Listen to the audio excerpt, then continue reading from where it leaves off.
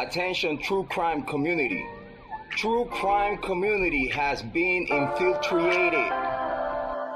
We are dreaming in the dark. We are nothing more than dust. Search but you stay lost. Is compromised. We are reaching for the stars, but we're making this too hard. And I wonder where you are. True crime community has been infiltrated. Yes, Mr. Yes, Mr. Yes.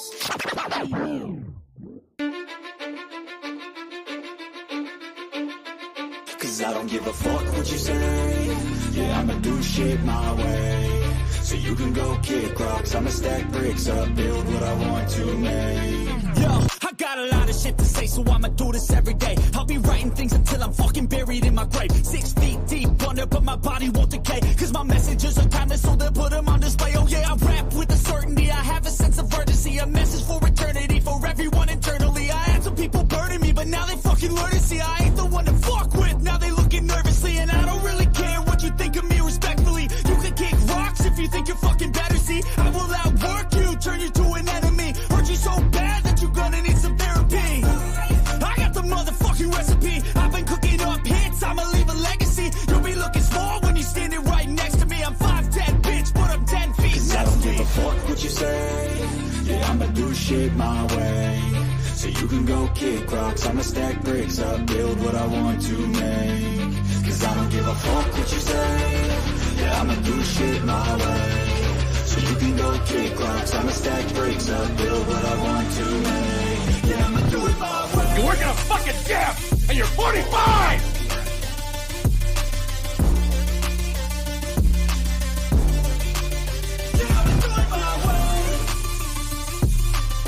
I do not want any spies or snitches stuck to my chest.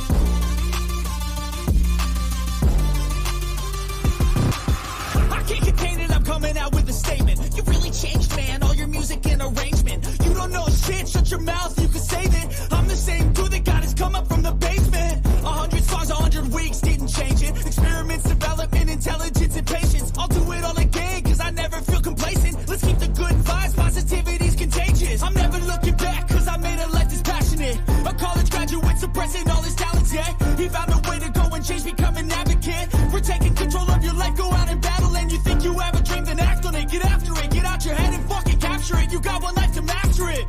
Don't give up on your future, we all start losers. We're all late bloomers, gotta struggle through the sewer. What you say? Yeah, I'ma do shit my way. So you can go kick rocks, I'ma stack bricks up, build what I want to make. Cause I don't give a fuck what you say. Yeah, I'ma do shit my way. So you can go kick rocks, I'ma stack bricks up, build what I want to make. Yeah, I'ma do it my way.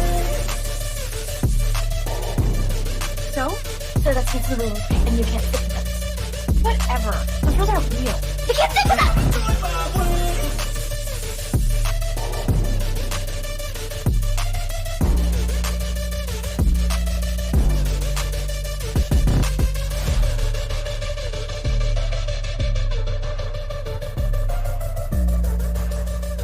Get ready for the shit show.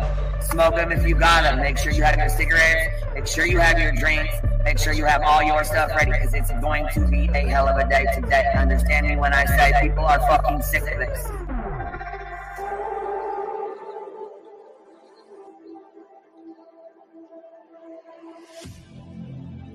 I need you again. So stick around.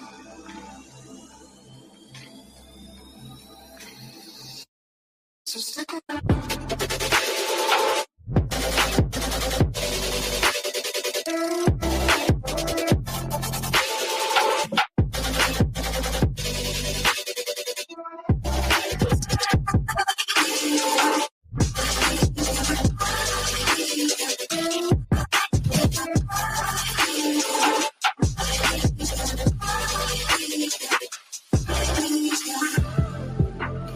She told her subs and everybody to get ready for the shit show that was going to be put on today. She was well aware of it before it happened. She told you to get your cigarettes, your snacks, and your drinks.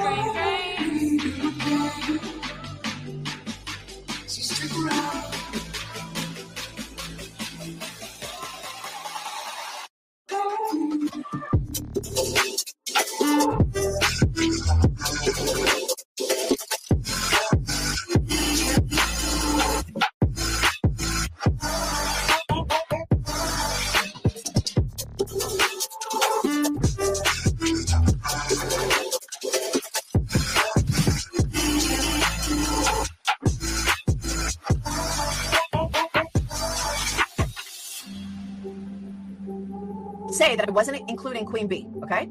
I've said that on every single live. I'm not talking about Queen B. I'm not talking about Queen B. Guess what? I was fucking talking about Queen B. Leave the world around us. They don't need to know. Come find me where the sun sets and say you'll never let me go. You're the one I want. Say you'll leave me. Hide away right now. Don't let go. I know you feel the same. Say you'll leave me. 'Cause you'll always be my broken love. Broken love. You'll always be my broken love. 'Cause you'll always be my broken love. Queen B, bring information on Queen B. We're done with Queen B. Queen B's in my crosshairs. There's Queen B's channel. Queen B thinks she can. But Queen B is reformed. I bet you Queen B gets tricked. Queen B. Fake PI trash bag bitch is so obsessed with me.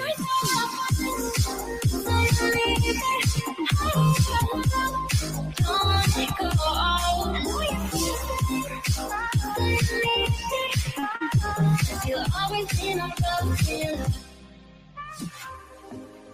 They don't know how we love when we're letting close. With you, I know I belong. Without all eyes on us, you're the one I want. Say you'll leave me. Hide away right now. Don't let go. I know you feel the same. Say you'll leave me. 'Cause you'll always be my broken love. Broken love.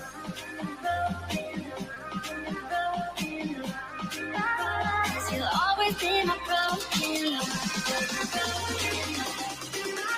'Cause you'll always be my broken love. Queen B would think she could. Anybody at Queen B show earlier. We talked about Queen B and stuff. I didn't listen to Queen B's. I heard Queen B. We got bailing on Salty for Queen B, and some people not the Queen B. I don't understand why anybody's afraid of her. About Queen B over here on Queen B. Queen B, show her face, show her face, show her face. That's real rich coming from somebody who wears pantyhose on his face every live.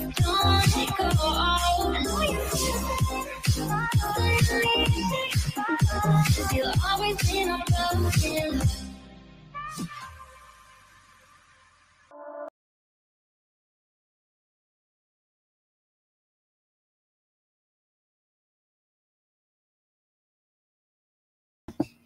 Yo, what's happening? What's happening?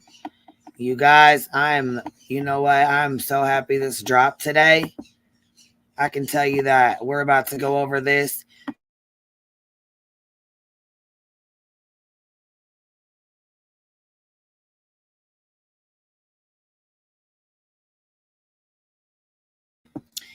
And you know what? I don't know if you guys know the intro. You hear me saying he's, the guy that says I'm Queen B, Queen B, Queen B, Queen B, Queen B. Does anybody hear, when you hear my intro, does anybody know who JT is? We don't really talk about him because he's such a fucking trash bag, garbage bag. Queen B's in my crosshairs. I don't know why she won't show her face, his brother that wears pantyhose. So he came to YouTube basically to harass Dylan Rounds' family, and the Rolling Stones actually just dropped an article on this trash bag, and he's freaking out right now, and I am loving it. Because you know what? He's taunted and tortured a lot of families, a lot of people. When he came to YouTube, he was, acting like some big shot. Well, he lied a lot, and he pulled his whole fake PI, or he pulled his whole PI shit, and we found out he was a fake PI.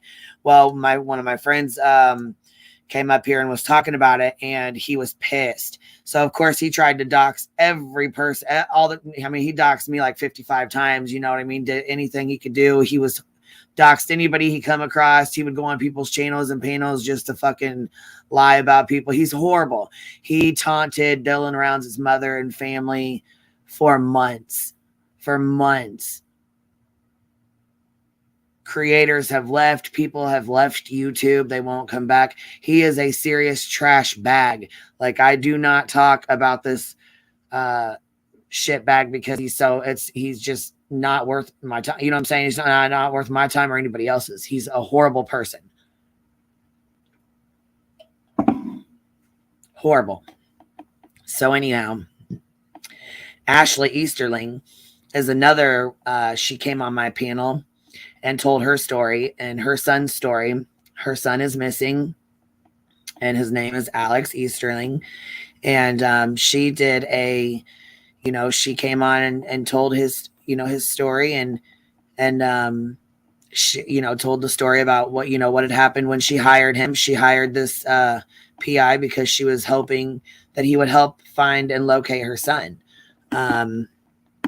She had high hopes that because he was an aggressive person and he seemed to be very aggressive and want answers, and he's a fast talker, he's a smooth talker. So she immediately was like, yeah, I want, I want to hire him. He's gonna be able to get shit done. Well, it was completely the opposite, actually. This is probably next to Betty, one of the tragedy pimps that's really tragedy pimping. He deliberately finds and seeks out tragedies and missing people on Facebook and does cold calls and will tell people that he can help find their missing kids. He can help find their missing family members. They just have to pay him $5,000 and he'll help them do this and he'll help them do that. And he'll make calls and he'll take care of it. And he's definitely a smooth talker. Trust and believe me. He's an awful person for sure. So I just want to keep that, please keep that in mind. Oh yeah, blank screen. Oh, you have no idea how nasty he is and how bad he's done these families. He's ran Candice Cooley into the ground. He and her son, as much as he possibly could. It's awful. It's awful, the things that he's done. It's just, I could go on for days about the shit that he's done. He collected, probably $15,000 in a week from 3 different families. And he used to say, I only work one case at a time. Only work one case at a time. Yeah, fucking right.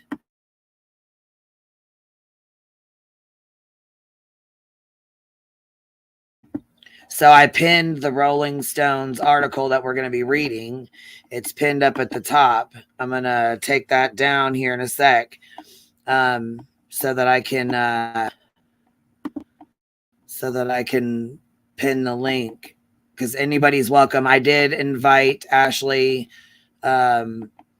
Martin, Ashley Easterling, Alex's mother, to come on up. She's welcome. Candice is welcome as well. Candace Howard. She has dealt with this man nonstop for a while now. She had hired him to help. Well, I'll let her talk about that. But anyhow, he had been hired basically to help try to locate her son. Her son was located, but not by this fool. And he has now turned their son and their family into YouTube content. He's done that with several families now. Now that he's on this platform, he thinks that that's funny and it's cute to, taunt and torture family members and people who are going through horrific things in their life right now. He's awful.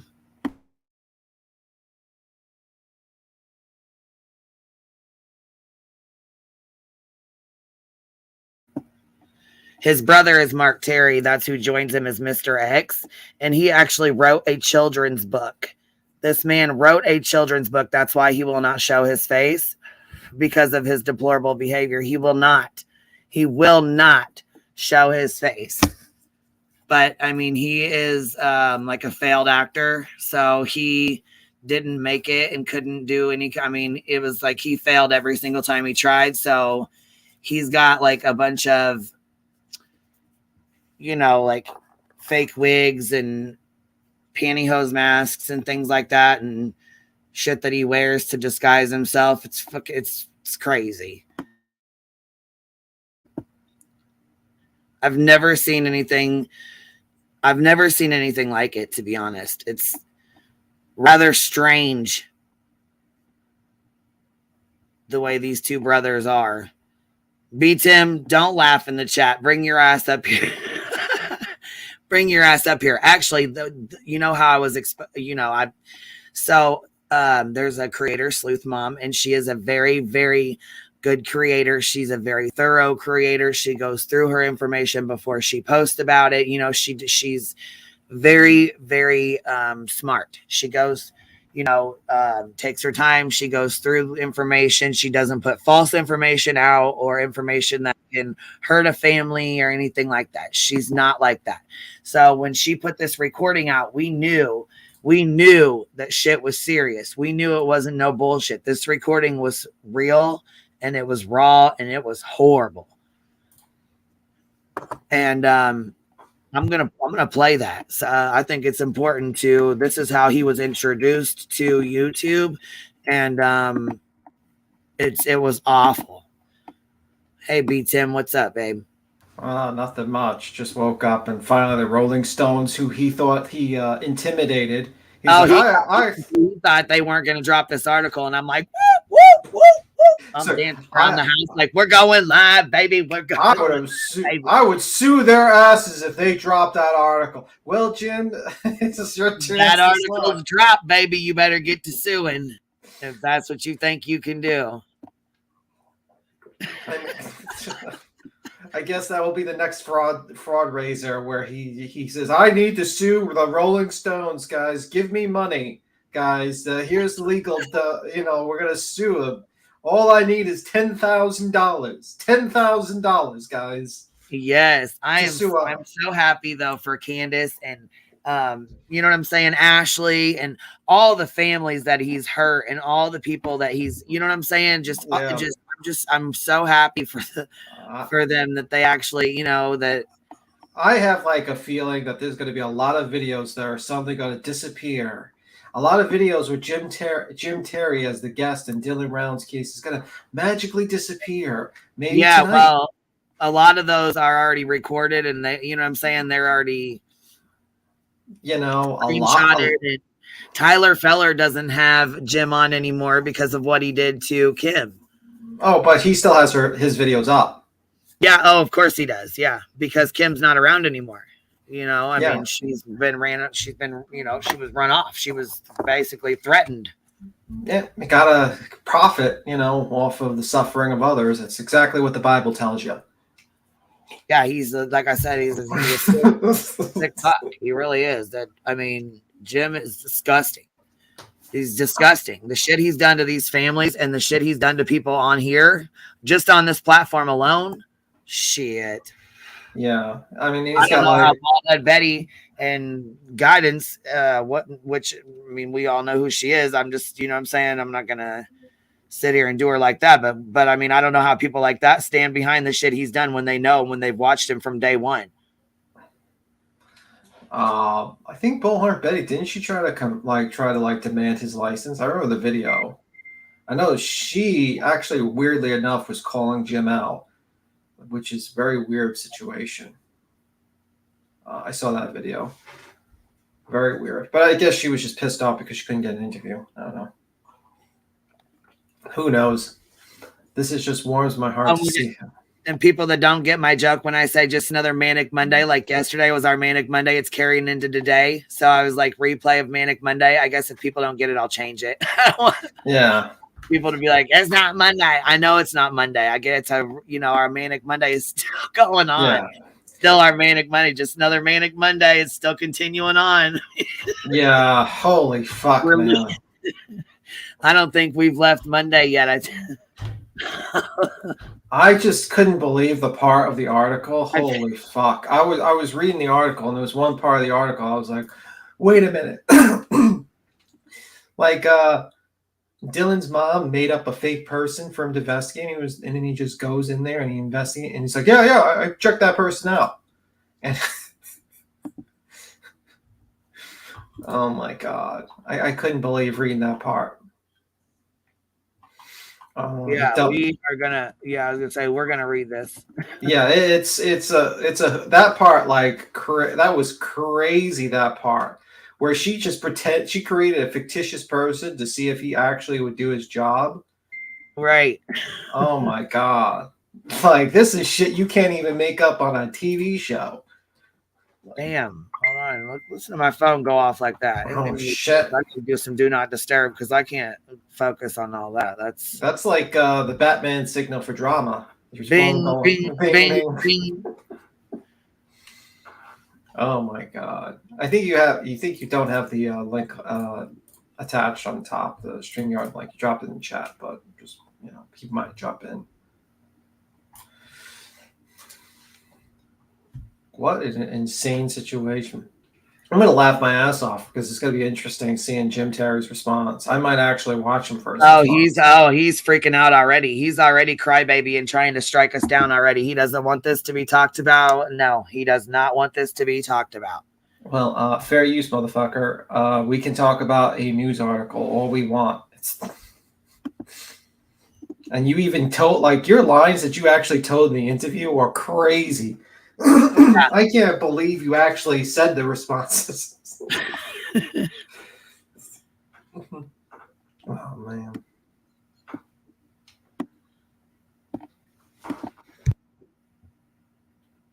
He's something else, dude. I don't know, man. Okay, well, I'm still over here on this damn Sleuth Mom call. Here. Oh, hey, Boston. What's up, man? I didn't even see Boston here. Yeah, that was the weird. You know what the weird thing? The weird thing is. You go. She's a piece of shit. Oh, yeah. Sorry, I didn't mean to, I was trying to flip back over. Sorry. We're gonna start. I don't pause it. It just starts on its own. So I was flipping back over to pull Boston up, and it was trying to keep playing. Hey guys. What's up, Boston? What up, Boston? What you got to add, man? What's happening? I missed your live last night. I got D deep in Black Mirrors. I'm on season 2 right now. Nice. Yep. So are you saying that you'd rather watch a TV show than Queen Bee? I see how we No, I fell asleep right before her live. Just get him out of here. This guy's not a true. Kick him. Not a true fan of this channel. I can't believe you'd rather watch Black Mirror. Boston, come back up later, man. We got to. Oh God. Did you think I was serious? Was you gonna cry? No, I was like, what's going on right now? Oh no. Boston, we gotta. B Tim said, "Kick him." I got a boot. No, it's I got a boot. Kick him.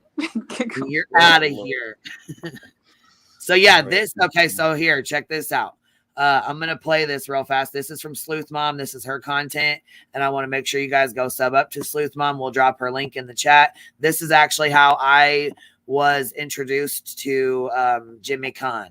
We call him Jimmy Con, Jimmy Crack Con, because he is a con man.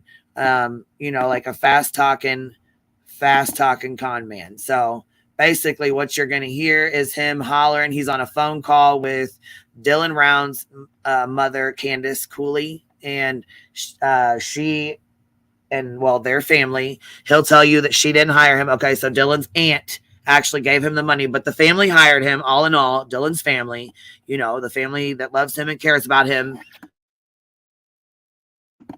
they hired Jim because they thought he was going to help and he was going to get stuff done. And,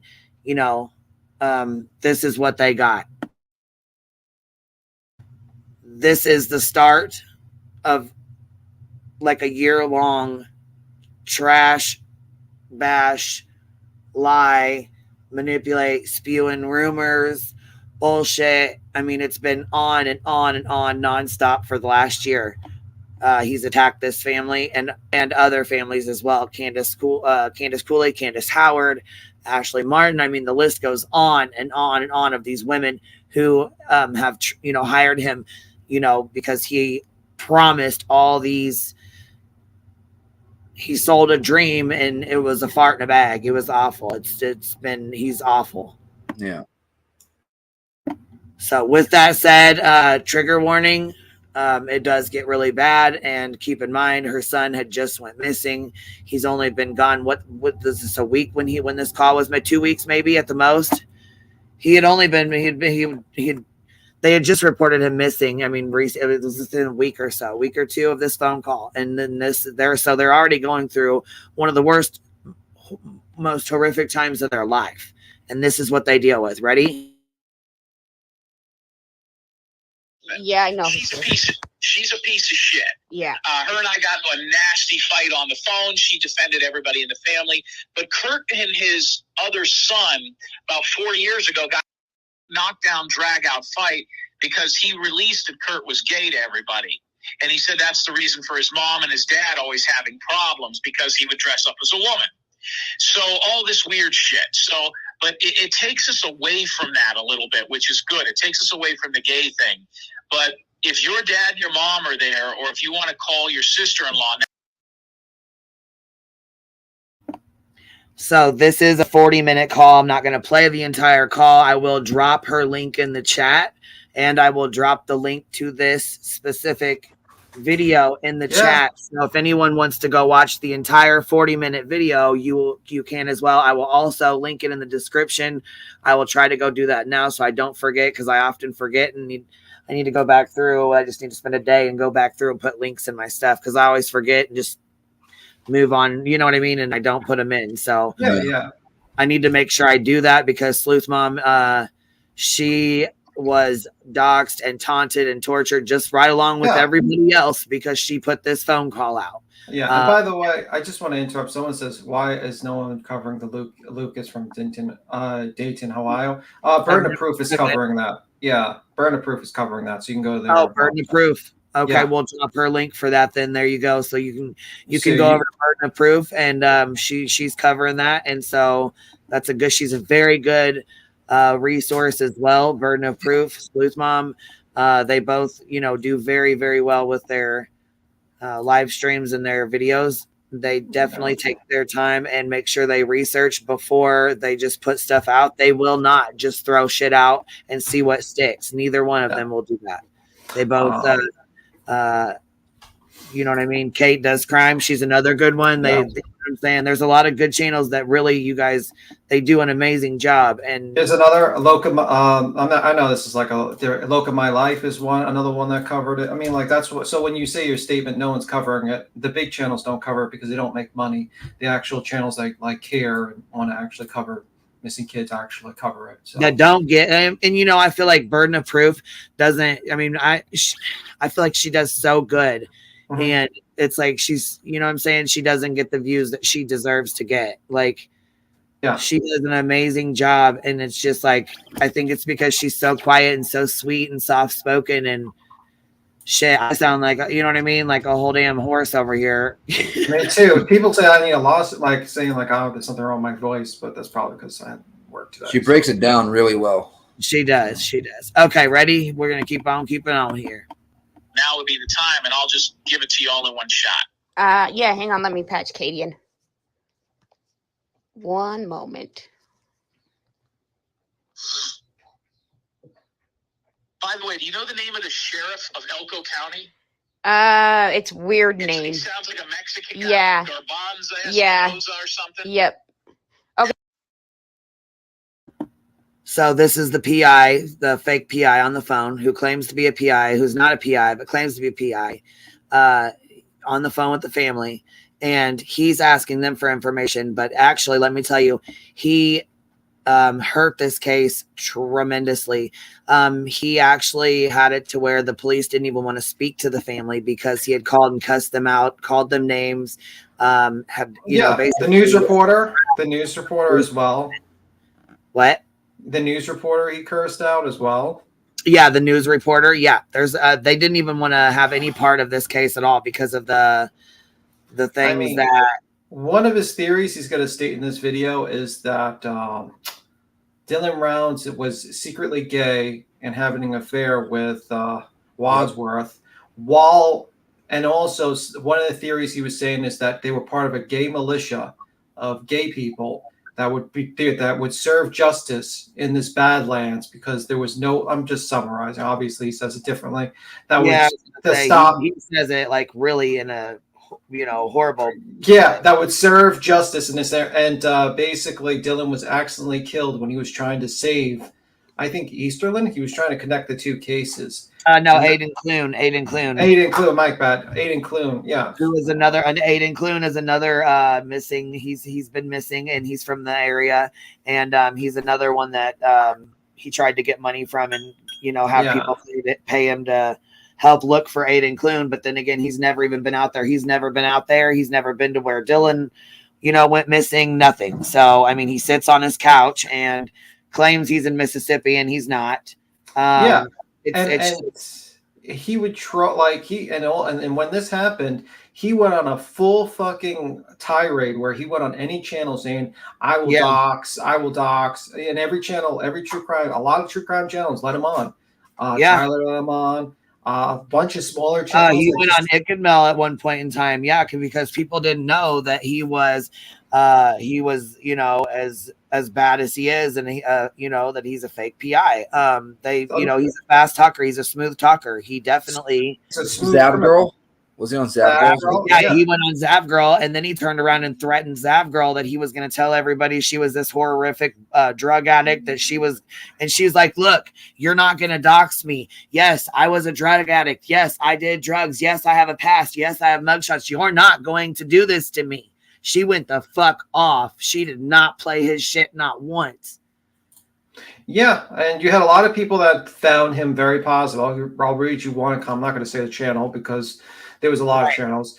Jim Terry, I'm so glad you're starting your own channel so you can tell the real truth that you found out about everyone without being stopped every few minutes. Jesus. And it was like a lot of, those are just examples. So you have to realize at this particular time, he was very, very popular. People looked at him as kind of they thought he was a real PI. They thought he was actually really doing work, and he was not. Yeah, so.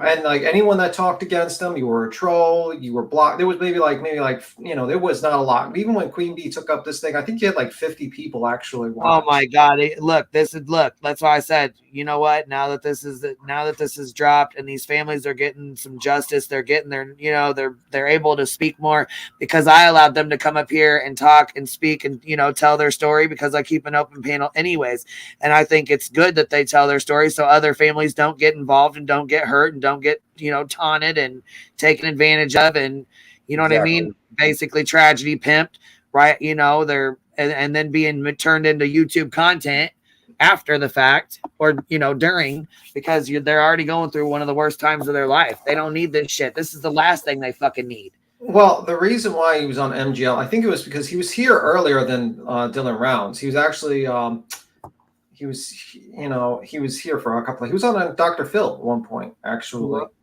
Well, yeah, and that's okay. So then if you guys remember, Jared from AWP actually came on my panel and was talking to us about Jim and how bad he was and all the bullshit with Dr. Phil. And then next thing you know, I get an email talking about Jared is that he's allegedly a predator and all this other bullshit. And I was like, oh, that's some bullshit. That's a lie. I never said anything else about it.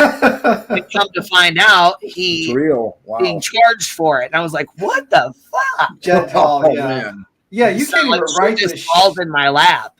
Yeah, you can't even write this, man. You really can't. The twist and turn is like a fucking soap opera sometimes. Holy he went on Dr. Phil. Well, they wouldn't even let him on Dr. Phil. He was they wouldn't even let his ass on there. But yeah, if you go back and you look at what case was it? Jed Hall. Jed Hall. Yeah, Jed Hall. That's right. Yeah.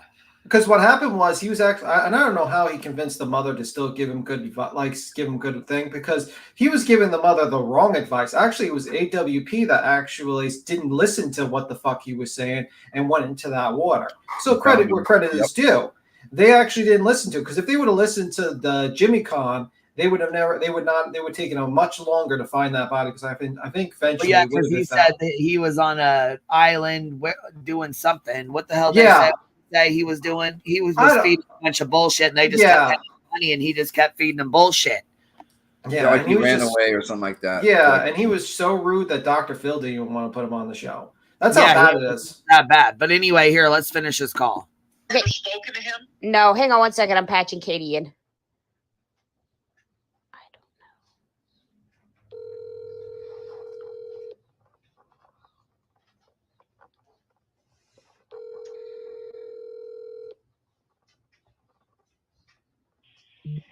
You've reached Katie Wells. Leave me a message and I will get. Can help me keep it all straight. Okay, so here's what happened. And you'll see the bits and pieces of all these stories kind of mix in. So the gun, the pressure wash truck, the gaze, it all comes together. So here's what's gone on. There's a sheriff named, let me get his name before I start. I know that, the Elko sheriff. I looked him up yesterday. Okay, well, he knows all about this. So, and by the way, Blower has still never called me back to talk to me about it. Now, he's spoken with other people. He won't call me back. Now, the police officers and stuff, the head chief, they will not contact him. They will not call him back. Why? Because he is interfering in an active investigation of the disappearance of Dylan Rounds, and he is causing more, trouble than he is doing trying to do well for the case. And they don't want anything to do with that. They want to, do what they're supposed to be doing. So you didn't tell him the best part. No, you actually didn't. Go ahead. Okay. He's not even there at the location. He's doing this entire private investigation over the phone. And he is like trying to, and later in this video, he actually tries to tell the family to do his job and do an investigation, interview people while he's over in Florida. Calling them up. He has never, ever went to this town. No, not once. Nope. Not once.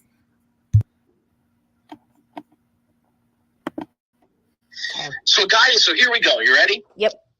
Guy calls me last night. He's a real estate agent in town. I get a lot of goofy calls from crackheads and drug addicts. Hey, Ashley. How are you, love? Hey, y'all. I'm all right. It's a bittersweet day. Ain't it, baby? Long time coming. Hey, Ashley. Yes, well, I mean, we should just make sure to download this article. Jim Terry's going to sue Rolling Stones, and they're going to be bankrupt because he's just going to make so much money from this lawsuit that he's going to sue the Rolling Stones. Don't worry. Wow. So make sure you put that on, get it down before the website's taken down by Jim Terry. Hold on, Beats him. This is Ashley Eastern. This is Alex's mom. Okay, yeah. So, hey, I enjoy hearing it because, it's not like they gave him an opportunity to give his side or even went back to him and said, hey, we're about to publish. Anything else you want to say? He said what he wanted to say, and he said it exactly how Jim Terry is. Yeah. Yeah, badly. I read that article. I was shocked that he actually said some of the things. I'm like, you would think you would have common sense to kind of lie at least to make yourself not sound so terrible. But no, nope. Exactly. Nope. No press is bad press, right? Well, we're going to test that theory today. Well, what's going to happen is YouTube's going to get if a lot of people start noticing it, YouTube's going to notice, and then they're going to keep an eye on him now. That's pretty much going to happen. He's already sitting on 2 strikes, so it's going to take is one more, and he's done. Yeah. He's riding a fine line as it is. Yeah. That's why he's trying to take his content elsewhere, because he knows it's about that time.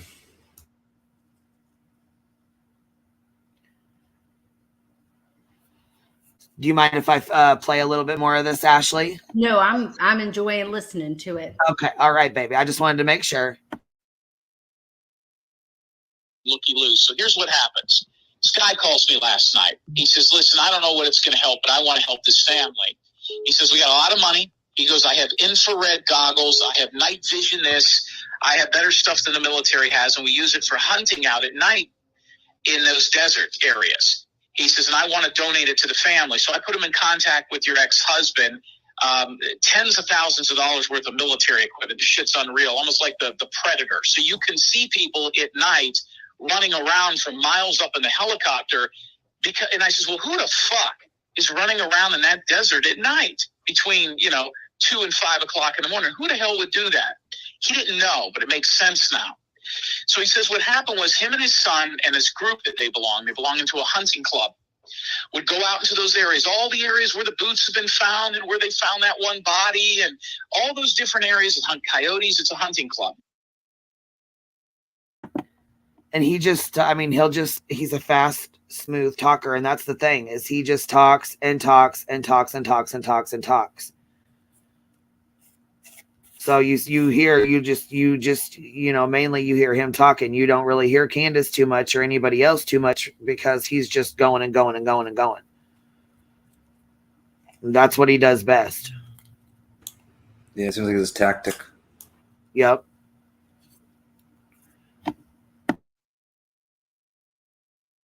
It's a competition. They stopped doing it in the last couple of months because they were getting accosted by people in the desert. He would take his sons hunting. His kids are only like teenagers or younger. And they would go out there. He says, we used to sleep under the stars in the back of the pickup truck. He goes, against the mountain. We can't even do that anymore. He says, a couple of months ago, we were in the desert. Your ex-husband heard this story. And he says, we were doing our hunting. And in the middle of nowhere, a guy comes up to our truck. And he says, we were miles away from anywhere. And it's 3 a.m. And he says, we have lights and guns and food and water and everything. And this guy comes out of nowhere behind a rock. He says, and he scares the shit out of us. And he kept trying to get into our truck. He says, so what we did was we drive 100 yards, turn around, put our lights on him, and he would come after us. He said it was like the Terminator. And he says, finally, we got far enough away from the guy and put our spotlight on him. And he stopped and he started talking to us. And we said, how long have you been out? This storyteller, right? Where does this come from? The more I listen to it, the more I'm just like, God, he's such a fucking storyteller. I'm kind of like realizing, like, he makes this place sound like a nice place to be in. You're under the stars. You can bring your kids to camp. And then this rough crowd comes in. But before, like, if you listen to his stories now, it's like, this is where all the cracks and peas are. And this is a terrible place. And it's corrupt. Yeah, why would you send your kid out there? It's the worst place in the world. Yeah, it's like, holy fuck. Nobody lives out that way. There's barely nothing there. Yeah. So it's just interesting to listen to the comparison to his story now, but, Yeah, because it's like completely different now. Yeah, it's like this place you could sit under the stars and this evil ruffian crowd comes in and, it's like, okay, bro. Okay.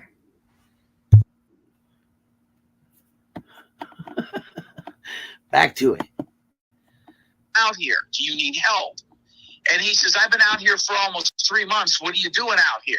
So they kind of get into an argument, and he threatens to kill the family right then and there. But then he tells the family, and they says, we're going to call the cops. We'll get you help out here, because they said there's no way he could have walked anywhere. He'd have died. Mm-hmm. And he wouldn't take the help. Real quick, he said there was no cops out there. That's why they had this vigilante justice group or whatever. So how would they call and get the cops out there if that's bada bing. The whole purpose of having the vigilante group? To protect them because there is no cops or whatever. It takes the cops so long to get there. We're only 4 minutes in. Holy fuck. Foot and mouth. Yeah, we're not going to keep going because, we'll listen to a little bit more of it or I'll fast forward it to where he starts really going. And then, like I said, we'll drop the link and then Sleuth, you guys can go over to Sleuth Mom, go sub up and then you guys can listen to the rest of it too, from her channel as well.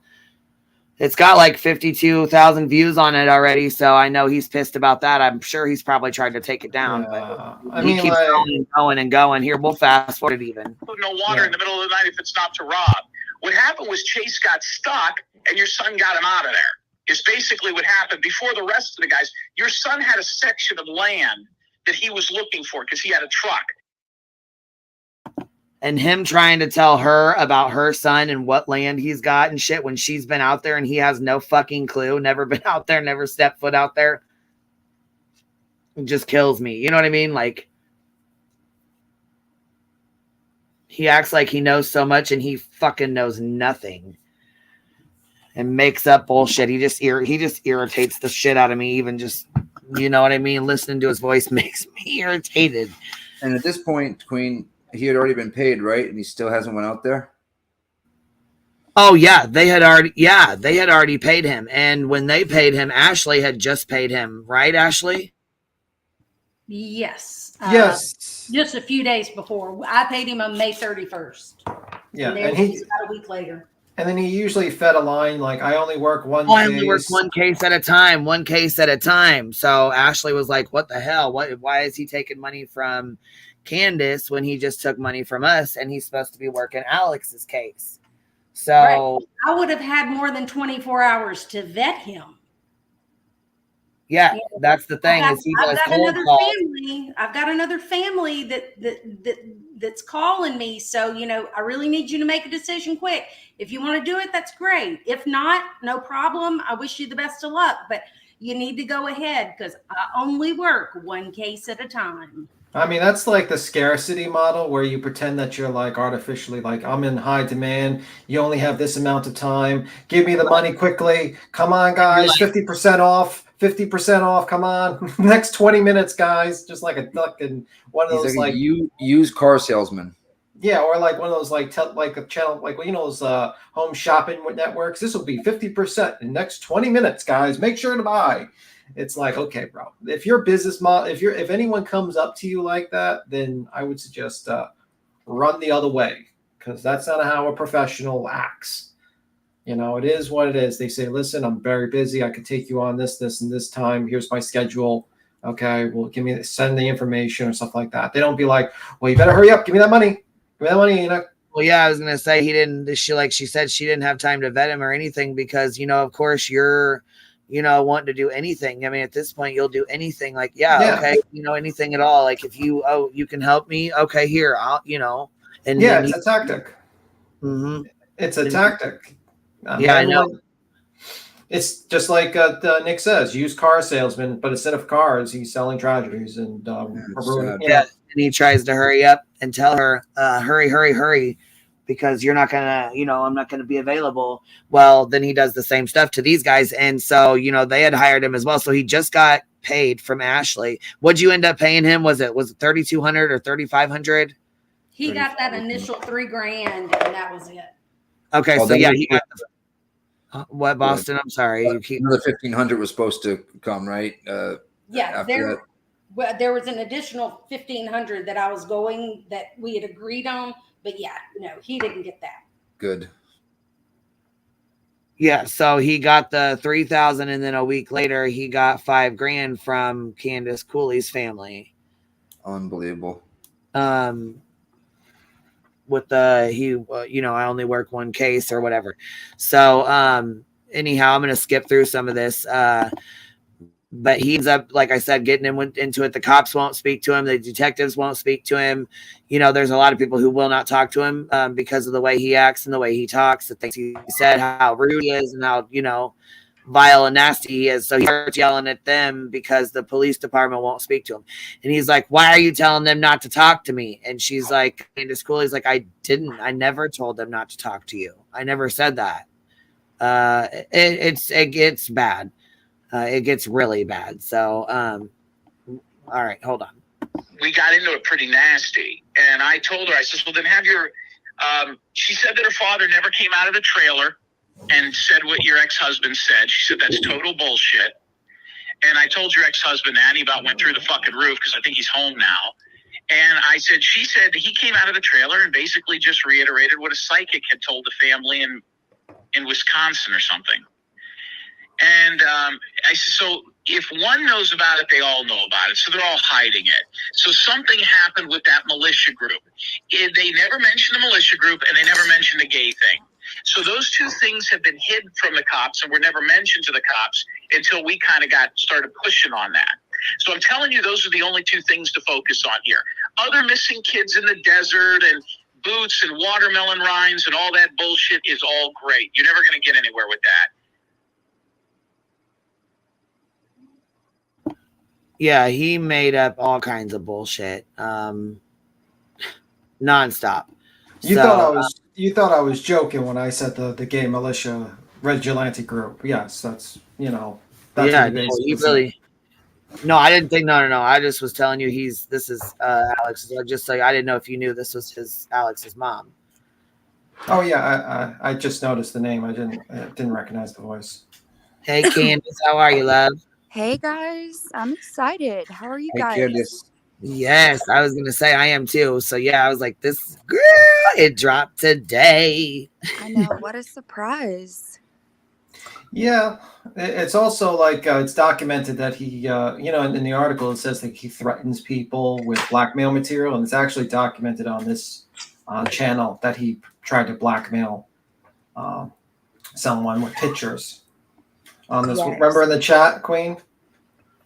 Yeah, he came. I actually have it. I actually have it clipped where Good Egg was on panel with me, and he came in the chat and said, "You need to send me the other 200, or I'm going to expose these pictures of Michaela Nelson."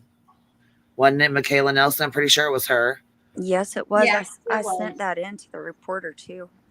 Oh yeah, okay. I was going to say we kept it and made sure we, you know what I mean, had proof of it. So you know what I mean, because he came right in the chat and was doing that, trying to extort money. He's like, oh yeah, if you don't pay me the other 200, I'm going to start dropping pictures on my channel right now, posting pictures of your basically nude photos and photos that he shouldn't be posting. It's awful. He is awful.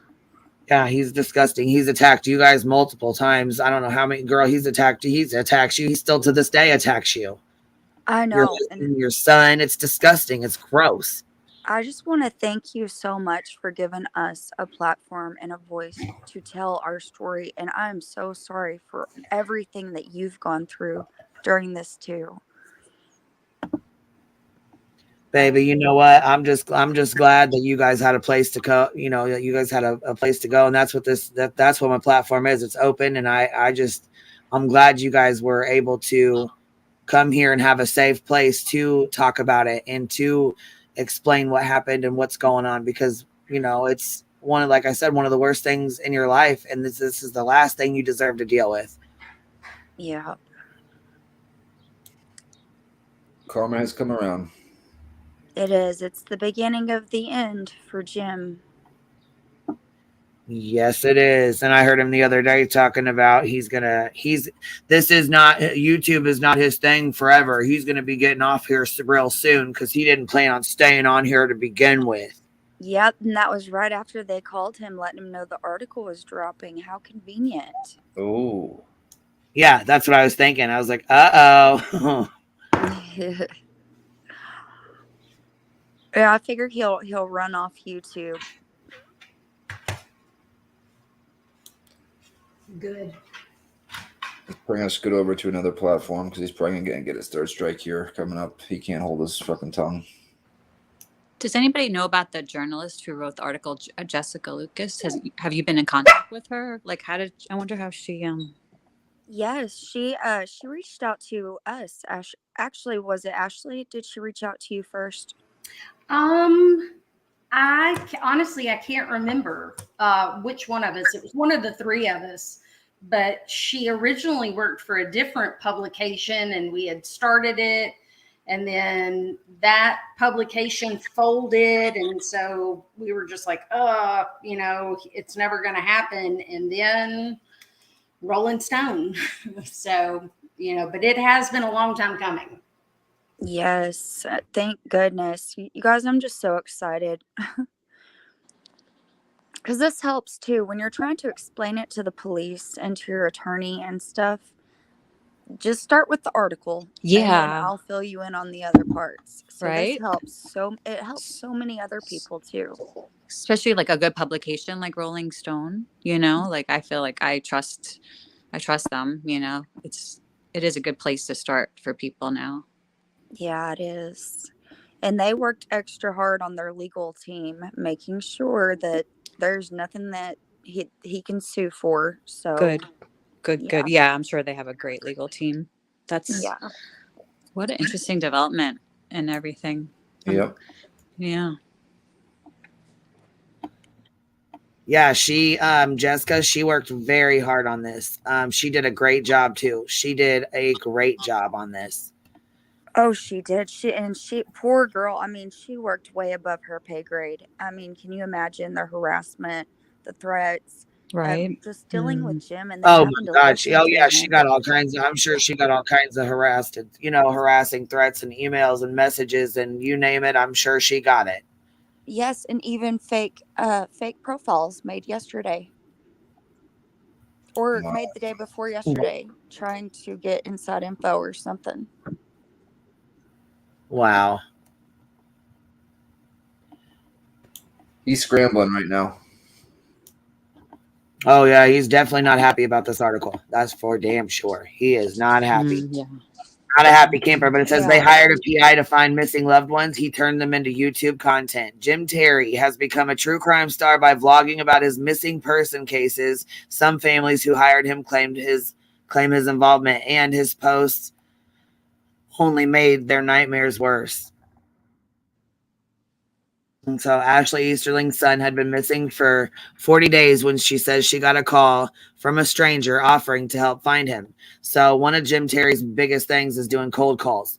He will look on Facebook, find a family that has, the missing loved ones or ones that have been, just posted. He'll check you out, makes, kind of see to look and see if you look like a family that's got money, or you know what I'm saying, like that would be willing to pay for a PI or have mentioned a PI, or if there's posts with a PI, or you know what I'm saying, anything like that. And he'll message them and then start calling them right off top. I can help you for this amount of money. I can do this, and this. And like you said, Ashley, you were like, okay, can I, give me a little bit and I'll call you back. He calls back. Well, I only got a limited amount of time. A limited amount of time. You're going to have to pick now. You're going to have to hurry up and pick now, let me know right now or whatever.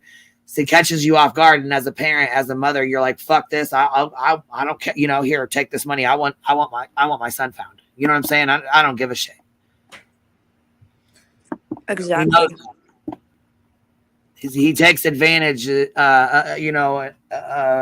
your weakness at that moment, which is your child missing. You know what I'm saying? And you'll do a mother will do anything to get their child back, period. He knows that. And it's fucking sick.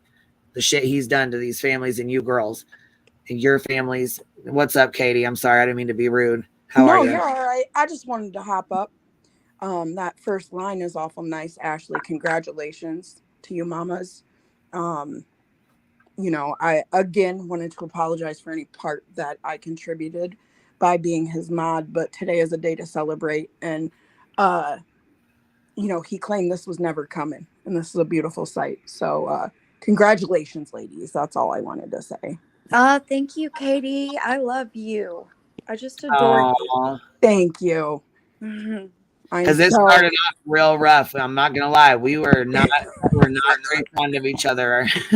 Oh yeah, you guys, I've been attacked by so many women on YouTube who just don't know. They don't know. Yeah, exactly. They don't care. fucking know, and that's the biggest issue is they don't know. No, not at all. And I never really did a whole lot of researching beyond what I saw on his show, because he makes it just sound like everybody's just crazy. So he instantly makes you think, well, don't listen to them because they're just gonna. So I never even bothered to really put much. Well, and he's one of those too that don't go over there. You go over there, don't come back over here. Don't go, go fuck with him. Don't come back over here. Yeah. He's always been like that, So of course you're not gonna come over here and be like, hey guys, what's up? What's going on? And get your own. You're not gonna. Sounds familiar. Who else in the community does that and tells Oh. their group never to come over Right? here? Golly. Couple. Yeah. Couple of them. Yep. Well, I just wanted to hop up. I'm going to get back to work. I'll be listening in the chat, but congratulations. This is great. I'm so excited. Awesome. Bye, Katie. Bye. Thank you for coming up. Yep.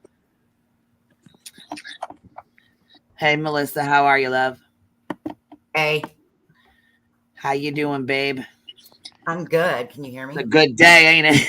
It sure is. It sure is, ain't it? I'm smiling like I'm so happy for y'all, for real. I'm so happy for y'all, for real. It's a good day. It's a good day. Yes, it is. No, Jar of Flies. It's just our Monday of YouTube. It's like never ending. This is Tuesday, but it's like our Monday's still going. Our Manic Monday is still in flow. So yeah, I'll change it. I'll change it because I know it bothers people. I know they're like, it's not Monday, it's Tuesday. I thought it was Monday until you said that earlier. I'm like, wait. It's just a running joke. That's all. I just, you know what I mean? I really thought it's Monday every day. It's like our Mondays just continue on and on and on. The week it's like, it's Thursday. Well, Monday was just yesterday. Yeah. It feels like Friday to me. Doesn't it now? It does to me too now. It's like, oh God, like it's party. It's like I feel like we need to go have some drinks. Get your drink. Celebration. Yeah, it really is. So, okay. So this says Ashley Easterling's son had been missing for 40 days when she says she got a call from a stranger offering to help find him. She dropped off her 30-year-old son, Robert Alex Easterling, at an acquaintance's house in Pickens, Mississippi on April 20th, 2022. He had not been seen or heard from since. The family had conducted 3 large-scale ground searches, used drones and dog teams, and done everything to try and locate Alex, but they felt their local sheriff's department hadn't made any progress and that the search efforts were starting to, be stagnant. The Easterlings were frustrated, defeated, and didn't know where to turn next. Holmes County Sheriff has declined to comment on Easterling's disappearance. Then came that call from Jim Terry, who Ashley Easterling says told her he was a private investigator who works missing persons cases. Terry came across as gruff and crass on the phone that day. Still, he said he could help. So he seemed like the answer to their prayers. Which at that time you're like, anything, anybody, you know what I mean? I'll take any help from anybody. And that's how I feel like with Don and Candice, I feel like that's how they are with YouTube. Like they know YouTube is horrible, but they're willing to come to YouTube to talk to anybody that they think will help find their child. You know what I mean? Or is serious about helping try to find their child. It's just...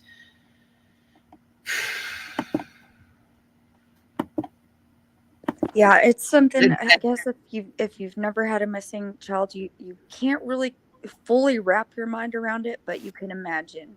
Well, no, and I bring them up because he actually was on with a creator who was like, oh yeah, this is a private investigator, Don Wells, you should let him help out. And I'm like, oh my God, please do not let him, you know what I mean, ruin it more. It's already summer. Already been lost in the craziness. That will make it 100 times worse. You know what I mean? Oh, absolutely. But I know there's no money in it, so I was like, you know what? He's not going to take it because there's no money in it. He's not going to get paid. You know what I'm saying? There's no one to, unless they do like some fundraiser, but that's not going to really happen either. There's people, you know what I'm saying? Yeah. I think he wanted it for notoriety, That point. Right. That would be the only other thing. But that poor baby has already been. He's going to have a hard time with that because he said openly that he doesn't work on kid cases. He's going to use it for content. So well, I guess he said no, he isn't. That somebody else just, that's something somebody said. But anyhow, so let's say he was just a pushy jerk, and at that point, that's what I needed. Says Easterling, Alex's 46-year-old mother who works in the senior care industry in her home state of Mississippi. I would have literally signed over the deed to my home if I thought it was going to help bring my son home. And again, that's what I said. Mothers are willing to pretty much do anything they can to get their kids home, and I think Jimmy knew that. And that's why, he took this route. because he knows that a mother, you know, will or a parent will do anything. You know what I'm saying? Damn near give their own life for their baby, you know, their kid, their child. Absolutely. So I feel like he was sick as hell to take advantage of that, because that's bullshit. I'm so glad, you don't know, I know God works in mysterious ways, but I'm so glad you girls that I got to meet you guys, because you guys are amazing women. You're so strong, and I hope someday that I can be like half strong as y'all, because I tell you what, you've been through some shit, and this right here is extremely hard. I'd just like to maybe thank you, Queen Bee, for listening to these moms. And, you know, when it was the unpopular opinion, it was, you knew it was the truth. You did your research and had them on and gave them a space. And it really helped them continue to push through this. Yes, It was tough. It was a roller coaster there for a little bit. I was like, "Whoa, man! I mean, I can't get off now, but holy hell, this is a rough." Oh gosh, yeah, it was awful, and I'm hoping maybe it'll calm down. But you know, he's listening now, and he'll be like, "Nope, I'm gonna make it worse." But go ahead, the public's watching. Yep. So let's see here. Easterling says Terry lit our other missing person cases that he'd worked on, footage of his appearances on true crime YouTube channels and news articles to prove his expertise, which actually he did. He went on Naked Mel. He went on Scott Roush. He went on a few other channels as well a while back when he acted more professional, you know, and I say acted, he's a bad actor, but when he was acting like a professional, you know, they had him on. But then again, they didn't know any different. There was no stories out yet for them to know any different. Yeah, there was nothing, hardly nothing. Now when you Google him, it's awesome. So yeah, I was gonna say, because before, when we first started, there was nothing there. Like, it was all everything great, everything, you know what I mean? You would find it was he had on there that he helped with Rebecca, you know, he had on Bosati, and yeah, he had on there that he had helped with several different families. So Michaela Moore, yeah, Jed Hall. Yep. So I'm glad that the truth comes out now when you Google him.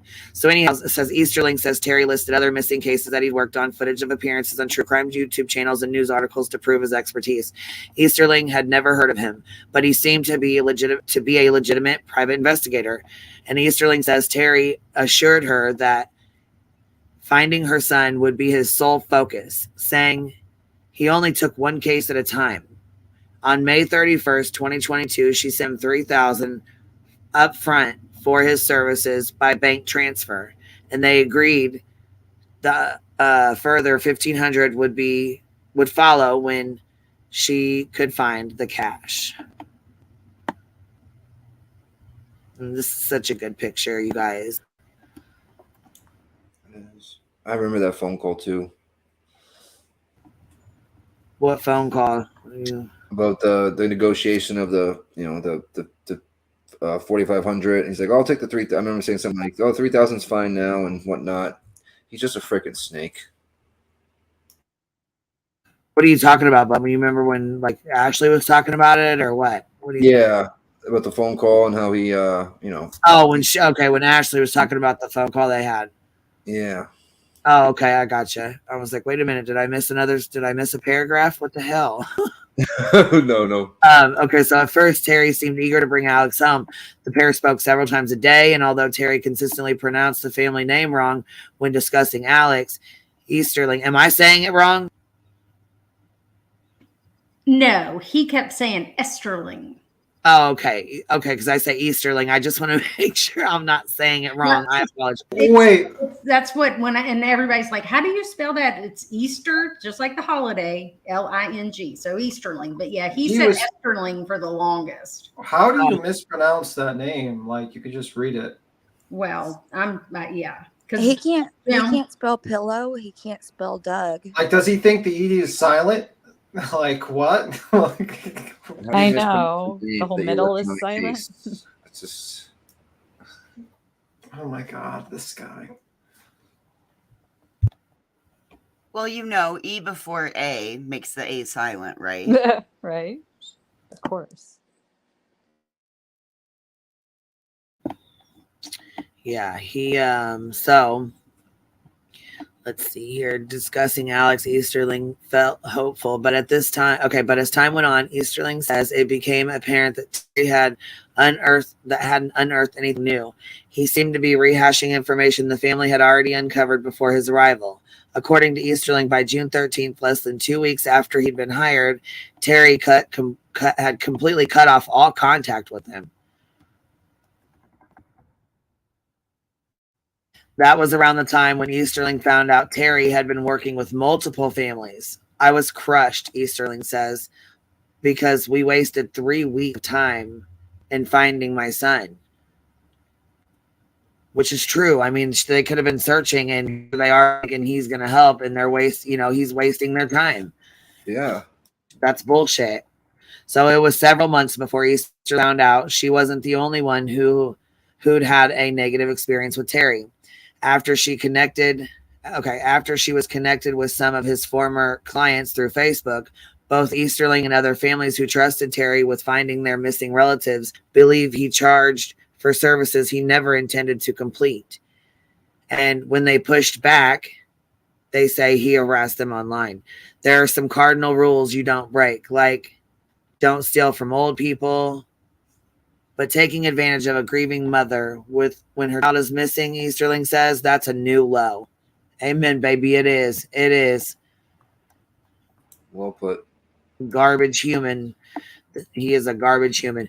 Terry, who spent more than 2 hours in a phone interview, swerving most of the questions put to him by Rolling Stone, fervently denies all allegations of unprofessionalism and deceit. He cut off contact with Easterling family because they never paid him in full for his services. He says, adding that he had permission from his other clients to work multiple cases at the same time. Although he has claimed publicly he only takes one case at a time. One mistake these people made was lying about me and trying to pick a fight, Terry, 46, tells Rolling Stones. Never throw rocks at a guy holding a machine gun.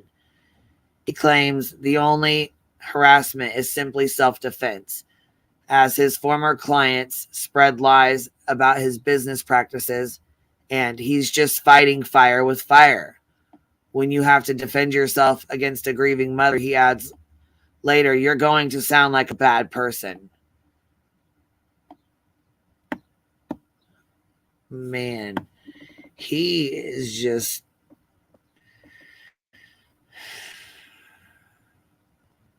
I'm going to move this up now. Where am I at here? Can't believe Dawn and Candace just hired this fool. Okay, for families who are in the midst of the crisis of a missing relative, vetting the background of PIs is not always a priority, which can in turn make them vulnerable. There have been reports about fake private investigators conning families out of cash or scammers using information shared on platforms like Facebook to request ransom money from unwitting, worried families. Most of these scams are made possible through information picked up on social media. The World Wide Web can be a very dangerous place, explains Todd Matthews, media director of volunteer cold case organizations Doe Network, the former director of the case management at the Department of Justice's National Missing and Unidentified Persons System. He notes that the widespread exchange of personal information about missing persons online leaves families exposed to opportunistic bottom feeders, like unsavory private investigators or sketchy psychics who try to take advantage of them. The issue is when compounded by the desperation and determination families feel when searching for a person, which can sometimes impair their sense of judgment. We discovered the internet can be used for possibly solving a missing person case, Matthew says, and then we realized that it could also be used for mayhem, which is so true. While Jim Terry, who has amassed nearly 5,000 followers on his YouTube channel, has allegedly created mayhem in the online circles he moves within. He is a relative. He is a relative newcomer to YouTube true crime. Oh God, don't put him in our categories over here. Scammer in the scammer PI category, fraud conman category over there. Tragedy pimp, A1 tragedy pimp. Terry tells Rolling Stone that 98% of his career has been dedicated to arena football, a sport he has played professionally since college, rather than finding missing persons. But his reputation in sports, much like his reputation in the world of private investigation, is murky. In the early 2000s, he made a name for himself in his home state of Florida while operating pay-for-play games designed to get high school football athletes noticed by recruiters, which was investigated as a potential scam by Tampa Bay Times. You don't know nobody in that world. I got more connections on my pinky than he does. I swear I didn't do it. It really wasn't me. That's exactly what that photo says. I swear it wasn't me. He's something. I can't believe he's so just. Look at the dark circles under his eyes. He never had those before. Several years later, he's going to be so pissed, you guys. I already knew he was mad, but I didn't know. I didn't get to read all of this before I got on here. I read about half of it. So several years later, around. Go ahead. I'm sorry. Joneson thinks he might be watching because he was just in another channel like an hour ago. Oh yeah. Well, if he wasn't a child, he would have been allowed up. But because he likes doxing people and being a piece of shit, he can just watch. Yeah, he ain't coming up here like that. Nope. Several years later, on 2008, he faced felony charges for grand theft and fraud over football equipment sales. Although the charges were later dropped, he was never convicted of a crime. Terry claimed the circumstances that led to the charges were misunderstandings, and he denies that his pay-for-play games were a scam. He also insisted he shouldn't be judged by past brushes with the law.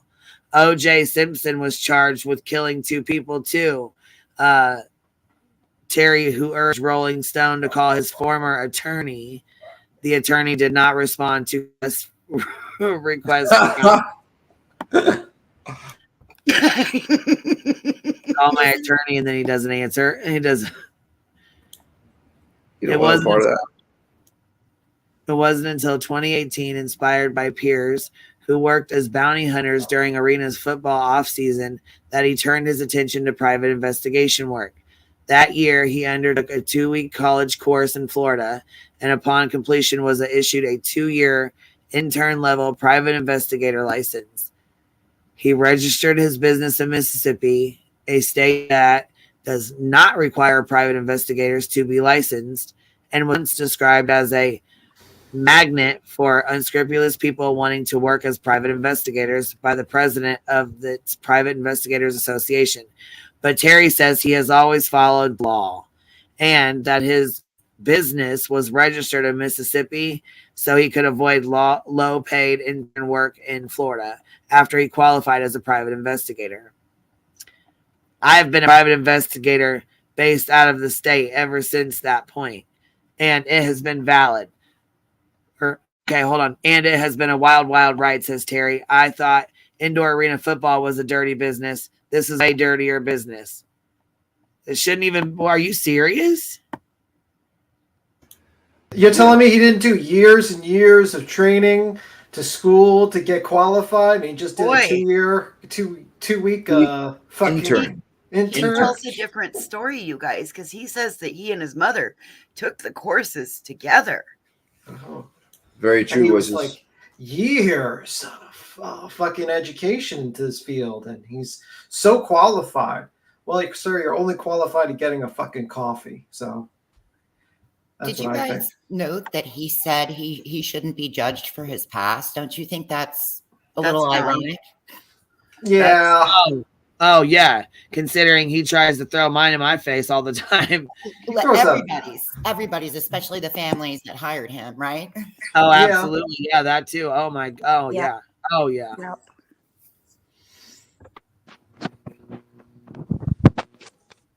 He's disgusting. And he lie, like, it's every time he opens his mouth, lies come out. It's like nonstop. Most of Terry's clients who spoke with Rolling Stones say he approached them through Facebook after they'd posted about their missing loved ones. 4 of the 7 families we interviewed say he didn't seem to do much work at all after taking payments from them. He only called like 3 people, claimed Candace Howard, 38, a stay-at-home mom from Ohio. In January 2022, she hired Terry to locate her missing then 20-year-old son, Tabor. 4 months later, around early May, she welcomed Tabor home without any help from Terry. She says all the information got came from me.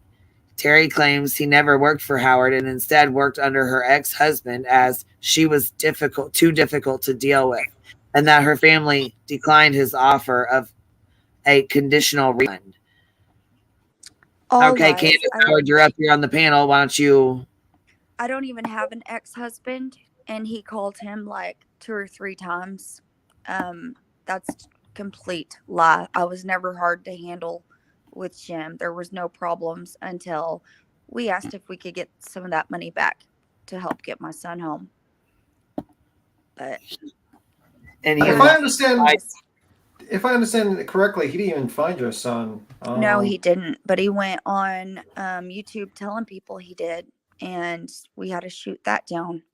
Yeah, he said he found him in LA under a bridge smoking crack. My son's never done crack, and he's never been in LA. I think he's got me confused with somebody else. And he didn't, you guys didn't deny that conditional refund. He was going to try to give it to the donators, back to the donators. He didn't want to give it back to the family, and then tried to coerce the donators to say that they received the money back. So he's lying about that as well. There was no decline. He just wouldn't give it to them. Exactly. And then said that we use drugs. There's not any of that in our background. We're not drug users. So, that's what he said. Well, they're just going to use it on crack. You can't give that money to them. I'm not giving it to you because they're going to spend it on crack. How crazy. Yeah, correct. That's what he told one of my associates verbatim.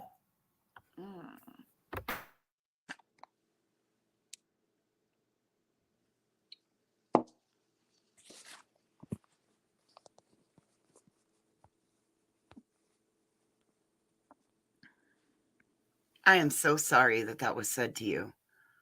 That is so disgusting. I'm sorry that was said about you. I am so sorry. That is horrible. Thank you. It's the people he reaches, that have problems with me now. Like I didn't ever come for war for anybody. My intent was on Jim Terry and spreading awareness. And if people got in my way, they got in my way. But what he has spread about me on YouTube is disgusting. What he's put up on his website about my family is disgusting. Just lies and slander. Well, sorry about that. He's tried to dox me, offered $500 bounty, and basically thinks my name's Steve. It's not Steve. Actually, it is Steve. Actually, I'm going to say, yep, I'm Steve. Yeah. I'm Steve. Yeah. Okay. Well, I hope you know that there are a lot of people listening, and they are giving you a lot of love and support in the chat. And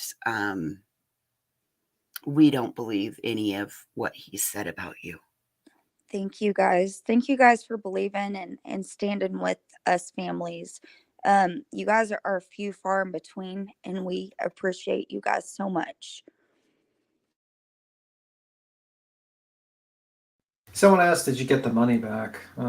Did they give their money back? Did they get their money back, or no? Or did he pocket it?" Not at all. He lied. Said he gave it back, but he didn't. Oh, surprised. Jim's a liar. Wow, shocker. He's such an honest person. He always does things up front. Right. Okay. Yeah, that guy's a real piece of work. What really pissed me off about that guy was just like how everyone just fucking just let him on, talk, lie. It's just like pissed me the hell off. Like that's just angered me to the point. Like just Well, yeah, because people didn't know and they didn't do their research. It wasn't until after he got up on a black woman's panel and said NIG the hard R. Yep. Oh my fucking God. No, yes, oh, honey, he called a woman that from the Waffle House. I went over that on my channel. I'm just saying it's on here. He did it on the platform on a woman's channel up here that he was doing an interview with on here. On her platform, on her interview. Yeah, how fucking rude and racist can you be? He said he was doing it as in telling a story, but it just rolls off his tongue just like with the previous issue. So anyhow, let me finish here. Where was I at? Let me see. 4 of the 7 we were on this on top of this, both Easterling and Howard alleged that Terry's behavior alienated people working to solve their son's disappearances, and it did. He completely cut me off from my local news media, says Easterling, who shared a recorded phone call with the Rolling Stones in which Terry recounted telling one journalist to fuck off and called her a fucking cunt. He destroyed that for me. And I believe you shared that. Didn't you share that on the live that we did? I think so. Yeah. And when you read the next line, so just for a little context in this, when he's like, oh, she wasn't paying attention. He called her out of the blue. It wasn't a planned call. He called and I'd sent her a note and said, hey, we've hired a new PI. He wants to get with you just to get a little background and, and just kind of connect some dots. So this is the number he'll be calling from, blah, blah, blah. Well, he just calls her out of the blue. You're not that important to everybody. So I guess he just expected her to stop everything she was doing. But she happened to be somewhere in the middle of something at the time he called her, just for a little context of, what he said went on. Oh, yeah. 2 of them. He did it to 2 different reporters. And it was disgusting. And then I played for you. I mean, he rehashed it with me, and I was just at a loss for words. I was like, wait, you said what to them? Yeah. He's a dirtbag. Yeah, he really is. And he just he'll say whatever. It doesn't matter. As long as it, makes you look bad, or he can, try to dog you out, he will. It doesn't matter. You know what I mean? He'll lie on you quick as hell. Even and then no, damn well it's a lie, but he'll still say it doesn't matter.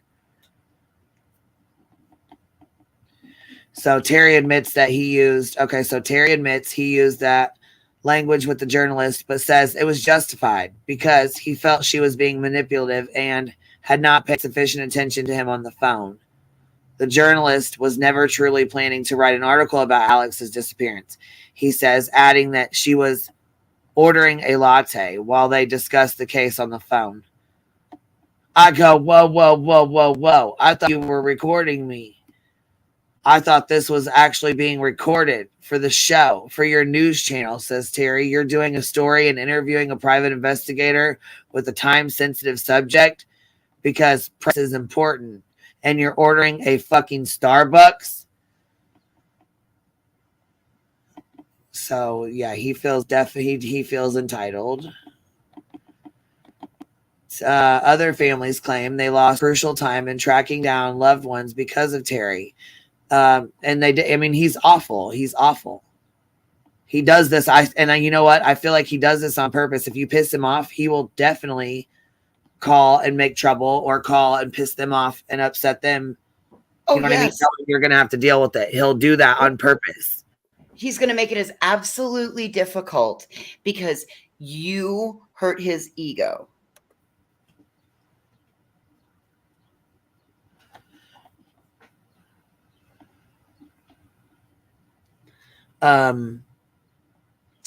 Candice Cooley, mother of then 19-year-old Dylan Rounds, who vanished from his Utah farm in May 2022, worked alongside Terry when her relatives hired him to help search for her son.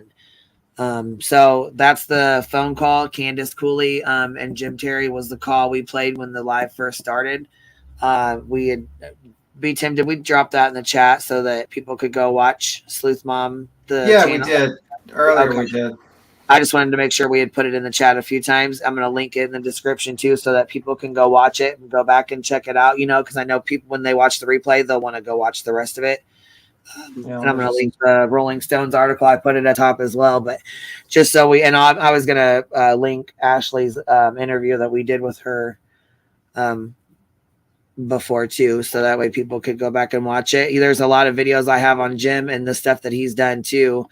But anyhow, that he's done to the girls, Candace, Ashley, Candace H, just all of them. So give me 1 sec. I got to let my dogs in.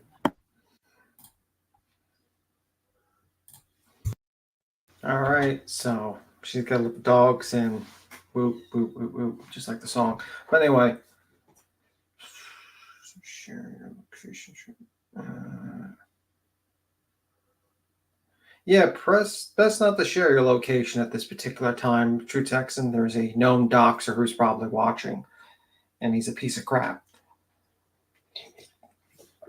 But yeah, it's just very interesting how time, like, this has only happened 9 months ago, or 10 months ago, and this guy, one point was would be begged to go on channels. Basically asked because you would get tons of views, and now he's literally fucking no one wants to even to be associated with this guy, and he's doing eating butter challenges on his channel and trying to ask a woman to show breastfeed or something like that, and making fun of disabled people on his channel. And he's got his brother with a pantyhose over his head, who is an author of a child's book, co-hosting him. Yeah, things have changed. Things have definitely changed for Jim Terry. I just want to answer a question in the chat. Can he be arrested? Absolutely. He thinks this is all civil. But when you start doing mail wire fraud with false pretenses, that is scheme to defraud. And the mail wire fraud itself is a federal felony. So, yes. That's what we're hoping for in the near future.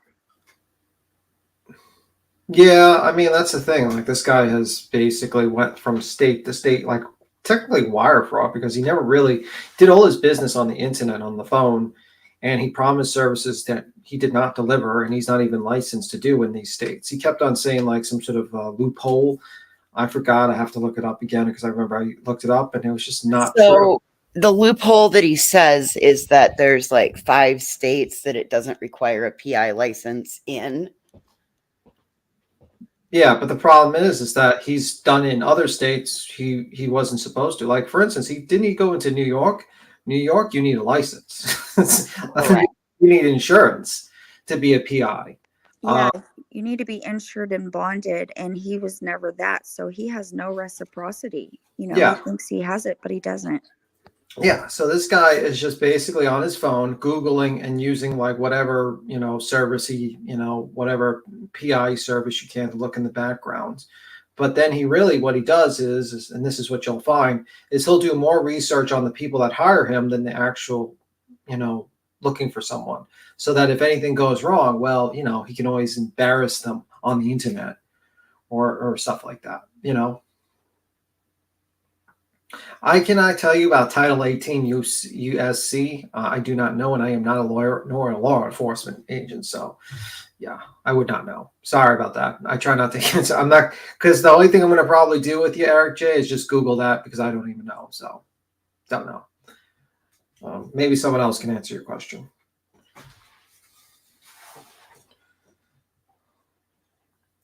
But yeah. Hell to the no, you guys. He really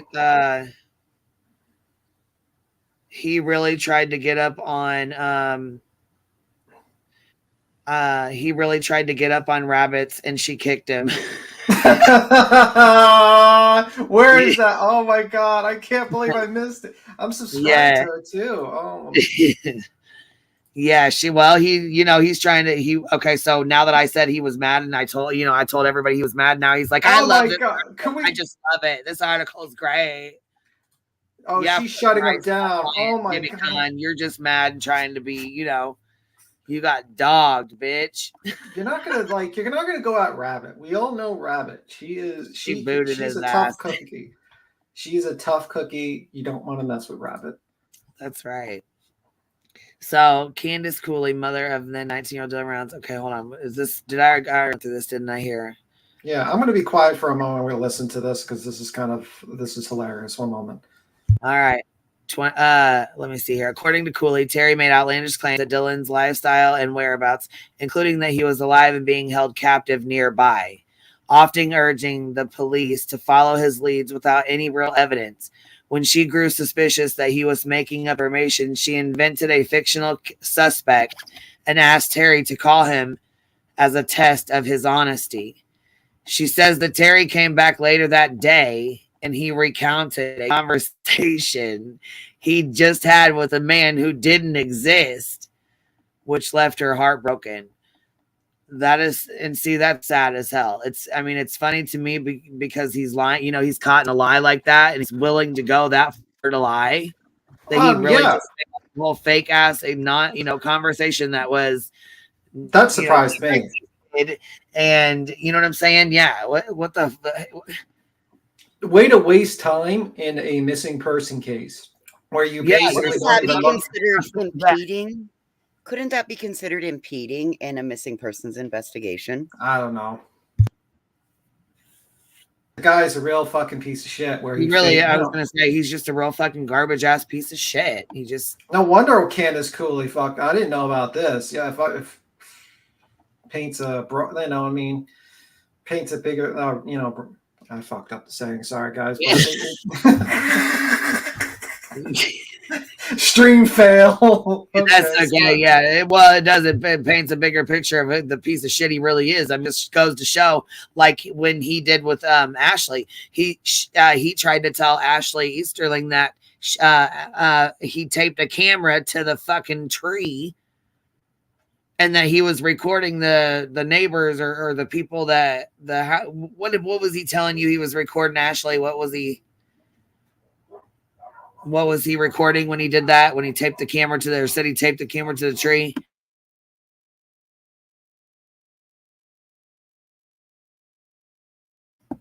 Oh, okay. I didn't know she got down. I guess I thought her and Boston both got down. Well, shit. I didn't know they got down. Oh no. Anyways, she'll probably come back up when she's ready or whatever. You know what I mean? But she didn't get down. She's up here. You're up here. Look, I didn't even see you. Okay, so Boston's not here. Candice is here. Let's see. Ashley's here. B. Tim, you, and Melissa. Okay, so I just what the hell? Can you hear me, Ashley? Oh, you got to unmute, baby. You're on mute. Oh, sorry. I was listening to something. Shambles, baby. We're in shambles. It's okay, love. I couldn't find you, and then you were muted. Okay, so basically, he said he taped a camera to the tree, didn't he? Something like that. Yes, which is so. If you even know the area, no, he taped an iPhone. To the tree, and was doing like a FaceTime call. Now, damn well that's a lie. We all know that's a lie. There ain't no fucking way. And hello, you don't have phone service it's crap service there. So no. And the house has more security cameras. They would have seen you do it. He's just stupid. But yeah, he claimed to have put an iPhone, had someone go and tape an iPhone to a tree and monitored the comings and goings at the house. Okay. Yeah. Yeah, you're like, yeah, okay, you're a lie. You are a whole ass fucking liar. And like, well, and like that's like this family, you know, they just knew, she knew that once she made up that fiction, you know, that fictional character, then he comes back like, yeah, I had a whole conversation with this person that doesn't exist. You know, it's just an iPhone taped to a tree. Wouldn't a game camera been a much better suited? Oh, well, he did want me to go and put game cameras up. He did ask me that. He was like, can't you go up there and put game cameras up? And my sister's like, can't you go put game cameras up? Wait, isn't that what you're for? Isn't that what we paid you for? Right. Exactly. You know, how close do you live to so-and-so? Can you go to this courthouse and pull these records? No. Can't you go do that? Exactly. Well, yeah, it's like you just paid him to sit on the couch and talk on the phone, and then he wants you guys to go do all this work. Like, you know what I'm saying? Or go do this, this, and this, run these errands and go do this, pull these court records. No, you got paid. You should be doing this. You should be putting in all this work anyways. You know what I mean? Like, you've been paid. This is, you know, you knew what you were getting into. You know, you're supposed to be, you know, looking for my son, you fucker. Knocking on doors is right. Knocking on doors and getting in faces and asking the questions that the cops can't ask. That's exactly what he said, wasn't it? Wasn't that exactly what he said to you guys? That's why I said, you know what? He's an asshole. I can deal with an asshole as long as he gets me the answers I want. Well, and that's exactly right, because you want somebody who's going to be, you know, who's not going to be like, oh, I'm sorry. No for an answer. I didn't mean to. You know, you want somebody who's going to ask the hard questions. Yeah. You want somebody who's going to be aggressive and assertive. You know what I'm saying? And I understand that. If that was my son, I would be in the same position and be like, you know what? Yeah, he's an asshole. He's not going to, you know what I'm saying? He's going to get shit done. You know, he's not going to let them, he's not going to be a pushover. You know, he's going to go in here and get shit done. And it turned around to be the opposite. He got in there and got shit done all right. He fucking made things worse, and then, you know, got the reporters so upset with you they wouldn't even speak to you. Yep. Yeah, and I think that was horrible as well, because that's your, you know, your line of communication to get his story out there. You know, this is a way to get his, you know, his face and his story out, and now they don't even want to speak to you because of what he said and what he did. You know, that's right. That's well, bullshit. at the time, I thought it was just him and his, just that he's gross, and so he called her the C word. You know, I get, but now, it was premeditated. It was on purpose. Everything he does is on purpose. He doesn't want. He did it on purpose because he didn't want them to help you. He didn't want his name out there because you didn't. Credit. Yeah. Yep. He wants all the credit. He wants all the kudos. He wants, you know, he has to be that center of attention, you know, good, bad, or otherwise. Well, you're welcome, Jim. You're getting it now. That's right. That's right. Oh my God, I listened to the rabbit part, and he's like, "This article actually makes me look good." That had something. I'm like, it does not. Comprehension. Makes you look like shit. He's delusional, but you know he's gonna act smug about it. Typical narcissistic response. Copium. The copium is strong with this one. He's just sucking up that copium. Holy fuck. He's like, the one they had before was terrible. This doesn't make you sound any better, bro. This makes you sound terrible. Makes you sound like a carny swindler. Preys on victims. This is the most fame he's ever had. So when we get off here, we'll have to go check out Rabbits or whatever. I was going to turn it on, but I don't want to stream her, so I don't want to take her. You know what I'm saying? Yeah, I just watched. That's why I was quiet. Part on, but he jumps up and he tries to talk about it. Makes people want to go over there, so we're going to have to check it out. Now I want to go over there and check it out. Yeah, I was just listening to that part particularly. I know. I want to check it out too because I was waiting on her to treat his life. Oh yeah, she finished. Okay, so she finished. Yeah, but she like really, really Did she fucking. give it to his ass? That's what I was hoping. I was Oh hoping my she would tell him god. about himself for what he did. You know, I just She just was took it to him. hoping She to do it. she kicked him off and then called him a clown. Oh, Just he is a clown though. That is true. I mean, yeah, that's the truth. It's just funny. And then he tries to say, "You look tired. You look tired." It's like, oh. so that's your insult? Okay, all right. Okay. Yes, she might be tired because she actually has responsibility. She takes care of a kid. Well, A what baby. is his excuse? He looks And haggard. yeah, like, and she runs a YouTube channel. I don't know, and then I don't know if she works too. I think so. I mean, yeah, I would be tired too. So Okay, so here, let's finish this. It says she came back later that day. He recounted a conversation that he'd had with a man who didn't even exist, which left her heartbroken. And Terry's alleged fabrications hurt the investigation because we were all out here there looking in the wrong places, looking for the wrong things, looking in the wrong directions. That's Cooley, 42, who owns and operates a trucking company in Idaho. Law enforcement officials have since announced that Dylan's disappearance was likely a homicide and arrested the suspect in the case. We lost evidence chasing his theories. And that's fucked up. That's really fucked up.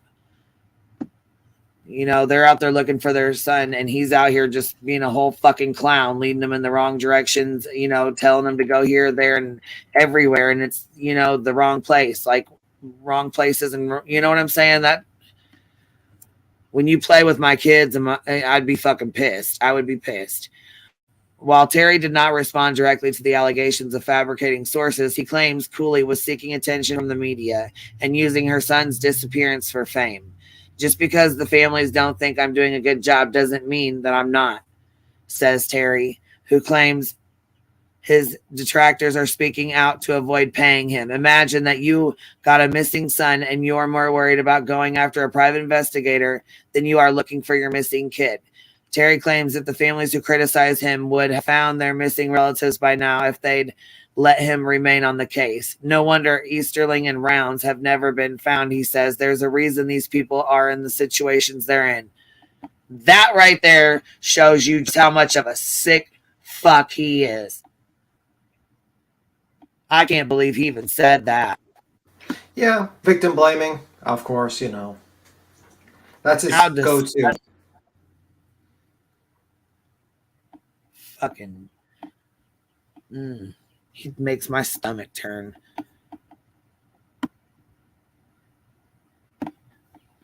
In spite of clients speaking out publicly on social media about their experiences with him, Terry has continued to thrive in the small-scale true crime vlogger circuit.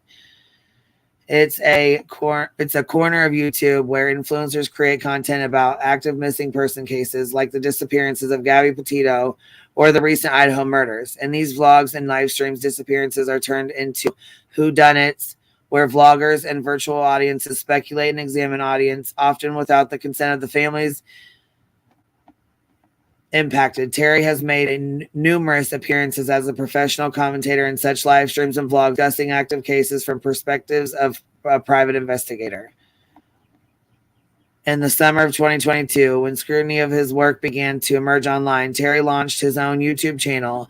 Since then, Terry, who has used this channel mostly for live streams in which he takes calls from viewers to speculate on active missing persons cases, has churned out a steady stream of controversial videos. In them, he has referred to his former clients as drug addicts, felons, and terrible parents. Let's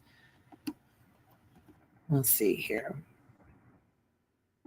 Brass that he hates the fucking people who go missing because a lot of them are assholes. And he tells his followers that a 16-year-old missing girl was looking for dick when she disappeared. Wow. Wow. And that's Kylie Rodney that he was referring to. He also called her a skis. I was going to say that's when he said a 16-year-old girl went missing. She was looking for dick. No, she was not. She's at a party. Look, that's beautiful. You're so beautiful. Oh my gosh, I had just woken up and we were in Cancun. But I loved the picture just because it kind of hides Tabor's eyes, you know, since he's here Oh, and stuff. it's a good picture. That's a really good picture, you guys. I love it. So that's a good picture. Oh, thank you. Okay, he's got so many people sending him money every night that he's on there, says Howard, who claims she's a Terry received sums up to 500 in one night for his live streams where he repeatedly threatens and mocks families who have spoken about him. After his interview with Rolling Stones, many of his videos Terry was questioned about were switched to members only or deleted from his channel. He did not comment on the amount of money he makes from his live streams, but did confirm the statement he'd made about the 16-year-old girl. He says that she was hanging out around with older men, which is, the Kylie Rodney. That's he was speaking on Kylie Rodney, and that's he shouldn't be saying things at all like that. But some families who have worked with Terry have released statements to address inaccuracies they say he's spread about their loved ones on social media. Others have been threatened with the release of explicit images or used unwillingly as fodder in his vlogs. Okay, so we have that. I have that video. It's on my channel. We were live, and he came in my live stream and threatened Michaela Nelson's dad that if he didn't pay him the $200 he owed him, he was going to be dropping her pictures of her explicit photos, you know. And so we actually have that clipped, and you can find that on my channel. I'll put it in the description because it was disgusting. He came right in here, did not think twice about it, did not care who's seen it. He did not care.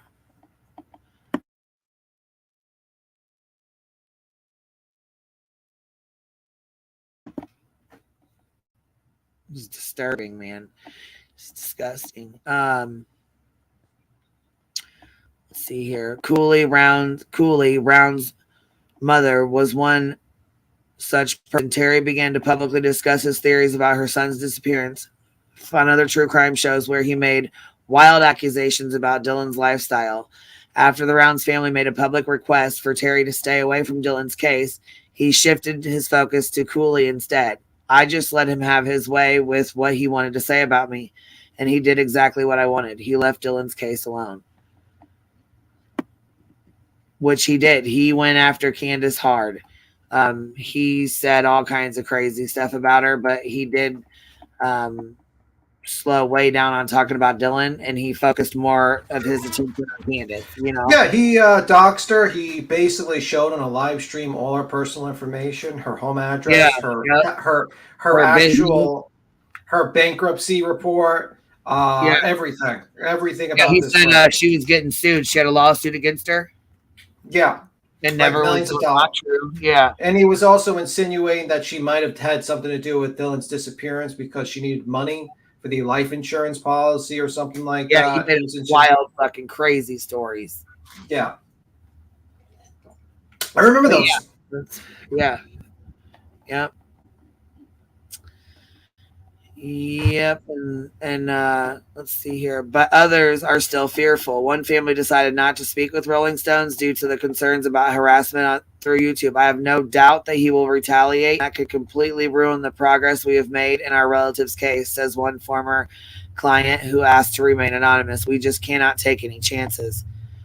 And you know what? When we started doing this on him and I started reaching out to families like to see like if he had to get their opinion on his work and like, you know, families he claimed to help or whatever. There was a couple that they were just not willing. They didn't want to speak about it because they didn't want to deal with any retaliation from him. They're like very scared to speak about it.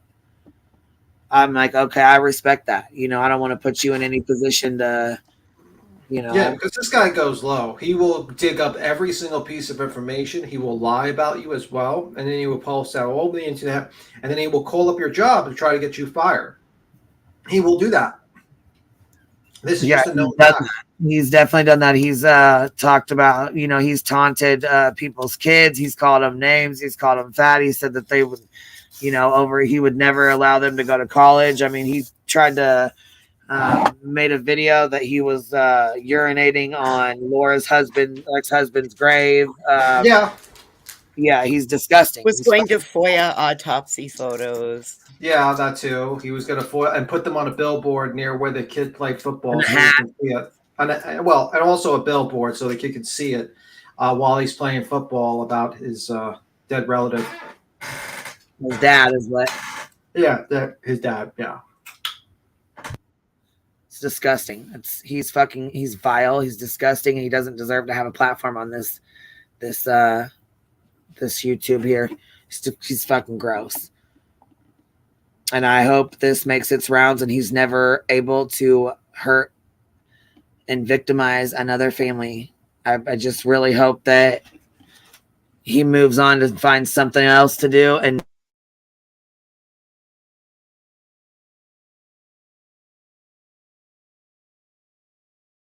the way he acts and the things he does, he does not. He's let me just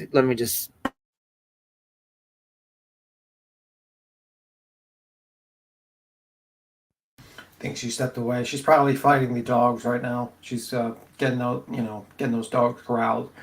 Now, no family should have to hide, not speak about their missing loved ones in one's case, or people who are causing damage to that case out of fear or of retaliation. Yeah, agreed. Absolutely agreed.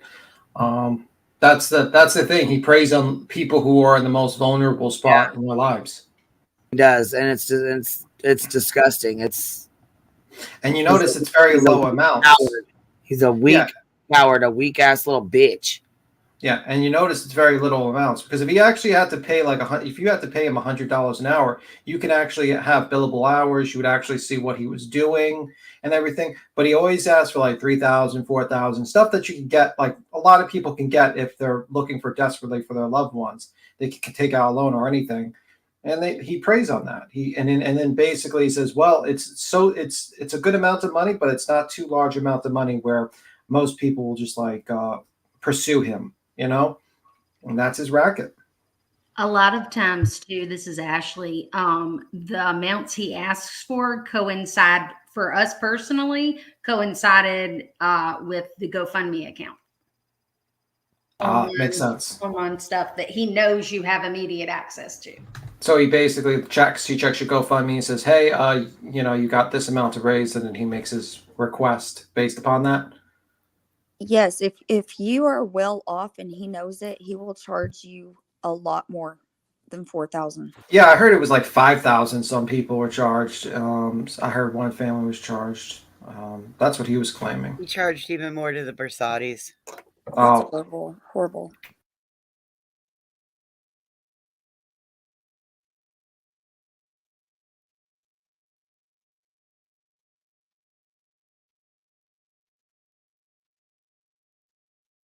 Let me see. Yeah, we need to see. Yeah, well, the thing is, he's been more. But the problem is this is the reason why I kind of went after a lot of Tyler and Doug and stuff like that, is because these people would put this guy on the platform and they would try to legitimize him by having him on the platform with them.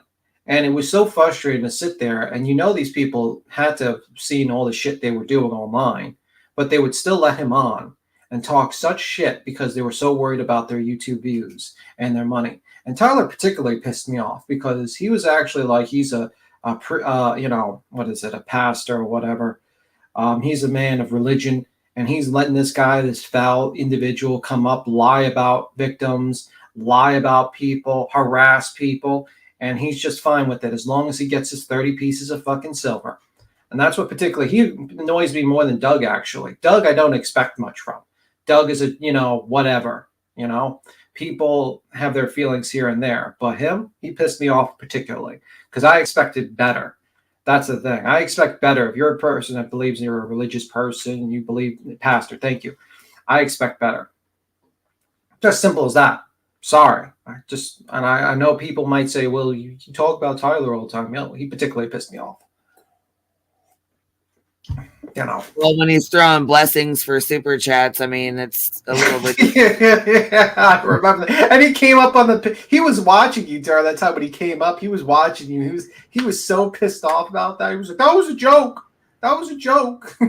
Okay. Well, I still to and mean, fro. it's not a good joke, you know. Yeah. Not, you know, I That's don't how we got. That's find how we that got shit the. funny. That's You how we know? got the Cappy and blessings because of that. That's where it came from. The Cappy nun blessings came from that particular situation. Yeah. So some former clients of Terry's believe he purposely finds families who might be easy to scare into silence with the information he digs up. We need to end the stigma on addiction and the stigma on sexuality because that's what these parents are so scared of, says Howard. While no official statistics exist on the prevalence of these issues among missing persons, Matthews notes that many families come to the Doe Network with stories about interpersonal issues, drug addiction, prostitution, and other lifestyle factors that they feel contributed to their loved one's disappearance. There's always a story, he says. When Easterling and several of her peers in the missing persons community began to circulate information about Terry with the hope of warning other families about their experiences, they became targets to online harassment.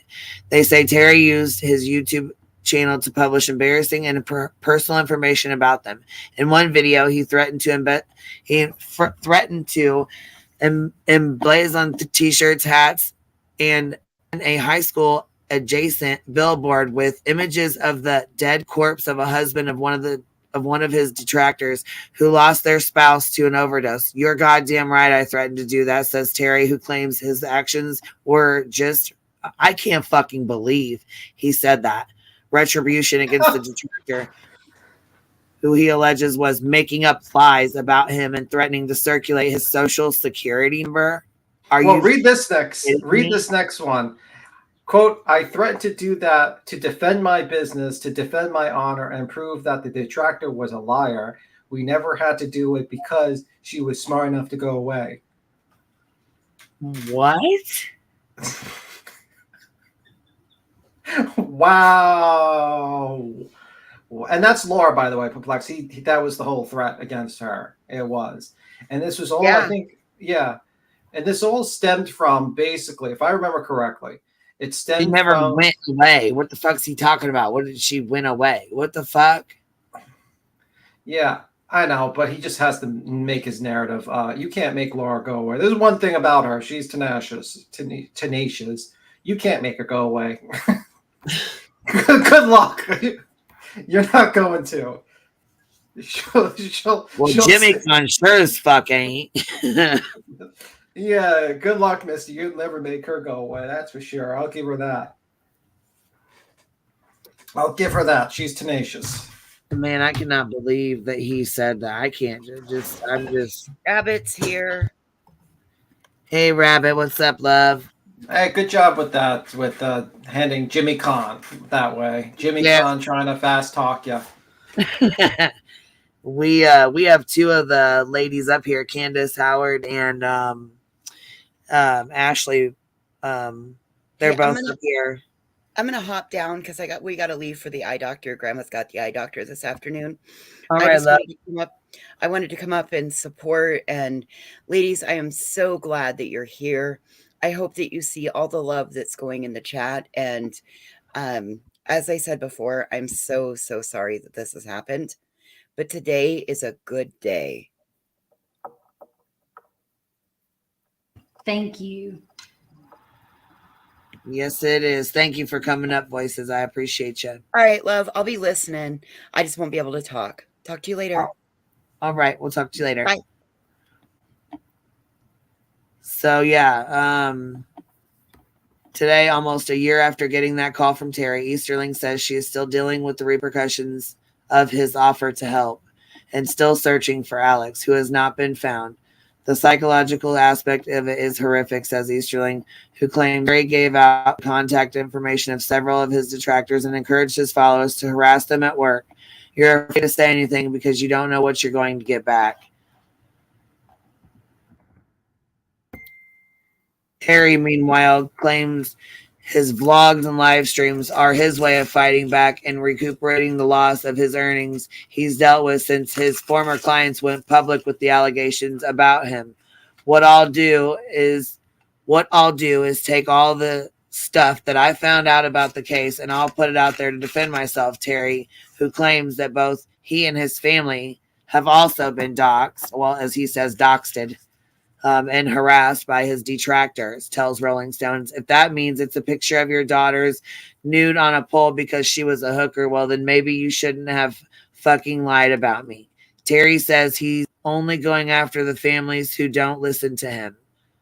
If you hit me with the left, I'm going to hit you with a fucking sledgehammer, he says, which is why the families that are willing to fall on the sword and work my way have their loved ones brought home. What a fucking psycho. This article's really making him look good. I think it's really changing my opinions of this man. Yeah, you hit me with a left and I hit you with a sledgehammer. Okay, you need to be in a fucking straight jacket. Well, they don't do straight jackets anymore. That's well, he needs to be in one anyway. I don't give a fuck if they do them anymore. Good. Oh. And just to add, I think one of the reasons he targets particular missing people who may suffer from substance use disorder or other things is because the police are a lot less likely. It's really hard to get a missing person's get in the missing persons database and certain things like that. Right.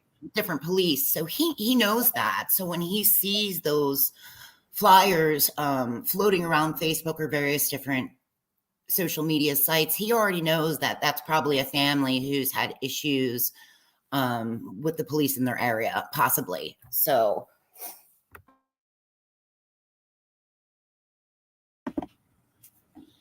Candace said that she has to get going. Thank you, ladies, so much. And gents, it's been a long, hard road, and we appreciate y'all.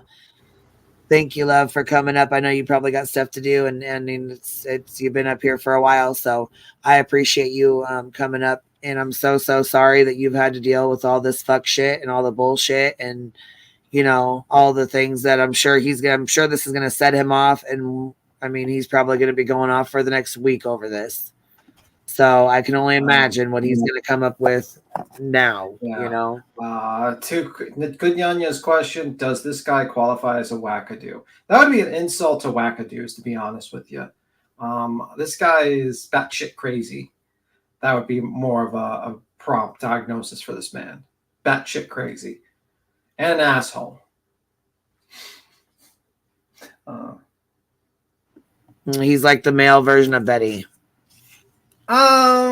I think Betty's not as. I don't know. That's a tough one. Who's worse? Yeah. It's kind of like Godzilla and King Kong. You kind of just want worse, but I'm just, it's a tough. Yeah, it's a tough one. It's a definitely tough one. I mean, I guess Bullhorn Betty doesn't scam grieving families that she's going to find their loved ones for money. So she's better than him. She just pay piggies on YouTube to do it. I mean, that does make her better than him. I think she's better than him. So you're even worse than Betty. Oh Lord. Betty and JLR, look out. JLR went to his dad's business. Yeah, maybe. I mean, like, the only person I think JLR and him, but like, yeah, that would be the one where you're like, which is worse? It would be tough for JLR or him.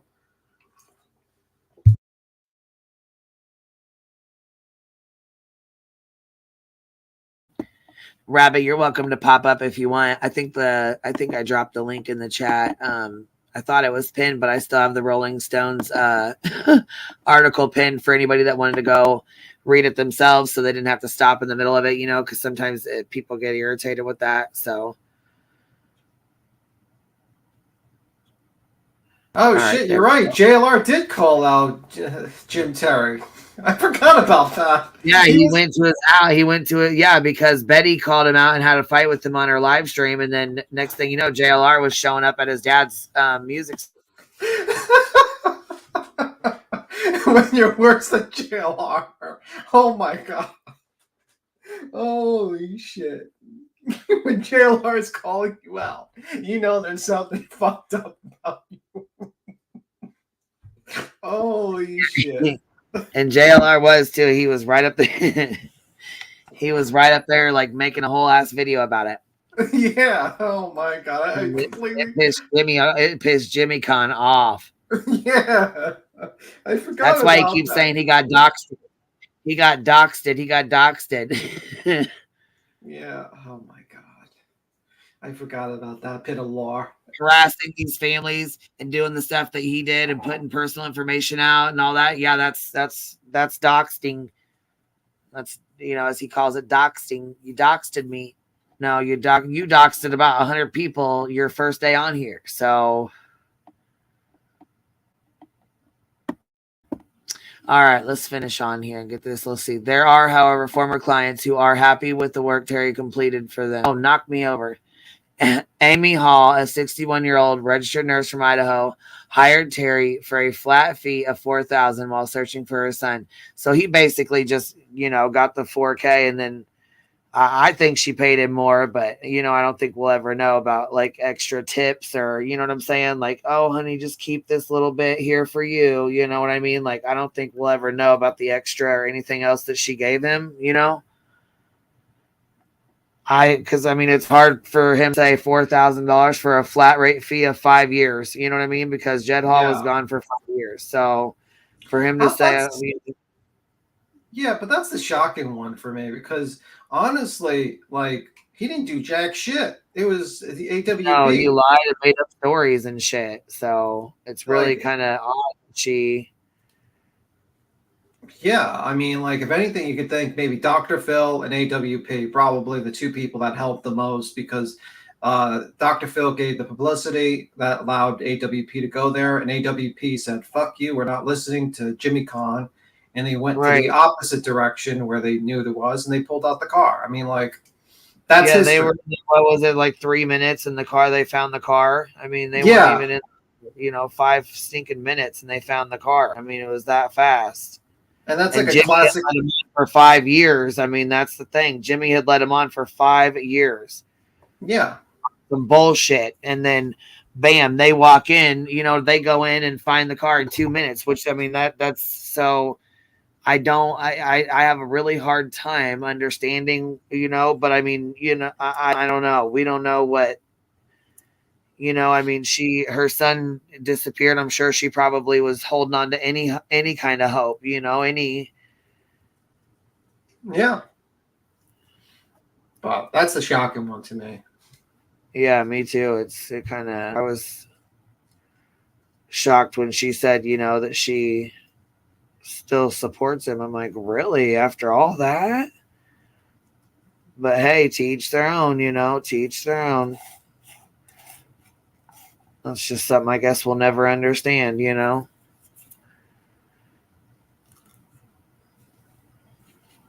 So anyhow, let's see here.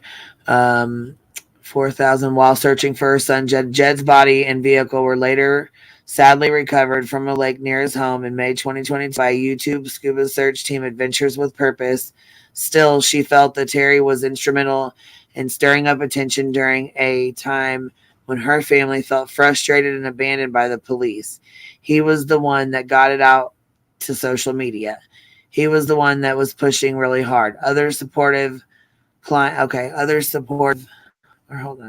with her. Hold on. It got out to the media. He was the one that was pushing really hard. Other supportive clients like Amy Mann, whose 39-year-old son Bew went missing, California. Hold on, let's see here. Shortly after texting 911 during an Uber ride, have had similar experiences. For Mann, who finds it hard to balance her day-to-day responsibilities with the ongoing search for her son, having someone to work the case in her absence has been comforting and well worth the more than $6,000 that she's spent on Terry's services so far. Wow.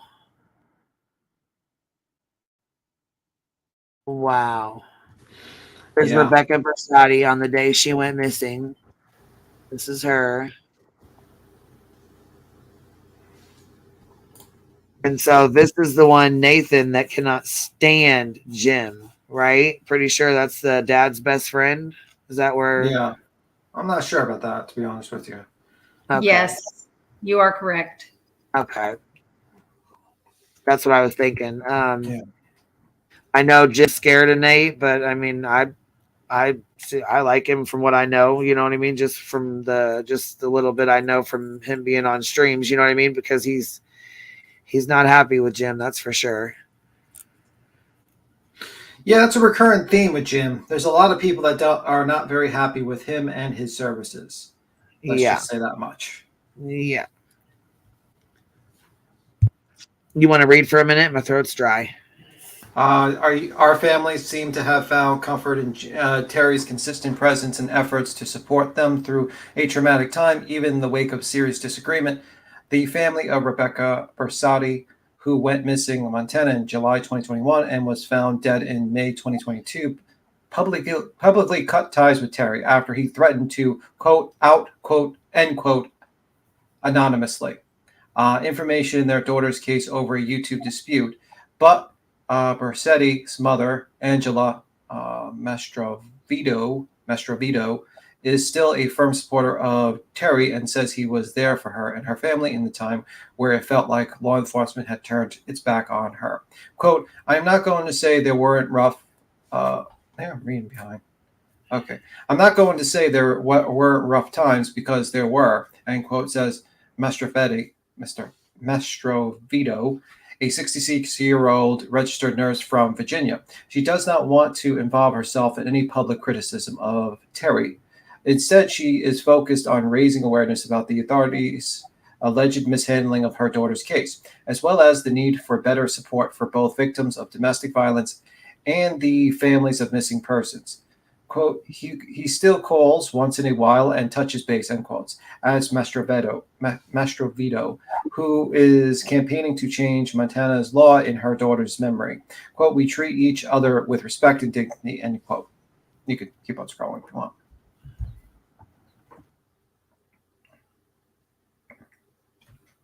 As for the families whose experiences with Terry caused them more pain during an already traumatic time, Howard wants them to know they have the support of the families and she has brought together through Facebook and that they have nothing to be ashamed of. Quote, I think everyone who worked with him thought they were alone, that they were just the only ones and there's nothing they could do, end quote. She says, quote, you're not alone.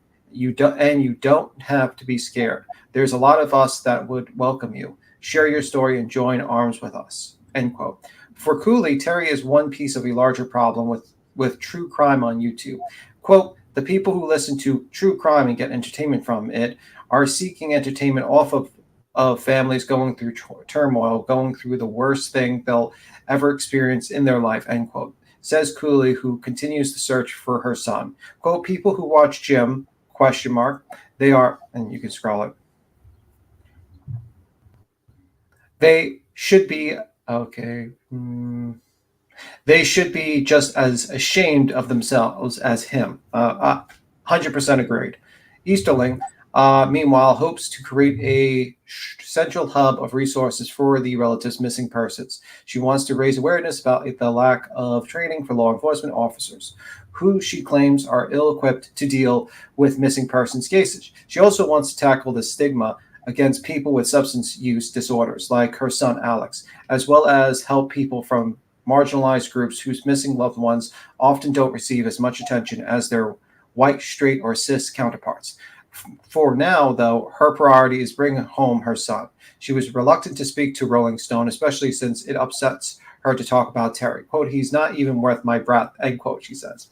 Still, Easterling recognizes the importance of sharing her story. Quote, I would hate to know that even one other family had to go through what any of us have gone through because I don't see it because there's a comment there, so you got to scroll. I didn't speak up and say what needed to be said when something is obviously wrong, end quote.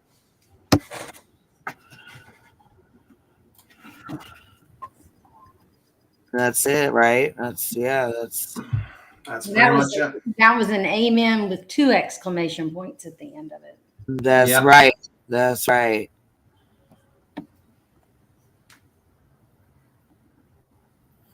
That's right. Yeah. So,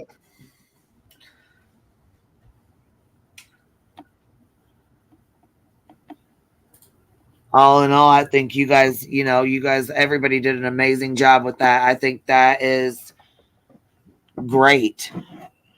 I really do. I think it will give everybody you know, a good idea of who he. If they don't know, now they'll know. Now they can read it for themselves. You know.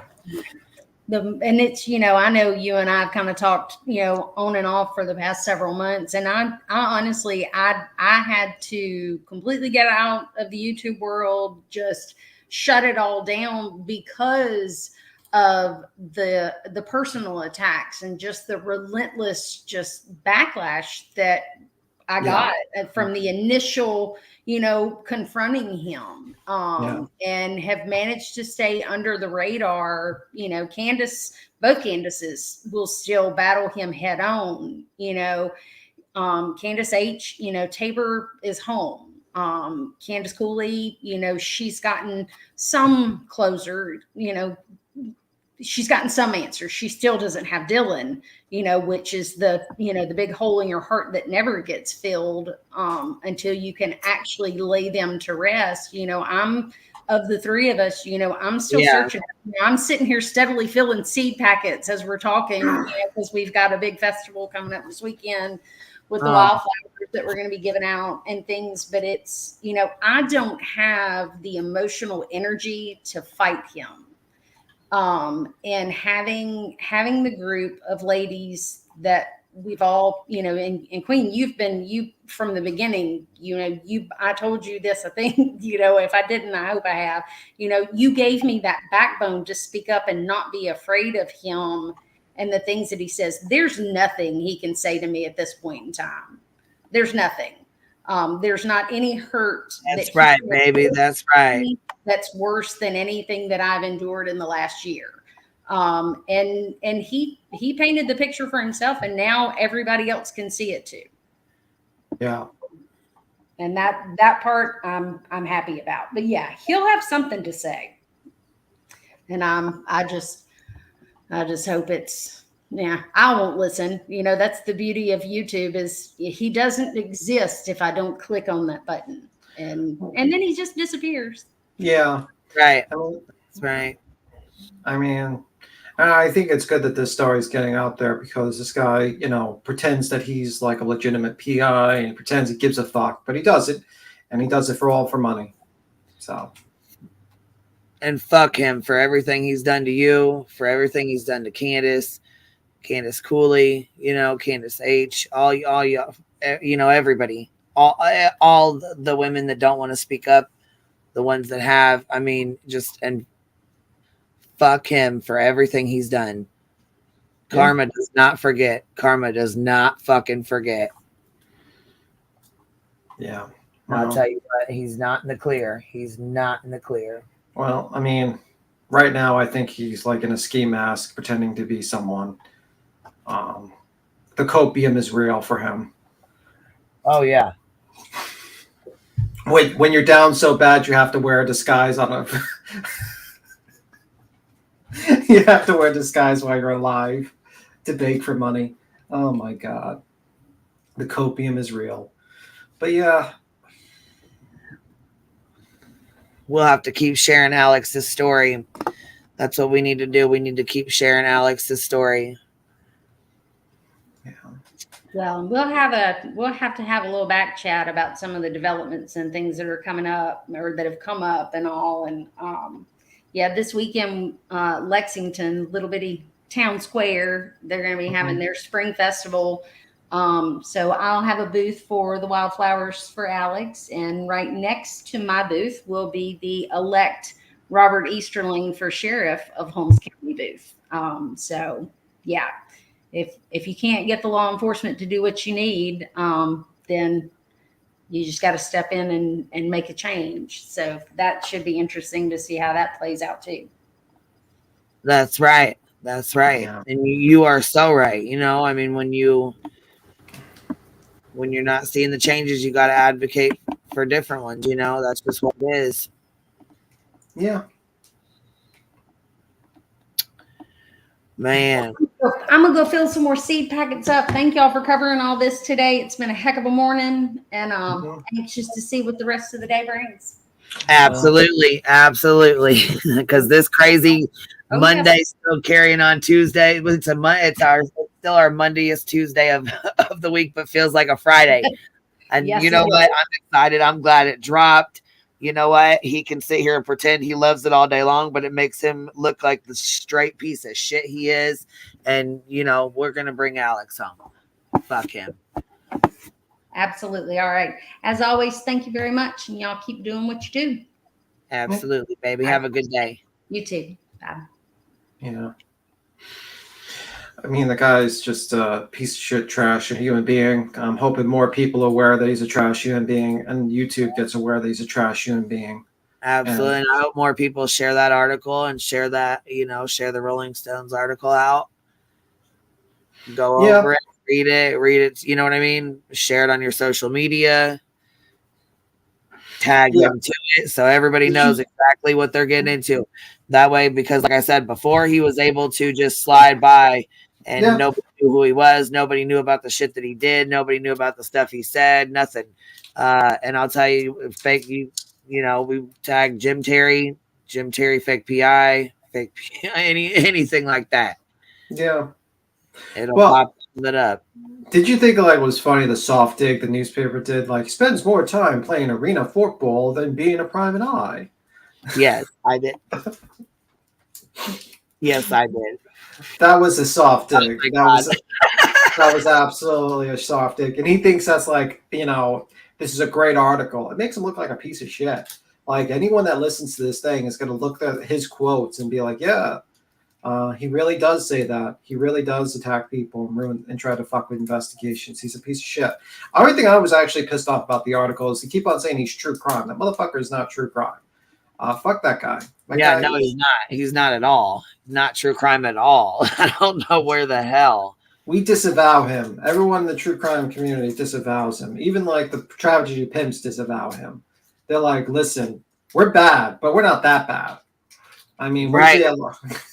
Bullhorn Betty's like, nah, we're not fucking that bad. So yeah.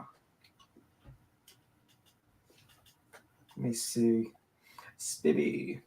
So I seen Dietz went and put. I was gonna say I seen Dietz shared the article too, or made. I don't know. Did she make a? I don't know if she made a video or just shared the article. I don't know, but I seen that. I mean, I shared it too. I think she did a live and she read through the article. Did she do a live? Okay, I was gonna say maybe I missed it then. Yeah, it came around in like a little bit before yours, like shortly before yours. Well, shit. Dang, Dietz, he was on it too, girl. Shoot. Yeah, I know. As soon as I got, I got a message saying it was supposed to be dropping, and I was like, wait a minute. Yeah, I saw this article. I was like, wow, that's crazy that they made that. Because he was like talking so much shit. Like, I would sue Wall Street Journal. And this is the one. This is the dickwash that. So when he got exposed for all this, he's the one who tried to originally dox me, and he got the dox wrong. He's the one who doxed me and said that I was the girl that was deceased. He kept saying that I was the girl that had passed away, the girl that's dead. And then Betty tried to run with it. And when she looked like a damn fool, she turned around and was like, well, yeah, she said she wasn't this girl. No, Jimmy Con made that up because, you know, he's not a real PI. He's a piece of shit and he couldn't figure stuff out for himself. So he just, you know, tried to throw something out there to see if it would stick and made himself and his little, you know, groupies that made the video for him look stupid. That's not hard for him. That's not hard. No, it's not. I mean, it's ridiculous that people believe it to begin with, but, you know. Well, I mean, unfortunately, people want to believe anything that their YouTube idol tells them because they don't critically think and say to themselves, does this make sense at all? When I Google it, the person's dead, but yet they're on YouTube. Did they like fake their death? I don't know how she has an active case in 2019. Well, you know what? She was probably alive and still getting in trouble. She was a drug addict and she had a hard life. She was in domestic, you know, violence situations from what I can tell. I mean, fuck, me and that girl looked up to see who she was because even Dolly tried to post it on his community fucking tab and it was wrong. I'm like, what the fuck? So me and that girl started looking up and to see who she was and to find out who the hell they were doxing. we found out all kinds of information on her when we started looking into her. Yeah. That's where the whole fighting dogs and the whole the dog got shot thing. That's where it came into play. Her dog got shot. Yeah. She went through a whole lot of stuff. So basically, they tried to mix her charges and then mine with together in between and all around. I'm like, what the hell are you guys? What the hell are you doing? He was pissed off because we had outed him and we had, told the truth about him, and he was pissed. He was fucking pissed. Well, he doxed Good Egg. He went after her. Yeah, he tried to go after you. Tried to pay $500 to go after you, B. Steve. B. Steve. All he got was Steve. I'm like, I'm Steve, guys. Wink, wink. Steve. You're Steve. You are B. Steve, and that's it. That's the story. You're sticking to it. The name is Steve Tim. That's actually my name, Steve Tim. Watch there's someone with that fucking name. They're gonna get fucking annoyed with Jim Terry. But yeah, it's all bullshit, man. This guy, I just like, and he's just like, the funny thing is just like, he thinks he's winning, but the more I watch him, the more he's dwindling. His numbers are dropping. Less people want to watch him. No one wants to be associated with him because every single time he goes on a channel, he fucks them by saying some stupid shit and taking down channels because he says something. And eventually, because he's breaking TOS, those channels go down. It's just like he's a fucking idiot. Yeah. An absolute, and he's just burnt every single bridge in this small little community to the point where he tries to make like Yes Men account, like basically make his fans have YouTube channels. And they're like, watching them is like watching fucking paint dry. Like, I'd rather watch fucking Justin streams, honestly, to be completely honest, because they're way more entertaining. I'd rather watch him. When you're more boring than fucking wallpaper. Look what Good Nunya said. Breaking news. Tomorrow morning, Steve Tim will be a dox on their community tab. Oh, shit. Is that real or no? That'd be funny if that was real. That's the Good Nunya just talking shit. Oh, shit. Well, I mean, apparently Perplex as well. So, I mean, apparently she's trying to aim for me as well. Said, I wish y'all would stop doxing B. Steve. PJ, I see you in here, and I'm not gonna be mean. You can be in here. I see you chatting with Jones and stuff. I'm not gonna be shitty. I don't know why people think I'm gonna be shitty to people in Dolly's chats. Oh, listen. Like, I don't care over here. That's fine. Like, anybody's welcome over here. You guys are. I mean, you're even welcome to come up here because I wanted to tell you, I think you did a nice job giving it to Perplexed. Yeah, absolutely. Honorary mention. But I will say this, we do, we do. You know what we do. You know what we do. We do call out some bullshit. So, I mean, I'm sure you guys probably don't want to hang out over here like that, and that's fine. You know what I'm saying? I get it, but there's certain streams you may not want to come over here, and there's certain times you might want to just say, hey, what's up, and leave. But I don't know. I like Paperclip. I like her. You know what I'm saying? I know she don't like us, and she calls us roaches because right now she's up Jimmy's ass. You know what I mean? She's she's like so far up it she can't see straight. So I know she's not ready to come over here and talk to us or be friends with us or anything like that. But I think Paperclip is, Yeah, I mean, listen, I don't have a problem with any of the subs, to be honest with you. It is what it is. People watch who they want to watch. I mean, I used to be a little bit more severe. I don't think it's fair to, hold them to the fire and be like, you can't be over here because you watch Dolly or Dolly. I'm not going to be like that. You know what I'm saying? I'm just not doing that. Yeah, I don't do that anymore. I used to be like that, but then I just, like I said to myself, if my arguments are good, eventually they'll be converted, and it's a good thing that they move on to and watch. And then when they see something, at least they figure it out. If you're trying to box everyone out based on like tribalism, you'll never try to like convince people on your side. You'll just have a box of yes, like a hug box, basically. That's basically it. It is what it is. Oh no! I'm getting weird recommendations on my YouTube. Now I'm not like someone bred an albino roach. I don't know why YouTube recommended me that, but whatever. It is what it is. Yes, someone. Yes, there is such a thing. I didn't even know that you could make an albino roach, but apparently there is. Maybe, is that Dolly's doing? No, I'm joking. Oh, it's funny. I don't know, man. I watch a lot of animal videos. So that's probably it. I even watch insect videos, so it is what it is. I like insects as well.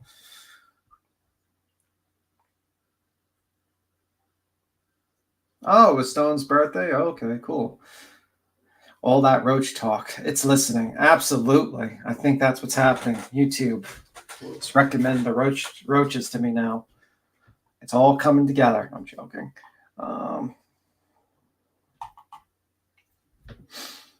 Let me see. Love the animal videos where they are you reunited. Well, I like animal videos because they're just like, you know, they're a lot smarter than most people give them credit for, and it's very cool to watch. But do you sub to Aunt's Candy? No, I don't even know that channel. Aunt's Candy. Big Queen stepped away for a moment.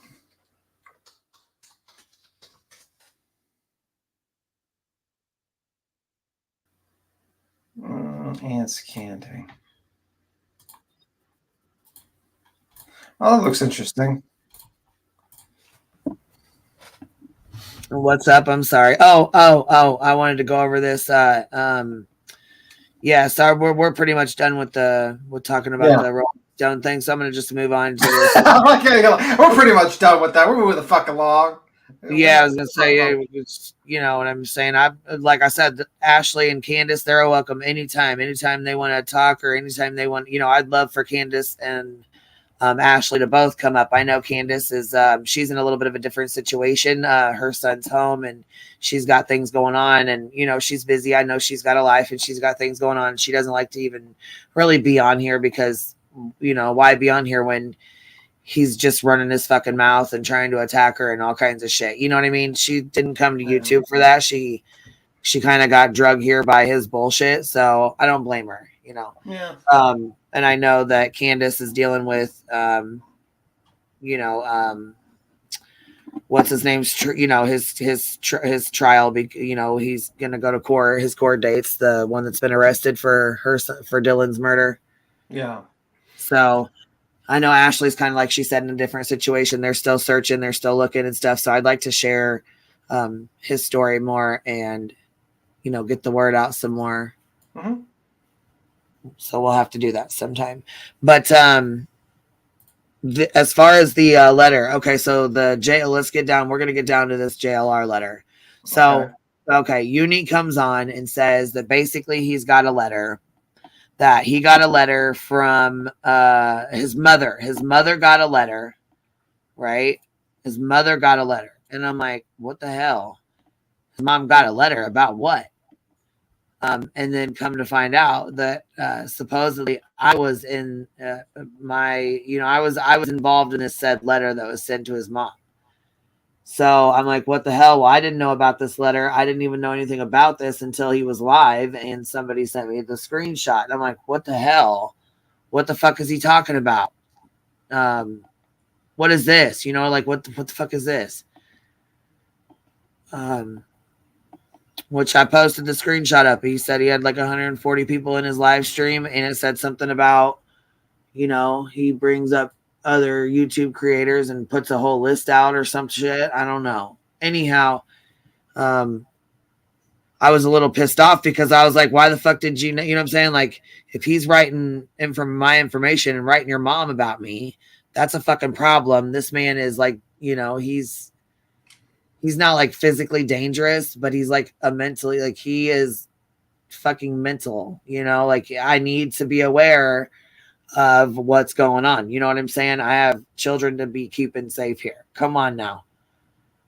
So I was a little pissed that why didn't you, you know, come to me and be like, hey, this is going on and my mom got a letter. You're involved, you know, it's got information about you. You're involved in it. I wanted to make sure I came to you and let you know privately or whatever. You know what I mean? no, it's just on a fucking YouTube screen. And I was like, what the hell? So anyhow, he's like, I tried to reach out to you. And I was like, well, I don't know. You know, I don't fuck with Discord like that. So I'm like, what the hell?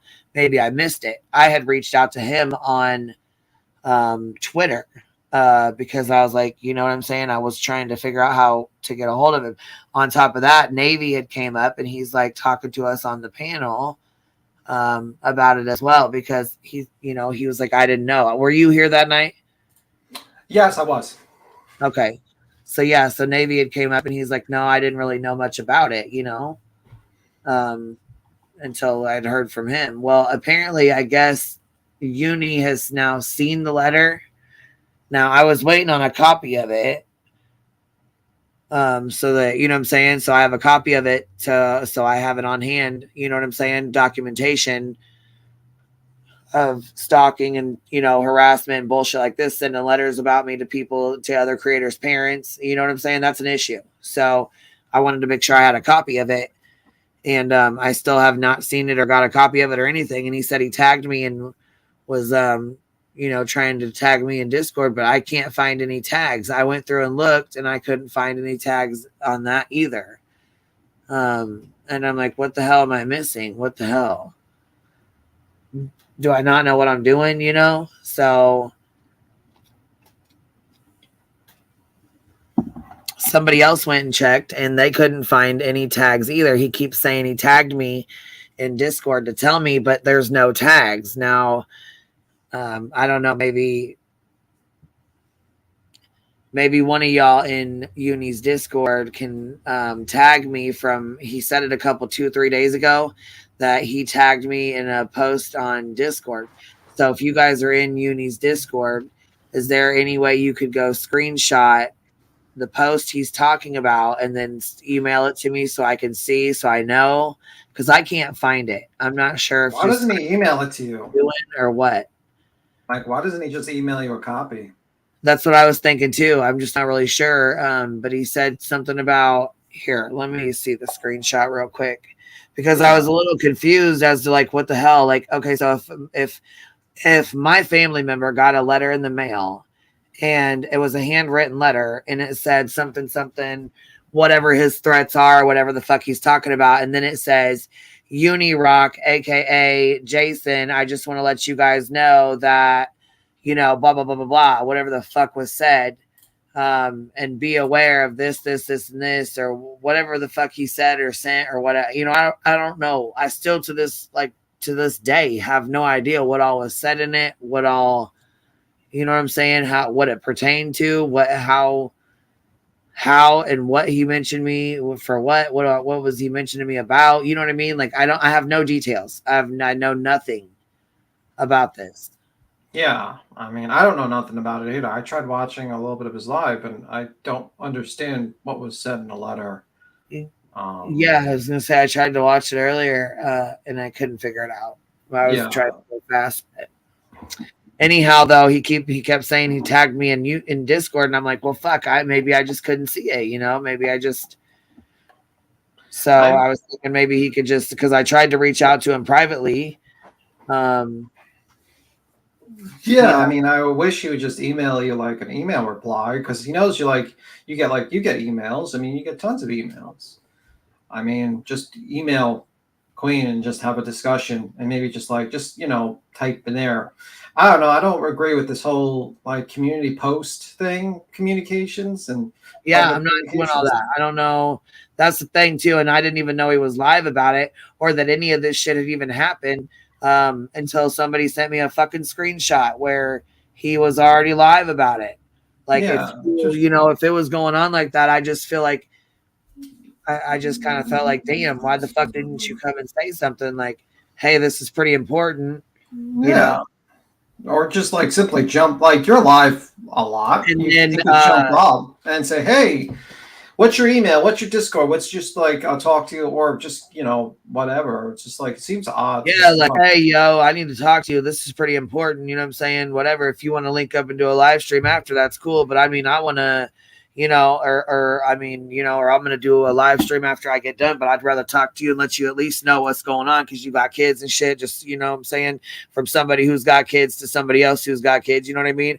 But I haven't seen this letter. There's no proof of this letter. There's no fucking tag. I can't find no damn tag where he's saying he tagged me. I looked on Twitter. Shit, I feel like I'm damn crazy. I can't fucking find no tag on Discord. I can't find it on Twitter. I looked in everywhere that I thought I could look. I tried to fucking, you know what I mean? I asked Navy if he could find it, like if he could figure it out where it was at, like what the hell's going on, So I'm just trying to figure out what the fuck's up, I'm just kind of like, I'm a little worried that, what all did it say? What do I need to be concerned? I mean, like it just seems like, okay, can you just email? That's pretty much my thing. Like, please just email it. I mean, like if it's not that important, then you don't have to put it in a community post with her name in there. I mean, if she's just mentioned as a list of YouTubers, it's not important, but you could even write that in the community post. Says, oh, well, just mentioned it, but you're kind of making it vague and ambiguous. And that's not cool. Just email her. Simple as that. It's not hard. I email Queen sometimes. Yeah, I was gonna say, shit, you email me. So especially because sometimes I I'm getting better about Discord. I'm getting better about it, but I don't always check Discord. You know what I mean? Like I don't know how to work it very well. I mean, hell, you know Nick, by the way. You know him on Discord. Send him the letter. I don't know. Help Nick get something. I don't know. Have him in between do something. I don't know. Yeah, but I shouldn't have to even do that. Fuck, if it's something going on about me and he knows I got fucking shorties, you know what I'm saying? All you need to do is reach out and say, hey, there's some shit going on, and there's a letter, my mom's got a fucking letter and you was mentioned in it today. I'll shoot the letter over when I get a chance, but I just wanted to give you a heads up. Fucking simple as that. That's it. That's all. Or he could have had his fucking wife come over and say something. I mean, isn't his wife on here? Yeah, she's on Twitter and here. So, I mean, I don't know. I fucking reached out to him on Twitter. I reached out to him. You know what I'm saying? I thought I emailed the right person. Maybe I didn't, but I tried to reach out that way. I looked for the Discord tag. He keeps saying he tagged me in this Discord. I cannot find any Discord that he fucking tagged me in. Yeah, and he's you know what I mean? I feel like... What's up, Oliver? Hey, guys. How are you, love? I agree. I'm good. How are you? I'm good. I agree with everything you are feeling and that we are all feeling regarding this letter. Okay, I want to say that first. Oh, shit. She's going to go with the butt. Let's see what the butt is. No, it's not even a butt. But Okay. I'm trying to look at it like this now. You are the only one he tagged, which to him in his mind was your heads up. It was the wrong way to go in our mind, but to him, it was your heads up. He didn't tag any of the others mentioned. No, but I mean, that's not a heads up when you're already live about it. Yeah. I know. And so I asked yesterday, that's why I said I understand all those feelings. He shouldn't have done the live. He shouldn't have just tagged you and just boom, either you see it or you don't. About it. Knew absolutely nothing. I know. I was here when you released it, so that's why I was until he said until he had said that that she had got said letter and that supposedly it had my name in there and my information. I'm like, what the hell? What the hell? And the other thing I wanted to say is yesterday I was in there and I did ask Navy because I knew you wouldn't see an at, but I did ask Navy, please ask Uni if Queen's family or the letter contained any threats toward her. Like personal info. Because, yeah. That's kind of what because that was my big what the fuck pit of my stomach. Yeah. And he said he did ask Uni and they got a little mad at me, but apparently it was in another live stream or he already talked about it that no, there were no threats of harm. But I was like, people don't have time to watch every one of your long streams, So you should reiterate that throughout your stream so that people know that, or. Well, yeah. So 2 days ago, he said Queen B asked question. 2 days ago, Just to inform you, JLR brought you up in the letter he sent my mother after he and Betty doxed him. The letter is pure harassment, so I wanted to inform you of this. I'll explain live. If you want me to jump up on your panel for a few minutes or talk to you off your live air, let us know. Uni. And at that point, he was already live. When I got the screenshot, he had like 142 people or 141 people or whatever in his chat talking about it, discussing this, and was live about it already. So there was really no need. I agree. That's why I said I agree with everything everyone's feeling. I just wanted to share with you what I asked and the answer I got. Well, yeah, Because but I then thought that was very important. But then see, this makes it, I mean, this confuses me too, because then it says 23 hours ago, Queen B Escobar, you're in the Discord. I tagged you, but you never responded. Still waiting for you. Confused at why you said I didn't reach out. You didn't reach out though. I can't find it. I cannot find the tag. I don't see it anywhere. I don't see. I don't see it. I don't know where the fuck it's at. And I don't know why not send a personal message or an email or something if this is what's going on. I mean, I'm pretty fucking concerned. I would like to know. I think he knows this now. But So he was acting as if he didn't understand why your supporters and you were so upset over it. Like he didn't get it.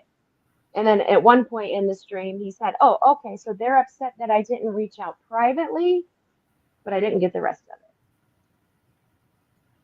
Well, because I'd asked my question less.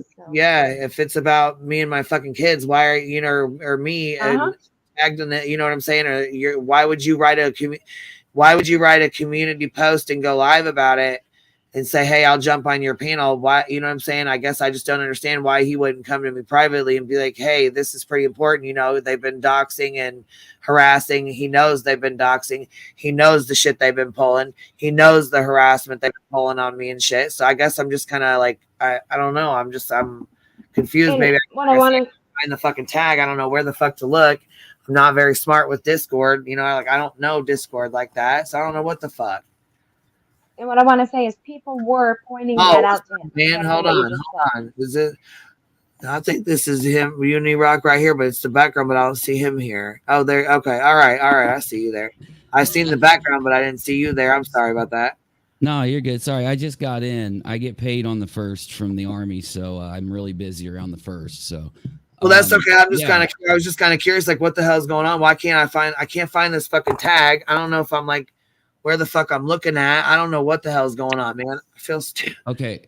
No, you're fine. Discord is really stupid. So anyway, yeah, I didn't jump on stream because everybody flipped out on me for saying that I should have come to you, like, you know, behind the scenes. That's why I didn't come over to your stream yet. I figured I'd get criticized if I tried. But since you're talking about it, yeah, if you want to jump in Discord, like, I don't even know how to tag you. Like, I'm trying. Like, other people are like trying to help me right now. So there's a function where I can reply in Discord, and then you can click the reply and it'll take you straight up, even if it's like 7 days ago. But anyway, yeah, why don't we talk, 2 days ago, but see, this is the thing, baby. This is what I was saying. So it says, Queen B Esquire, just to inform you, JLR brought you up in the letter he sent to my mother, and he and Betty doxed them. The letter is pure harassment, so I wanted to inform you of this, and I'll explain live. If you want me to jump on your panel for a few or talk to you off air, let us know. I just kind of was like, damn. And then when I got the screenshot of it, you were already live. So I was like, well, what the hell? Like that, you know what I'm saying? You know, these motherfuckers are, you know, crazy as hell, and they're doing stupid shit to you. They've done all this stupid shit to me. I was like, what? Your community tab. That's a post on your community tab. You don't know. I'm going to it. Okay. So I wrote that days ago. So, okay. I didn't that was 2 days ago. So then I was like, what the hell? So I still didn't hear anything from you. And I'm like, what the hell? So I reached out to you on Twitter. Okay. I wrote that a little bad. I was, you know, upset. My mother was really fucking upset. You could probably imagine, right?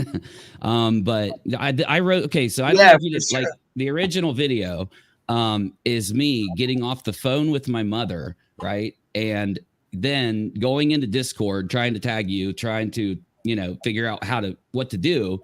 And then going live a little while later. I don't want to say it was like 4 hours later. That's what I remember. But So anyway, yeah, no, I mean, I didn't, I know I wrote that really bad. It was because I wasn't thinking. I was just pissed. I was just got off the phone.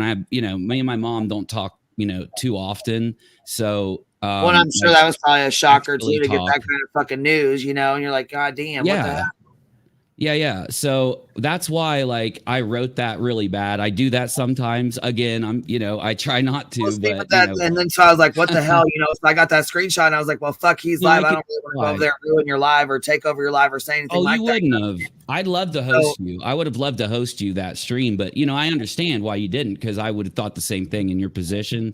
Well, but yeah, and I was like, and then I was like, oh shit, he'll reach out. It's okay. So I mean, I checked my email, I didn't get no emails, and I was like, fuck, somebody said you tagged me. So I was like, let me go look. Then I seen on your community tab, it tags me again, says you're in the Discord. I tagged you, but you never responded. I'm still waiting for you. Confused at why you said I didn't reach out. So then I went to go search for the tab, and I can't find it either. So I was like, what the hell?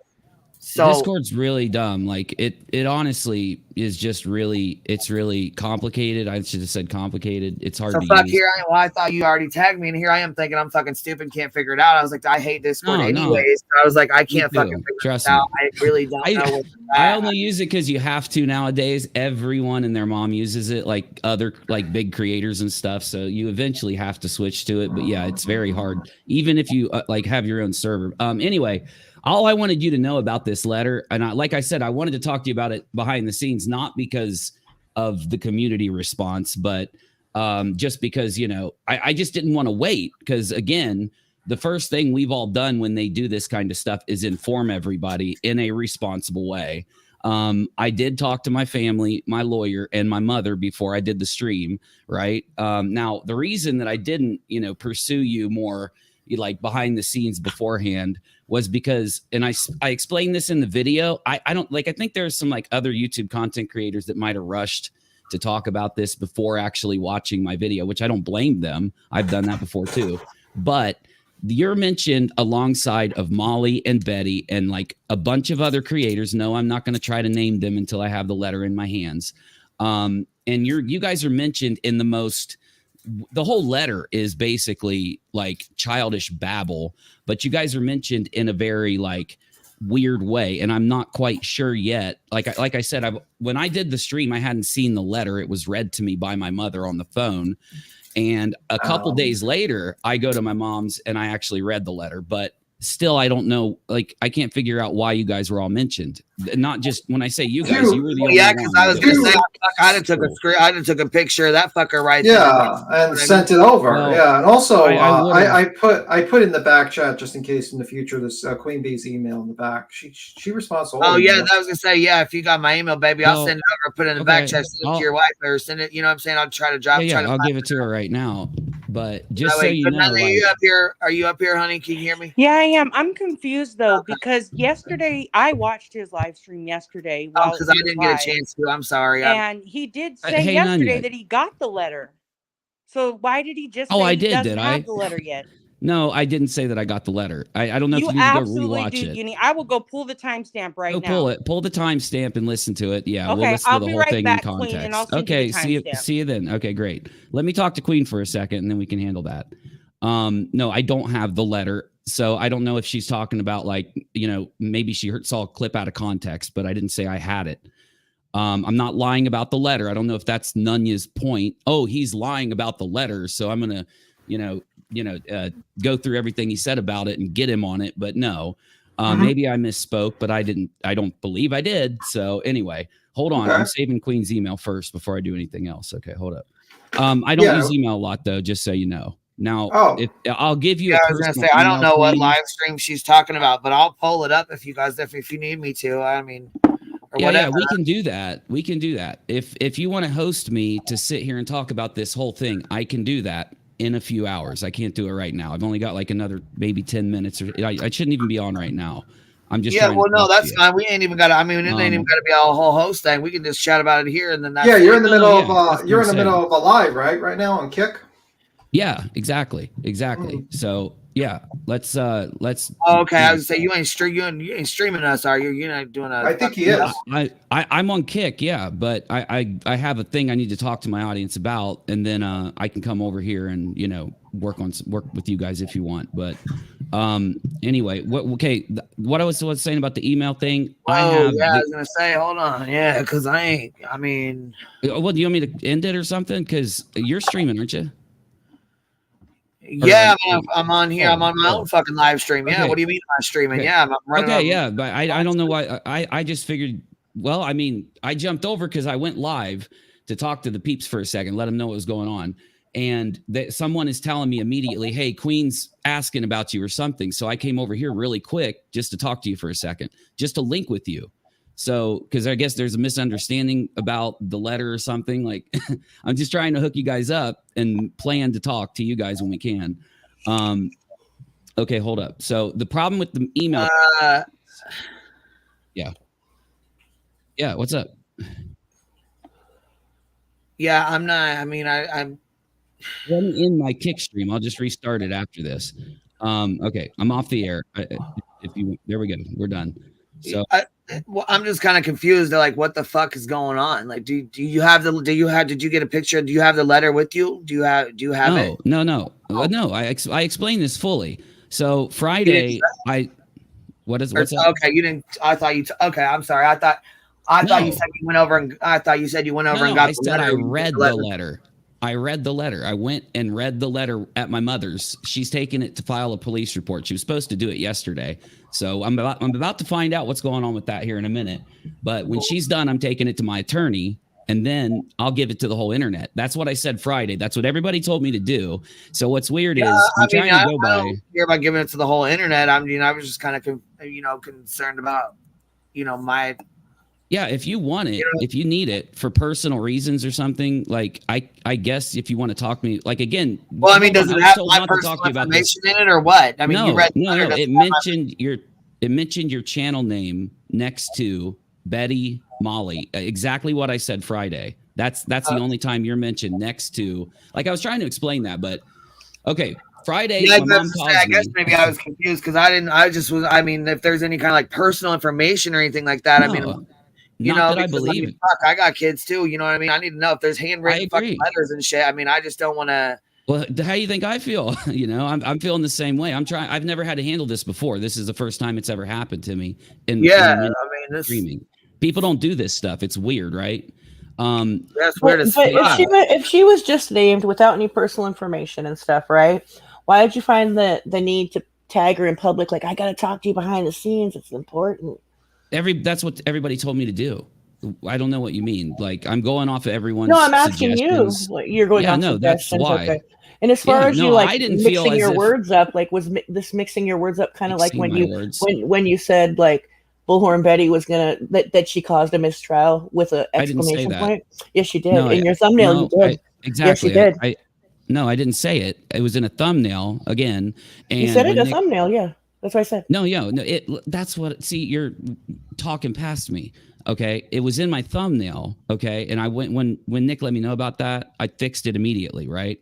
So yeah, we're talking about one thumbnail out of hundreds or something. Yes. So yeah, I think we all make mistakes. You misspeak. You just misspeak a lot, kind of. No, I really don't. Give me some more examples because we've got two so far.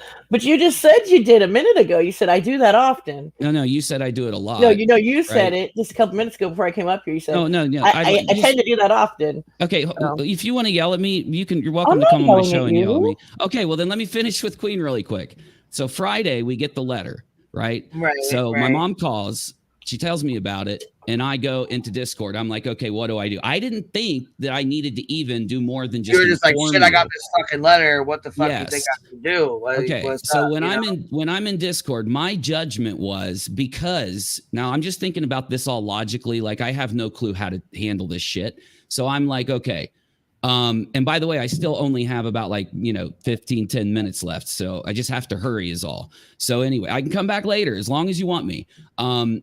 Now, okay, so I get the letter, and the reason that I didn't pursue you is because I didn't think it was necessary with you being named in this weird way where it's almost like he's naming creators that are involved in talking about him. He's got, because I think you've talked about him, is why I assume that. So we've got Betty, we got Molly, we got you, and then we got me. I believe you named both of my channels, but again, I'd have to look at it again. And a bunch of other creators. So that's just a like section of this 2.5 page or 2-page letter that he hand wrote, put into an envelope, and mailed to my mother's home address. Okay. And on the front of the letter, it has his town and everything, and his name is in the letter. He admits it's from him. So yes, the thing is, the reason I don't have it right now is pretty obvious because number one, I don't live in my mom's basement. This is just a fucking meme or a joke or something that got turned into a meme or whatever. So like I do see my mom sometimes, but it's typically, I don't really have a lot of time to spend with her because of, I could talk to you about that behind the scenes. So what I did is the next time I went over, I sat down with her and read through it and myself and told her I'd like to take it. And she said, okay, after, and I'm only going to say this here once. I'm not going to bring it up again or repeat it because I probably will kick myself for even saying it. After my brother takes her to file the police report, which again, I think happened yesterday. I think I'm going to be able to go get the letter this afternoon, this evening, whenever I can make it there, because it's a bit of a drive. I don't live next to her, and take it home as long as she's cool with that. And because again, my thing is, you go and file your police report, you have to have the letter for it, fine. And then I'm taking it to my lawyer and probably will file a police report after I see my lawyer. This is all, I know, maybe it was dumb of me. You're probably, like, people out there are probably right. It's dumb to go live right away and tell people about the letter. But the reason I did it, and I swear I'll shut up, I know I ramble, is because I'm going off of I'm thinking in the basis of fairness, where we've reported this stuff before. Whenever Molly doxed, I call dono gals, people that wanted refunds, we talked about it right away. Whenever she doxed a YouTuber, we talked about it right away because it's in relation to the thing we're covering. And of course, I don't want to have different rules when it comes to me that doesn't put into some weird, danger of a police, whatever you have to do at the cops or the lawyer. Yeah, I get it. But why didn't you just take a copy of, just in case you lose the letter? Why don't you just tell your mom, take a picture of the letter and just email it to you? Well, that's fine. If I want a copy of it, I could probably have her do it right now. But again, I'm talking to my lawyer before. Like I said, Queen, if she tells me she's not going to share it till after I go to my lawyer, she can have a copy of it. I don't have an issue with that. I'm not against anything. I haven't. Look, I've been working, I've been taking care of the fam, and I've been trying to handle this letter thing at the same time. Okay, I get it. Life is, complicated. But I mean, like, my mom gets letters. She lives in Florida. She takes a picture of it and she texts me, and she literally does it and takes about a minute. Sure. But what we're told is, though, and I get your perspective, Tim, but we've got a huge amount of other people out there that think that, it'd be dumb for me to just put it out or share it until I've seen my attorney. If we change our mind, I'll go get it right now and I'll come show it to all of you before I go to my attorney, if that's what everybody wants. Whatever you guys want, just tell me. As long as the audience is cool, I'll do it. So you just make up your mind. I mean, I'm doing it based on advice from the mods and the people. But you do have copies of it, right? I mean, you didn't just You don't have a copy of it? No, I just saw it one time since now. My mom has the letter. Oh, and okay. When I trust my brother and my mother, they're not going to throw it away or whatever. So, I would suggest you make a copy of it and just basically. That's what I'm going to do with my attorney. Sure. I will. I haven't taken possession of it yet. I don't have it yet. Okay. I'm just saying, because just in case the letter gets damaged. It's good advice. Or anything. Yeah, sure. In fact, I'll take it. I'll go do it now, but I am worried. You don't have to show it to anyone to make a copy. I know. I don't want anyone pressuring me to show it without talking to me first. Okay. Other than Queen, because she's mentioned. But see, now that opens the door for Betty and them too. I don't give a fuck about them though. They can fuck off. Because Queen's the only person mentioned. I'm just kind of like I said. and I don't want to try to make you feel uncomfortable or nothing, but You're not. I just would like to know, you know, and you don't have to show it to YouTube. You could just show it to Queen and just be like, "Here's Queen. Here's the email." Like I said, that's perfect. That's what I wanted to talk to Queen and, about. I'm not going to be showing it to nobody. I don't give a. I mean, that's not. Let's go. I mean, if you use Discord sometimes because it has a really good. I use Discord. I use it right. I mean, like I talked to Navy last night. I was like, "Hey, when are you done with the stream?" Well, I asked Navy last night. I said, "Can you help me find this? Can you help me?" I said, "Can you help me find this tag because I can't find it. I don't know if maybe I'm just stupid or what because I don't know what the fuck's going on." And Navy said, "I looked, but Navy had said himself. He said I looked and I don't see any tag anywhere." And I'm like, "Well, what the hell?" I know the tag's there, but. I'll go in and find it with you. Like, I don't want to interrupt your stream. So, I'm going to Mom's. Well, yeah, because I just felt like I was stupid and I didn't want to make you look stupid because I was like, you were tagging me. Do you want to talk to my mom with me? Because you seem like, why not? She's just. I don't want to talk. I don't want to talk to any of your family members. I'm talking about Queen. I'm talking to Queen. Okay, I was about to say. I said yesterday, like 10:25, I was like, "Hey, man, I can't find the messages that Uni was tagging me in. I tried to reach out to him on Twitter, but I didn't hear from you or him. Can you help me with the tags? I can't find them." I'm really bad with Twitter. So he's like, "I didn't know. This is on Discord where you said you would tag me or whatever." So I asked him to help me find it, and I was like, "Hey, can you help me find this?" I know. That's cool. That's cool. He's like, my girlfriend and I are searching for the tag. I was like, "Well, can you screenshot it and shoot it over to me because I can't find it?" And like, don't. I'll go find it right when we're done here because, like I said, I have to go, but I have to be somewhere in like an hour, and I wanted to do a stream first and just handle things with my audience real quick, like 15-minute stream with them, but.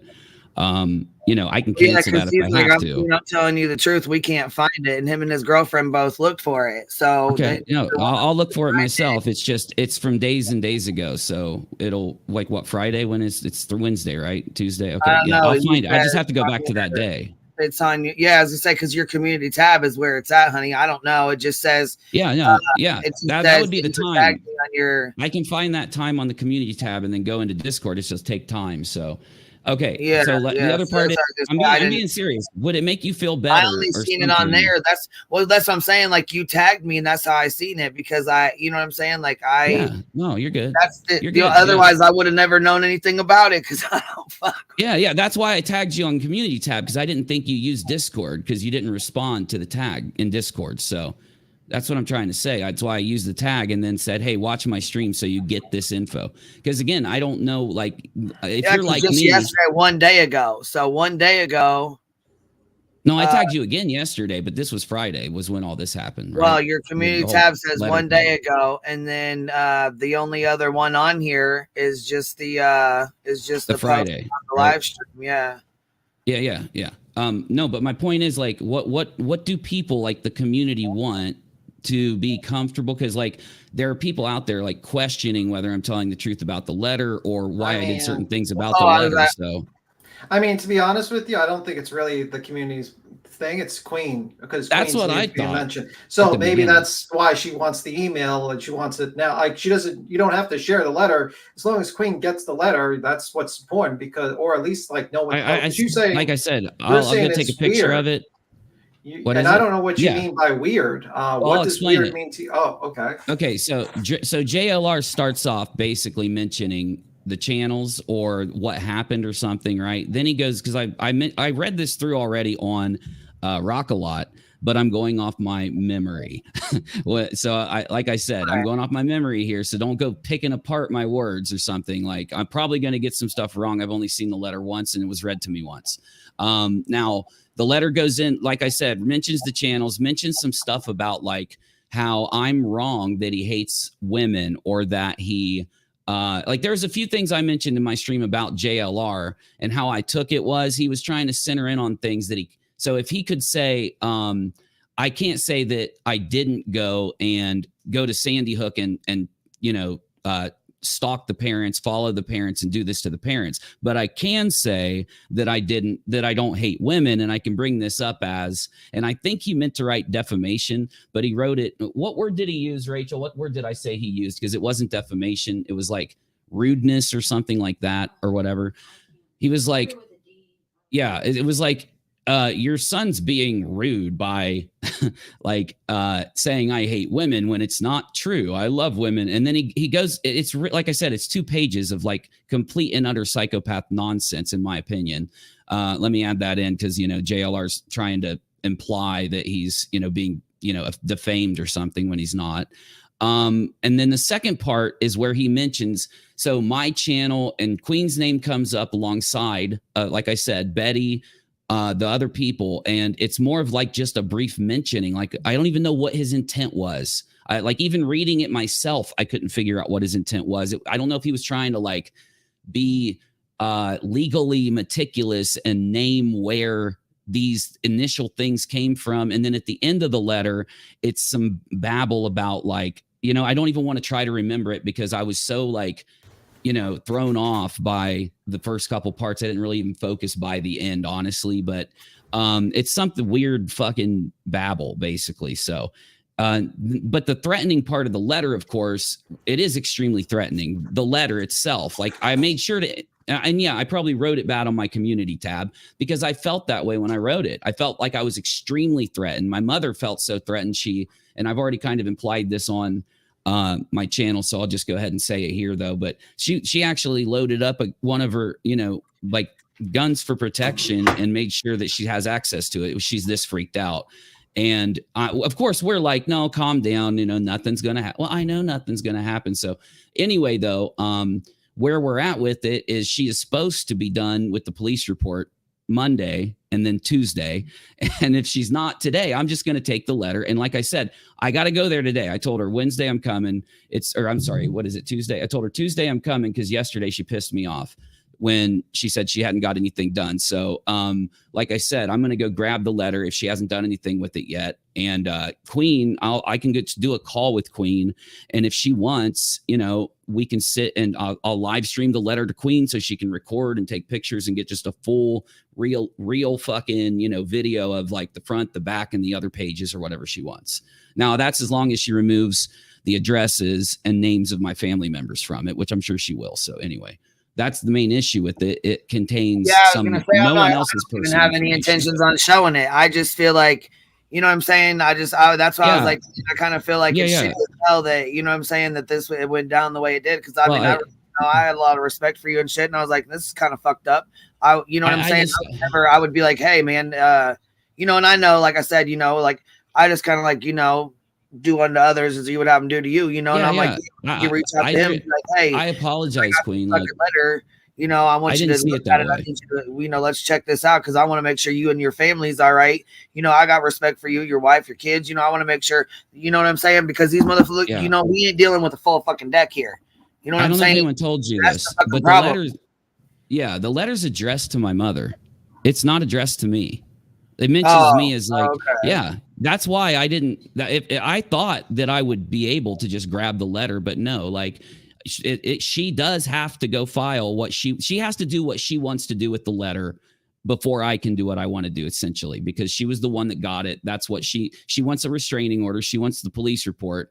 My brother is adamant about this. And again, I never mention my brother because he doesn't want to be mentioned on my channel. This is an extenuating circumstance. I'm just making that known. So I'm going to ask other creators not to bring him up or mention him or make him part of this, please. He's only handling this as a legal/family representative to my mother. And I'm only saying this to Queen, of course, because we didn't get to talk behind the scenes. And not really saying it only to Queen. You're saying it to about Yeah, I know. I know. Okay. I get it. That's why I also wanted to talk to Queen before we went live. That's why I waited. Like, I know I could have jumped on your panel a day or two ago. I was gonna say, man, shit, I would have been down to talk to you privately. It was you had already went live and then posted that fucking community tab. And like I said, I would have never. Well, okay, here's my thing. Maybe I'm disconnected there because I made sure to be very specific with what I said on the community tab and on my video, like to give the information that I could give at that point. And I like everyone in the chat, everybody out there seemed to understand that, that's why I wasn't being more detailed with certain parts of the issue. But then we had people going live and sitting there like asking why, even though I explained why, that it wasn't my decision. It's not me being a dick or trying to be trying to rob the community or content or something. I'm doing the opposite, where I could have grabbed the entire letter, come here and made this big to do with it, made fun of him, done an hour-long, couple hours of a stream, made fun of his ass and dunked on him, which, by the way, I'm probably going to do, guys. I probably could have used it for content when it happened. I couldn't because my mother wouldn't release the letter to me under my brother's and under her familial and legal counsel. That's how I'm supposed to say it. Couldn't release the letter to me until she has done what she's supposed to do, or could, needs to do with it. So essentially, Uni, are they well versed enough to actually file the police report? I mean, like to tell them about who this person is? Yeah. No. I mean, I had a long talk with her about who he is, and then my brother too. Okay, my family too, and that's why at first I know it's crazy, but it took me being counseled by family and by friends. When I say friends, I mean moderators, Discord, internet peeps, that even the audience, that people that wrote in after I did the video, like, yo, you do need to take this seriously. Like, I know you don't want to, because you don't want, like, I don't want to imagine this is anything more than a beef with JLR trying to be intimidating. Though I have been my mind has been changed in the last couple of days that, this is one of those things that you can't just, because he has in the past gone really far, JLR has, it's not one of those things you can just let go. So now I'm just an idiot. Like, I'm just this dumb dude trying to just do YouTube and chill and be me. And so my thing is like, oh, come on, dude. Like, this idiot JLR putting on these, what seem to be like, idiot performance pieces that disrespect school shooters and mass murderers. Like, yeah, he's not going to go and do anything real. So that's my side. That's my mindset. And other people have different opinions, and I'm trying to respect that. But again, that's why I didn't, like, if I would have had the mindset when this first happened, like, can't say a word about it on YouTube, need to talk to Queen, need to do this and that, I probably would have not, I probably would have waited until I talked to Queen. Now, again, I don't want to lie to you guys, because again, like, Queen's mentioned not as a person. She's not mentioned. Well, I guess you could say she is. You could argue she is. She's mentioned next to the brands of these other people. So if it would have been Queen mentioned outside of that context, sure, I would have made a different decision. Because, like, here's how I see it. Others? Because I who you talking about? Betty and them, Molly and Betty. What other creators besides Queen? Were mentioned? No, the only creator other than JLR's little, like, shit squad and a few people that I didn't really even, that I still, even reading it, didn't even really recognize who they were. But I think they seemed true crimey. But the reason I didn't yet is mostly because they can fuck off. Like, they're doxers and shitheads. So the only name I saw, so there were some that you didn't recognize, but okay, Betty and Molly. Obviously, Molly's gone, but yeah, Betty can fuck off. She's JLR's buddy, but the other one Sure. you didn't recognize. Yeah, no, I don't even know if they're, like, I don't even want to be specific to say they were creators. I mean, I'm sure that there's a couple of them that were, but it seemed like channel names that, I don't, maybe I should have. You could make a point to that, sure, but I was kind of panicky and more concerned with, like, again, look at the amount of criticism that's come out of this whole situation. I really didn't think it'd be like that, because again, we're talking about me and my mom being, like, doxed like hell, and you typically don't see people that are doxed like hell. So I haven't even seen your mom at all. I haven't seen anything about your mom. I haven't seen anything about you. I haven't seen anything about your kids. Nothing. Oh, no, people just thought it was weird that you didn't. That you tagged her in public and you didn't contact her. People. Just I haven't seen anything about my.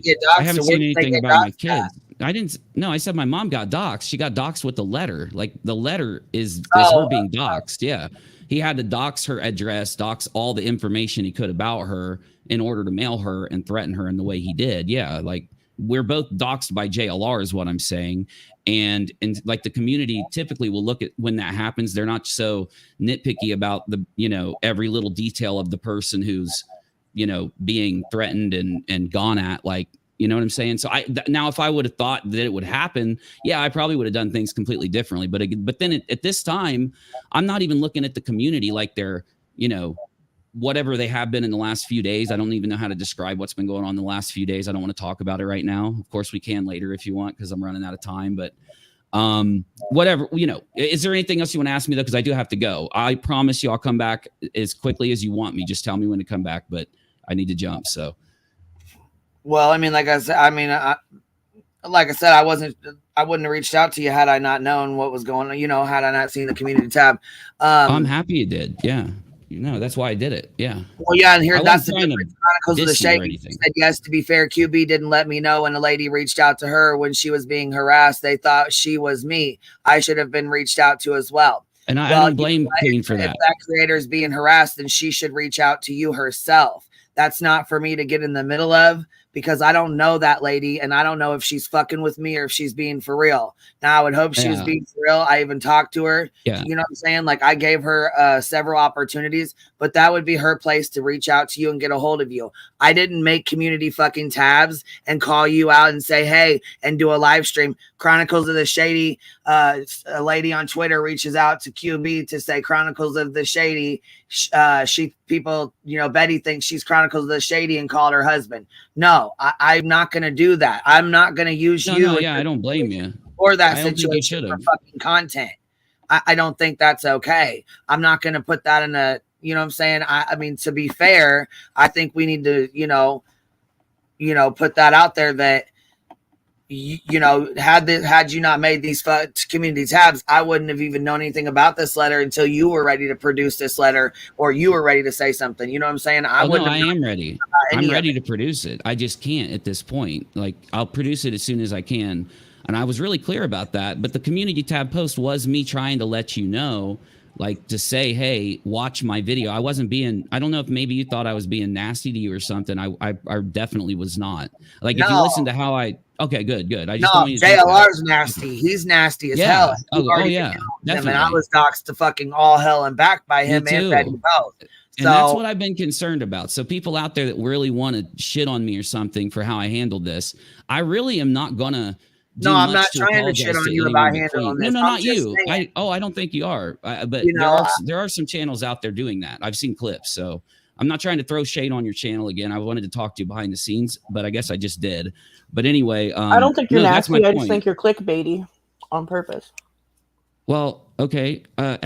Maybe you have a different kind of like definition of clickbait, but I think if what you're saying is true, then it's not really clickbait. Clickbait would be if it's not delivered. So if I was to say something's happening and it doesn't happen, I'm not describing but there was no. Okay, so the original community tab post was like, Queen Bee, you added her, and you're like, you were mentioned in this letter sent to my mom. Yeah. And it was very public. You didn't reach out to her behind the scenes, and there was no threats to her in the letter, so it was essentially like kind of clickbaity. It wasn't. I said she was mentioned in the letter, and the thumbnail was definitely clickbaity. And if I would have gotten a letter about somebody, I definitely would have went to them. Like I said, all I can do. If my mother or my family would have got, if my family would have gotten a letter, this is the thing.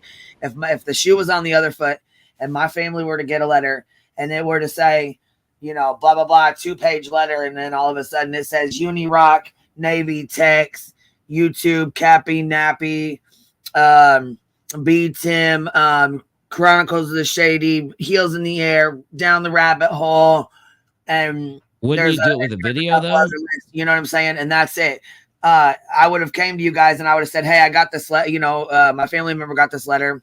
Your names were mentioned in it. I'm gonna take a quick pic, and I'm gonna send you a picture, an email of it, and we're gonna make a police report. What you choose to do with it is what you choose to do with it. But we're gonna make a police report and take care of it on our end.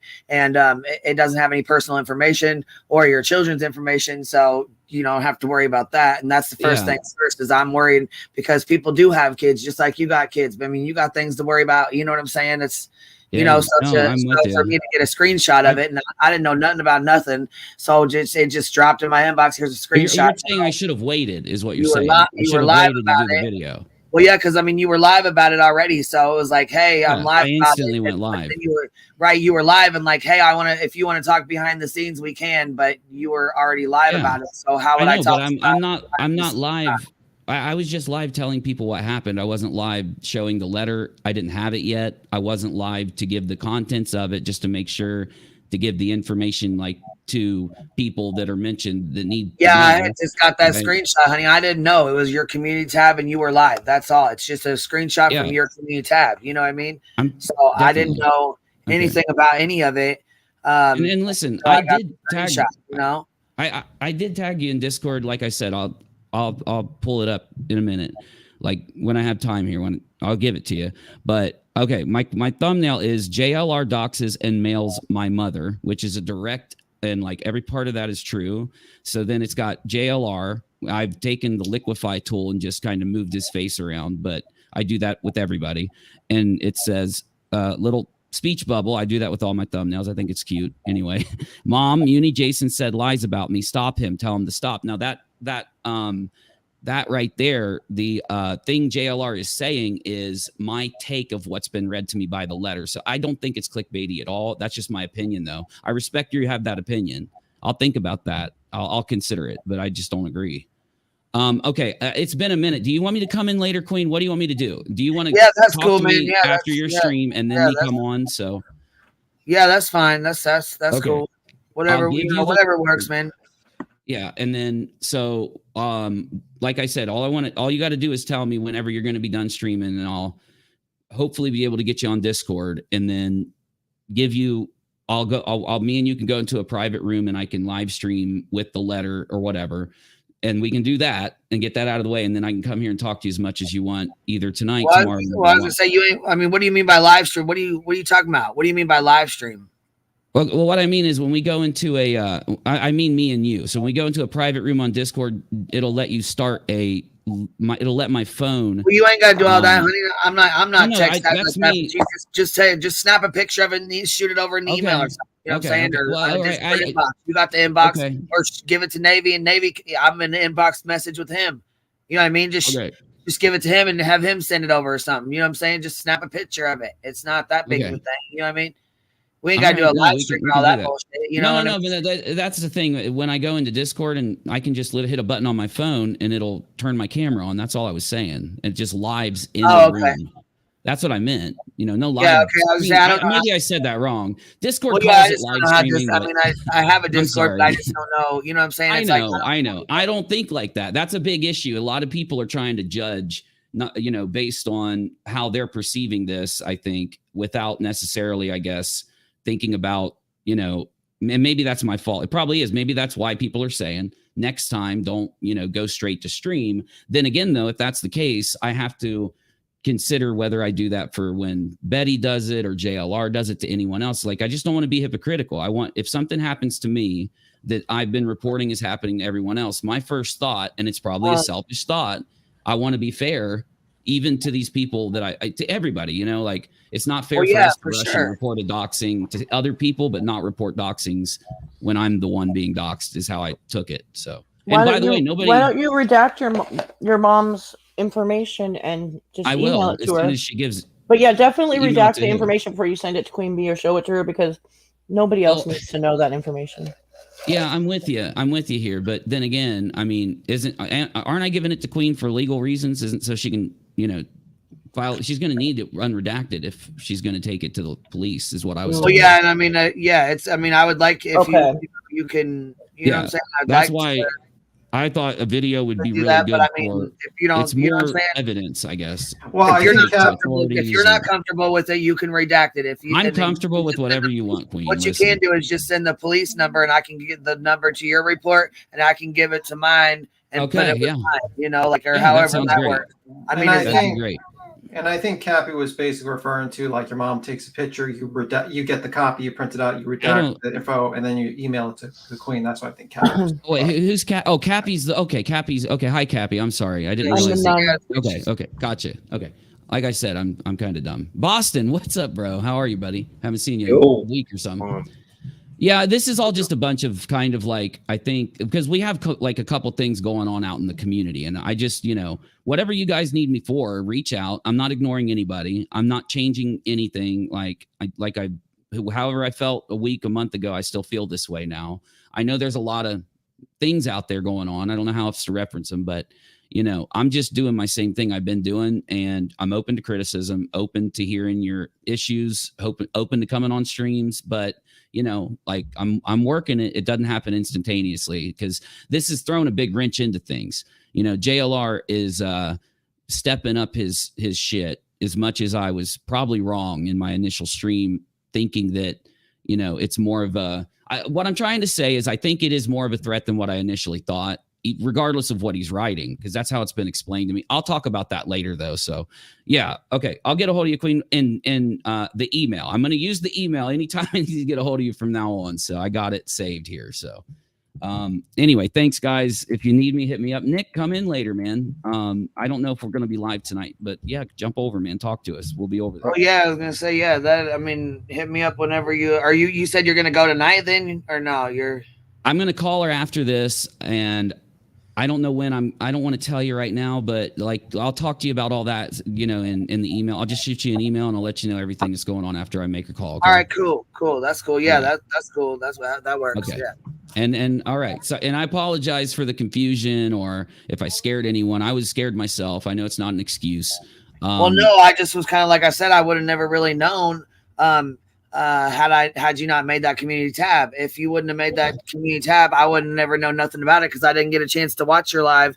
And then somebody had sent me a screenshot of the community tab and it said that you were live. Then I read it. I was like, what does he mean? Talk to him behind the scenes. He's already live about it. What the hell's going on? Yeah. No. I wanted to talk to you about the details I wasn't, discussing in that stream and, more things about the issue that we'll probably talk about once the letter becomes public. Cause I already promised everybody I'd release it as long as I could. So, I'm pretty sure I'll be able to. I mean, I don't see why I wouldn't. So. All right. Okay. Sounds good, guys. Thank you. Thank you for hearing me. Sorry to interrupt your stream. So it's all good, man. It's all good. I appreciate you coming over here though. Thank you for coming over here. I appreciate you hearing me. Anytime. Hit me anytime. All right.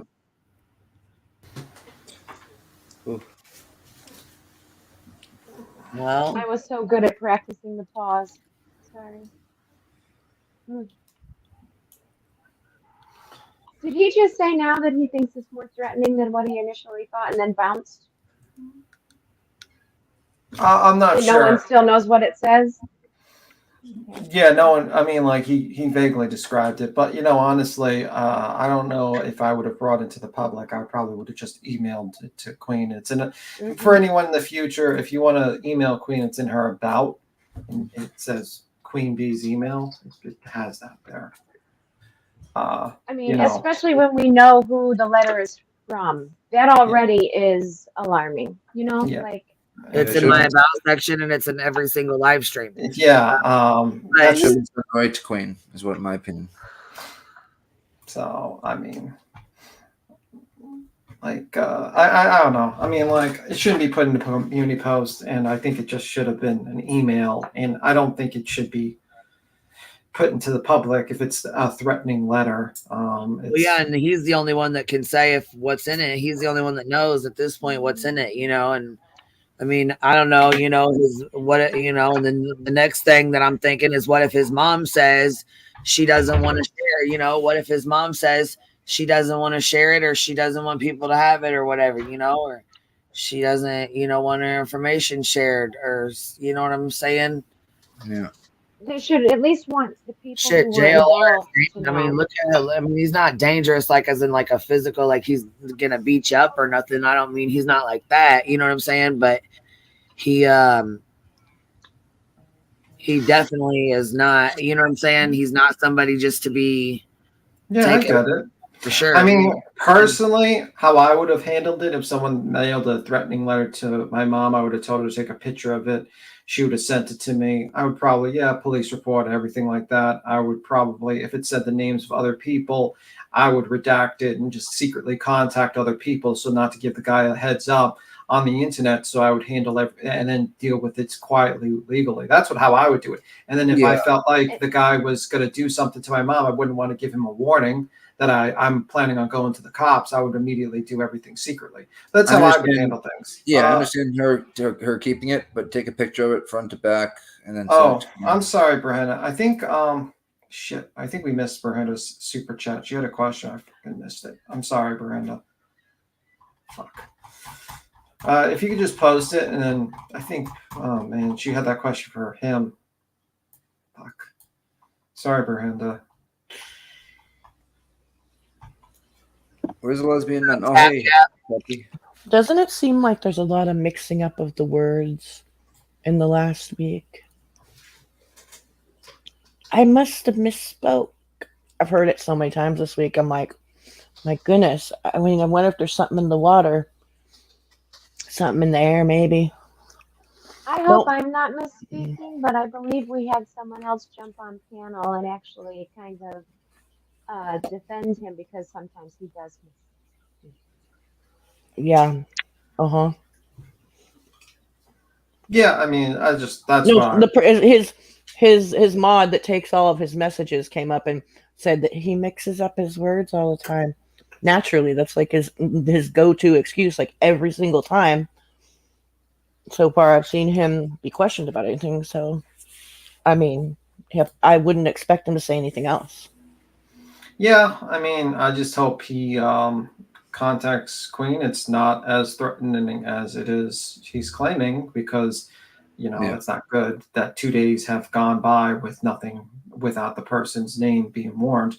Sorry, my wheels have totally started smoking my brain. I mean, if Queen's not going to the cops with it, like, I really hope he redacts his mom's information, because I don't want that to be like a thing where he, like, in the future, say him and Queen fall out, and then somebody mails something else to her house for her to even be in his mind at all. Yeah, I mean, it's a very simple process where you tell your mom, go to your camera phone, hit camera, take a picture of the front and back, then go to the printer. I'm sure he has a printer, print it out, and then just with a marker redact the names, and then take a picture and send it to Queen, or just simply just like that, and redact all the parts relevant to him. I mean, that's probably take, if he doesn't have a printer, that could be an issue, but he can always do a PDF printer on his computer and then just, edit it that way. If he doesn't have an actual physical printer, I mean, it's just simple as that. I mean, yeah. And I just think it's just that's what I would have done. But I was on Uni's live yesterday, and she said anyone saying he didn't reach out to Queen in advance was a liar. I printed out he just called Queen a liar, and he went off on me saying he never said that.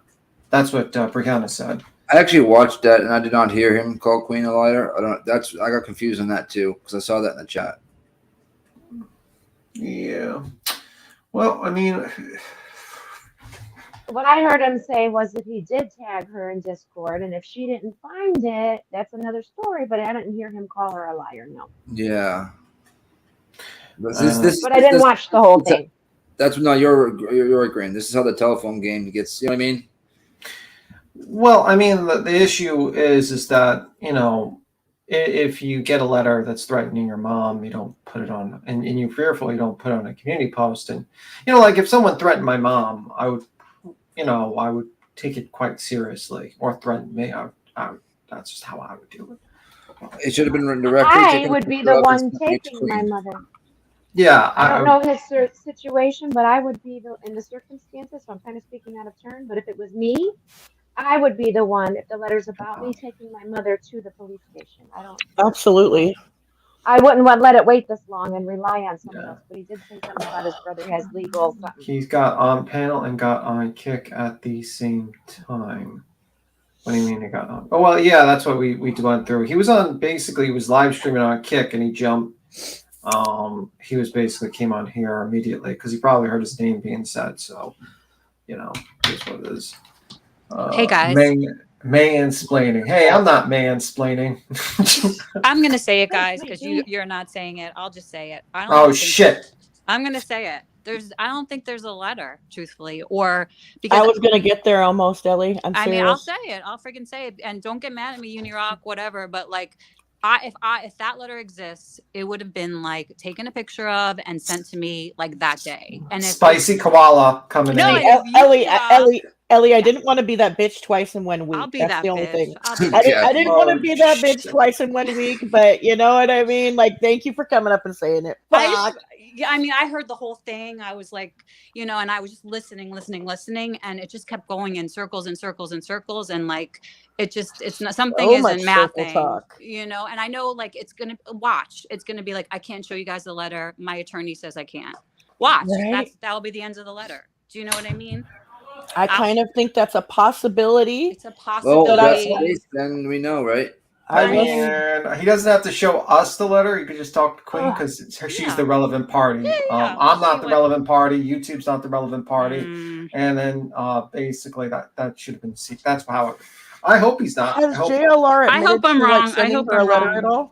But come on, guys! Like really, like there would be a picture of that in his phone that he could at least read off parts of it. He doesn't have to show us the letter, even if his attorney's like, no, don't show the letter. I get that, but like maybe like read off the relevant parts to Queen B. And like he was explaining on his. I was watching a little bit of him yesterday, and he was explaining that he can't get DMs because he went viral or something one year. Out of here. Yeah. I was like, what the really? You can't get DMs anywhere. And he's tried to like change his notifications since going viral. And when you go viral, I don't know, you get like a crazy amount of notifications. I was trying to follow it, but it's just for me, something's not math. And what do you mean viral? What do you mean viral? Yeah. So something happened with him and he went viral, he said, and now he can't get DMs anywhere. And that was why he was explaining. I hope I'm like they won't allow him to, or he just can't handle it because there's so many. I don't know. Since then, he said he's had he said it. I'm not. I hope I'm like portraying it right because I don't want to get any backlash or any of this. But I just was listening to everything yesterday and today, and that's just like how I see it. I mean, I hope I'm wrong, but it doesn't seem like and the fact that he tagged Queen on Discord, like it's so easy to tag somebody on Discord and for them to see it, like maybe, and then just take a screenshot of it, like send it to. I mean, I just feel like there's so many missed. And so many excuses going around here. Like it's been like at least 5 days since this letter was received from JLR. You like how he repeated what he said about himself, and he's like, "I mistake all the time." What? And I'm like, you just said that a few minutes ago. I don't trust something about him. I like him, but I don't trust something about this whole story. Like, I don't think he's nasty or like dangerous. Like Homegirl this week. Like Homegirl this week's fucking dangerous. This fool is just clickbaity as fuck, and it is good at drawing attention to himself and his channel. Period. I don't know. It just feels like something just doesn't really add up for me. I hope I'm wrong, because I think he's a good guy. Everything I've seen before, but there's something about this that is just that he's like kind of like he's being vague on purpose. Mm-hmm. Like the creators he didn't recognize. Yeah. I'm not sure. They kind of seem true crimey. I'm not sure. Like what was he saying there? It's like. I'm like, okay, so there was other creators besides Molly and Betty. I'm not talking about tagging Molly and Betty. So I don't know, dude.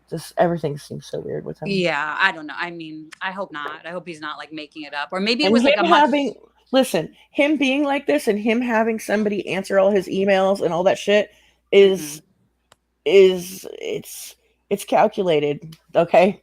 Because then like he has to go through him to filter out what messages he gets, and it's just like he can send him places when he doesn't want to answer, and makes it very convenient for somebody that doesn't want to answer the whole truth. Yeah. Ellie is spot on. Clickbait. That's what it is. That's what it seems like, and I don't like calling that out because him and nonsense, that whole thing. I just feel like it's just too much. Like it's just drama, and like let's get to the truth about it. Like, did you really get it? Like, you would have sent that to Queen. You would have made sure she got a hold of that thing if there was a real threat that your mom had to like load up her gun when she got it. You know what I mean? Like, it's that big of a threat. Oh, he said that? Yeah. He said that when he was on Queen's a little while ago. He said like that when his mom, she said that she had right? Did you guys heard that? That she got so scared that she loaded up her gun. He didn't indicate that it was anything that was said in the letter. He just said his mother felt like she needed to. Well, there you go. Well, something in there, so what is it? Whatever. I mean, what is JLR going to do? Like, and a little disclaimer, like I'm not saying anything bad about Navy. I think he seems like a really nice guy and a loyal friend is what I'm saying about Navy. Yeah. He's very likable. Yeah. And that'll maybe probably it's see the light good someday, too. but Yeah, you know. I mean, I don't think everybody's all bad, and you know what I mean. People do things, and aren't we calling people out on their behaviors? And like, I'm seeing like a bad behavior here. Do you know what I mean? Like this person, it just seems like there's something that's not adding up. It's not like Molly Golightly bad behavior and other stuff like that. But if this letter is not Different true, kind I'm gonna be very disappointed. Well, I don't think we'll ever know, truthfully. I mean, unless he like produces it, because I have a feeling it's going to be like if he is. There'll be no way to ever know because it's not digital and there's no like database. Like really, I mean, maybe there is in the postal system, but I don't think that we'd ever be able to have access to it. You know what I mean? Sometimes you get like a letter, like a picture of a letter. Like if you sign up for this thing, my mom has it too. You sign up and you'll get like a picture in California of your mail before you get it. So it would show a picture. That's a way. Actually, I didn't even think about that. That would be a way to prove it without proving it. But you have to be signed up for that kind of service prior to getting the mail. You'd have to be. Yeah. Okay. But there's a lot of people that get that. You know, like they get pictures of their mail before they receive it. But I don't know. I mean, whatever. I mean, you never know. I don't know. I really don't know, but I'm just saying that's how I feel. And I don't have a game like anything in this fight. Like, I don't really know Uni that much. You know what I mean? But I just like the story. Something is, I don't know. Something's not right. I don't think that he's like nasty like them. No. Nonsense makes a good point though. It's not just drama, sadly, because it affects real lives, including the victims we claim to stand on the side of, like Dre.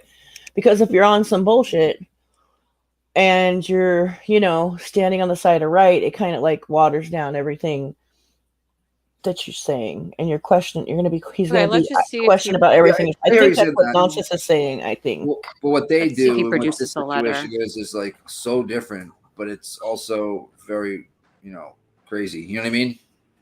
I don't know. I hope I didn't cause any problems. I'm observing it. And you know me, I don't really speak up a lot about it. You have your own opinion. Like, you're allowed to. It's my opinion about it. And because I watched him a lot strong yesterday. one, I can tell.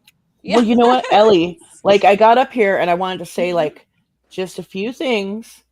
And then I knew he'd talk a lot. And I wanted to let him talk a lot because Good Nunya's over there trying to find the timestamp of where he said certain things. And then I'm going to go through the live stream and, I'll probably pick apart his words like he said I shouldn't do. So, you know, that's just me. Well, they weren't like all adding. There was like ways that he was just kind of skirting around things. And it's it's not picking apart his words. It's like this misspeaking thing. It seems to be a common like excuse for bullshit. Down the rabbit said it's the talk in the circles. That always makes my head spin when people do it, and and that's all I was seeing. So maybe he's talking in circles because his attorney is telling him to talk in circles. Whatever. No, let's give him the benefit. He talks in circles all the time. Like when he was confronted about that thumbnail, he bullshitted his way out of that 100%. He said it was an error, and that usually he uses 2 L's to represent this word and this word and that word. He could. Oh, I can't even find the original thumbnail. Oh my God, what am I going to do? Not now. I can't believe. Well, you know, if you've made this many thumbnails in a year, guys, only 2 bad ones is not so bad, right? No, you clickbaited. You toyed with the idea. You got people to your channel and you didn't deliver, which is the definition of clickbait. You did it on purpose. Shut up. Hey. Hey. Hey, Heels. What are y'all talking about? Hey, Heels upside down. Something happened on did he produce the letter? No. Oh, okay. I haven't heard anything except the last like 3 minutes. But I figured that's what you were talking about. Anything new? Yeah. So you'd be able to look at the letter. Read the letter. Oh, did he produce the letter? That's what I asked. No, he went to his mother's house. He read the letter. His mother is going to take it to the police station at the advice of his brother, who is her legal something or another, and make a police report. Then after that, he's going to get the letter, probably today, physically get the letter and take it to his lawyer. And then his lawyer is going to tell him what he may be able to do with it, may not be able to do with it. Oh, I thought he was going to get it and then send it right to Queen. I didn't hear the after lawyer part. He did say he would take a picture of it and send it to Queen. Hey, baby, you're up here. Wanted it. Yeah, he did. Yeah, he was gonna take a picture and send it to me. He was gonna. Yeah, all that sounds like I'm back. bullshit to me. But... He's back. Hey, nonsense. And then he said that now No one. Wait. the letter is more threatening. Before we could continue, I was away from my computer. No one said anything bad that I'm going to have to disavow. You're in the clear. You're in the clear. Okay. Just in case, I disavow. That's why you left, huh? We see how you operate. I was going to say you should probably disavow all of us. I'm going to disavow right now, just in case you said something a while away. I couldn't just disavow you at the time, so I disavow you all right now, just in case. You ought to do it. Tim acts like he's running a daycare up here, and he had to go to the bathroom right quick. I had to call my job actually about something, but yeah. Everybody take a nap. No, it's shifts. We babysitting shifts. Yeah. What's up, girl? What you doing? Somebody was telling me something, and then Tim came from the bathroom, and I didn't know anything else. No, I think what were you saying? And nonsense is up here. What you doing, girl? What's happening? Nonsense. Hey, No. here? I just wanted to quickly come up right quick and explain a few things, because what he was directing about other creators in the community is directed directly at me. I was in the chat. He can call me by name, and that's totally fine. So here's the issue that I have, and I don't want to bring it all to you. I'm not going to digress all of it, none of that. But I want people to understand that this seems like drama. There's been so many narratives spun off of a very simple concept. The lack of accountability when things go wrong, or you do something such as jump to content instantly before thinking of safety of others, does not just affect creators. For example, months back when Dre returned to social media, he had emailed and reached out to her. Numerous people had. She was back in contact with him. He was live. So he announced while he was live that he might be doing an interview with her. Well, that amped up everything, because they were watching everything. They don't care about shutting us up. They care about shutting the victims up from telling their stories. So instead of waiting to figure out what was going to happen or taking any safety into play, he announced it live. And then come to find out that ended up not happening, and it was never addressed. But her safety was never a concern. Secondly, this issue with Queen, again, safety issues should have always came first. But these are patterns of behavior that unfortunately I didn't even notice in the beginning of things, such as my CPS call. We were live talking about, I went live. Biggest mistake I've ever made was to announce that had happened, but it was just very to the point, very specific. Like, it's okay. This is a waste of resources anyways. And instead of contacting me, he went live about it and inflated the situation and put direct blame on Molly. And you never did. Yeah. And I was specific about, I have no idea. And it was time and time again. And unfortunately, I didn't even realize it. Yesterday was the first time I had watched that. And it hit me really hard. I had a very emotional reaction to it, because this is not just a one-time occurrence. And it's not just affecting other creators in this environment. It's affecting the victims that we try to say that we advocate for. And anytime you try to bring it up, I had said, I was going back in the history and doing my research of trying to figure out how another creator had came into the story. In the midst of it, I found out all of this other stuff, but these are patterns of behavior that continue to happen. And that's my concern. And when you try to address it, and we talked about this months ago, instead of acknowledging it and trying to do better, be better, he doubles down, triples down. Yeah. That they change the narrative, and there's no clear-minded, open-minded, oh, I'm hearing what you're saying. I take it exactly. And there's no change. Yeah. Yeah, I noticed when Navy did his video, and then, with my 3 videos, I've never heard the kick video, but none of them addressed how we felt.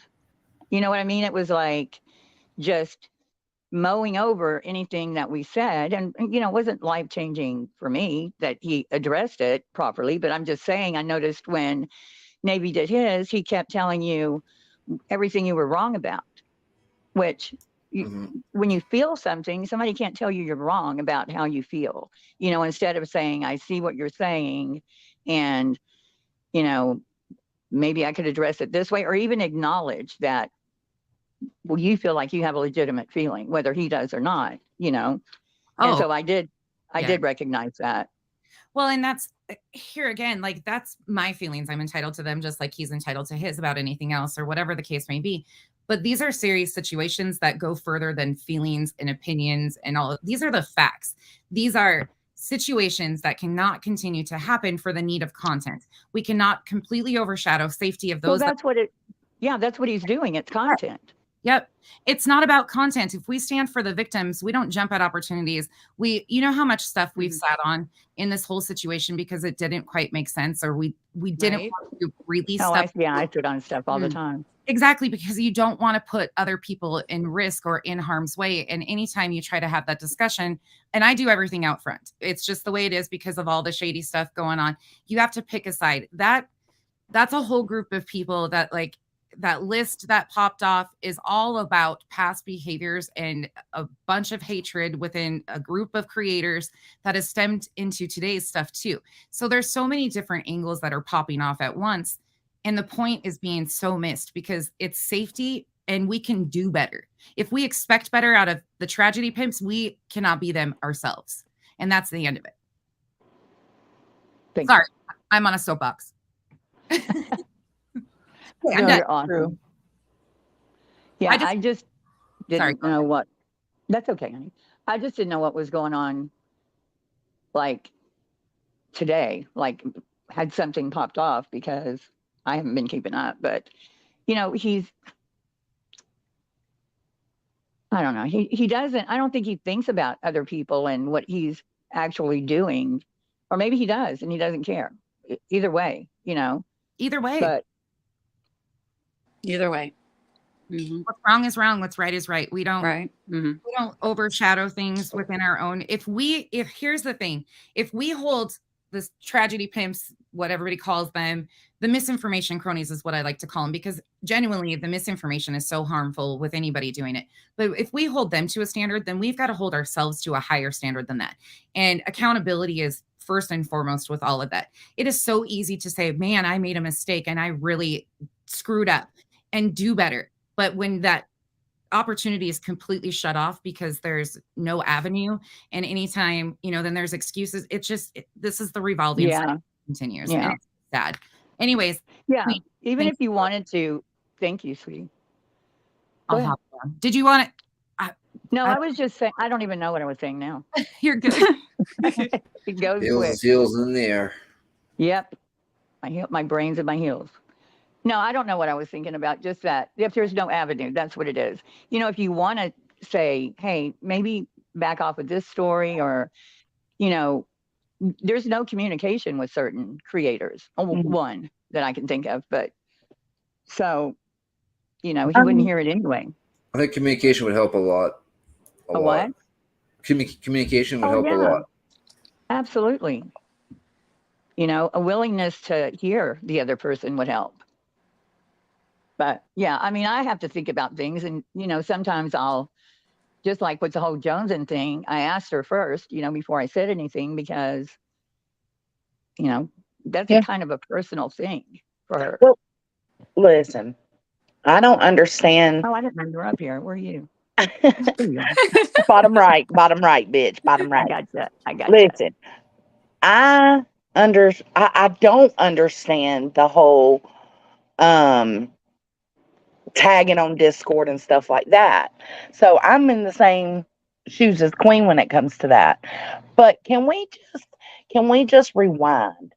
The very first time I had been watching Queen for a while, I did not know how to reach out. I was new to YouTube. I didn't know you could find emails in the About Me section. I still reached out.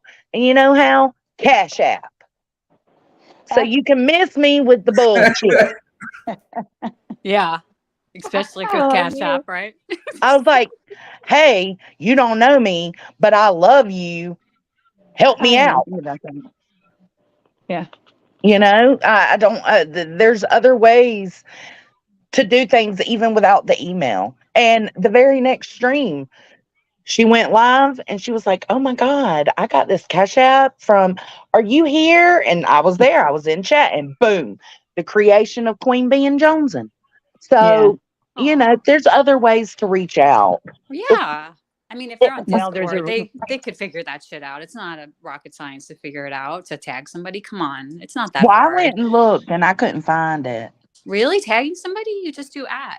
I don't No, know. no. I went. Oh, to I find went and looked. I his didn't know you could do at. Oh, okay.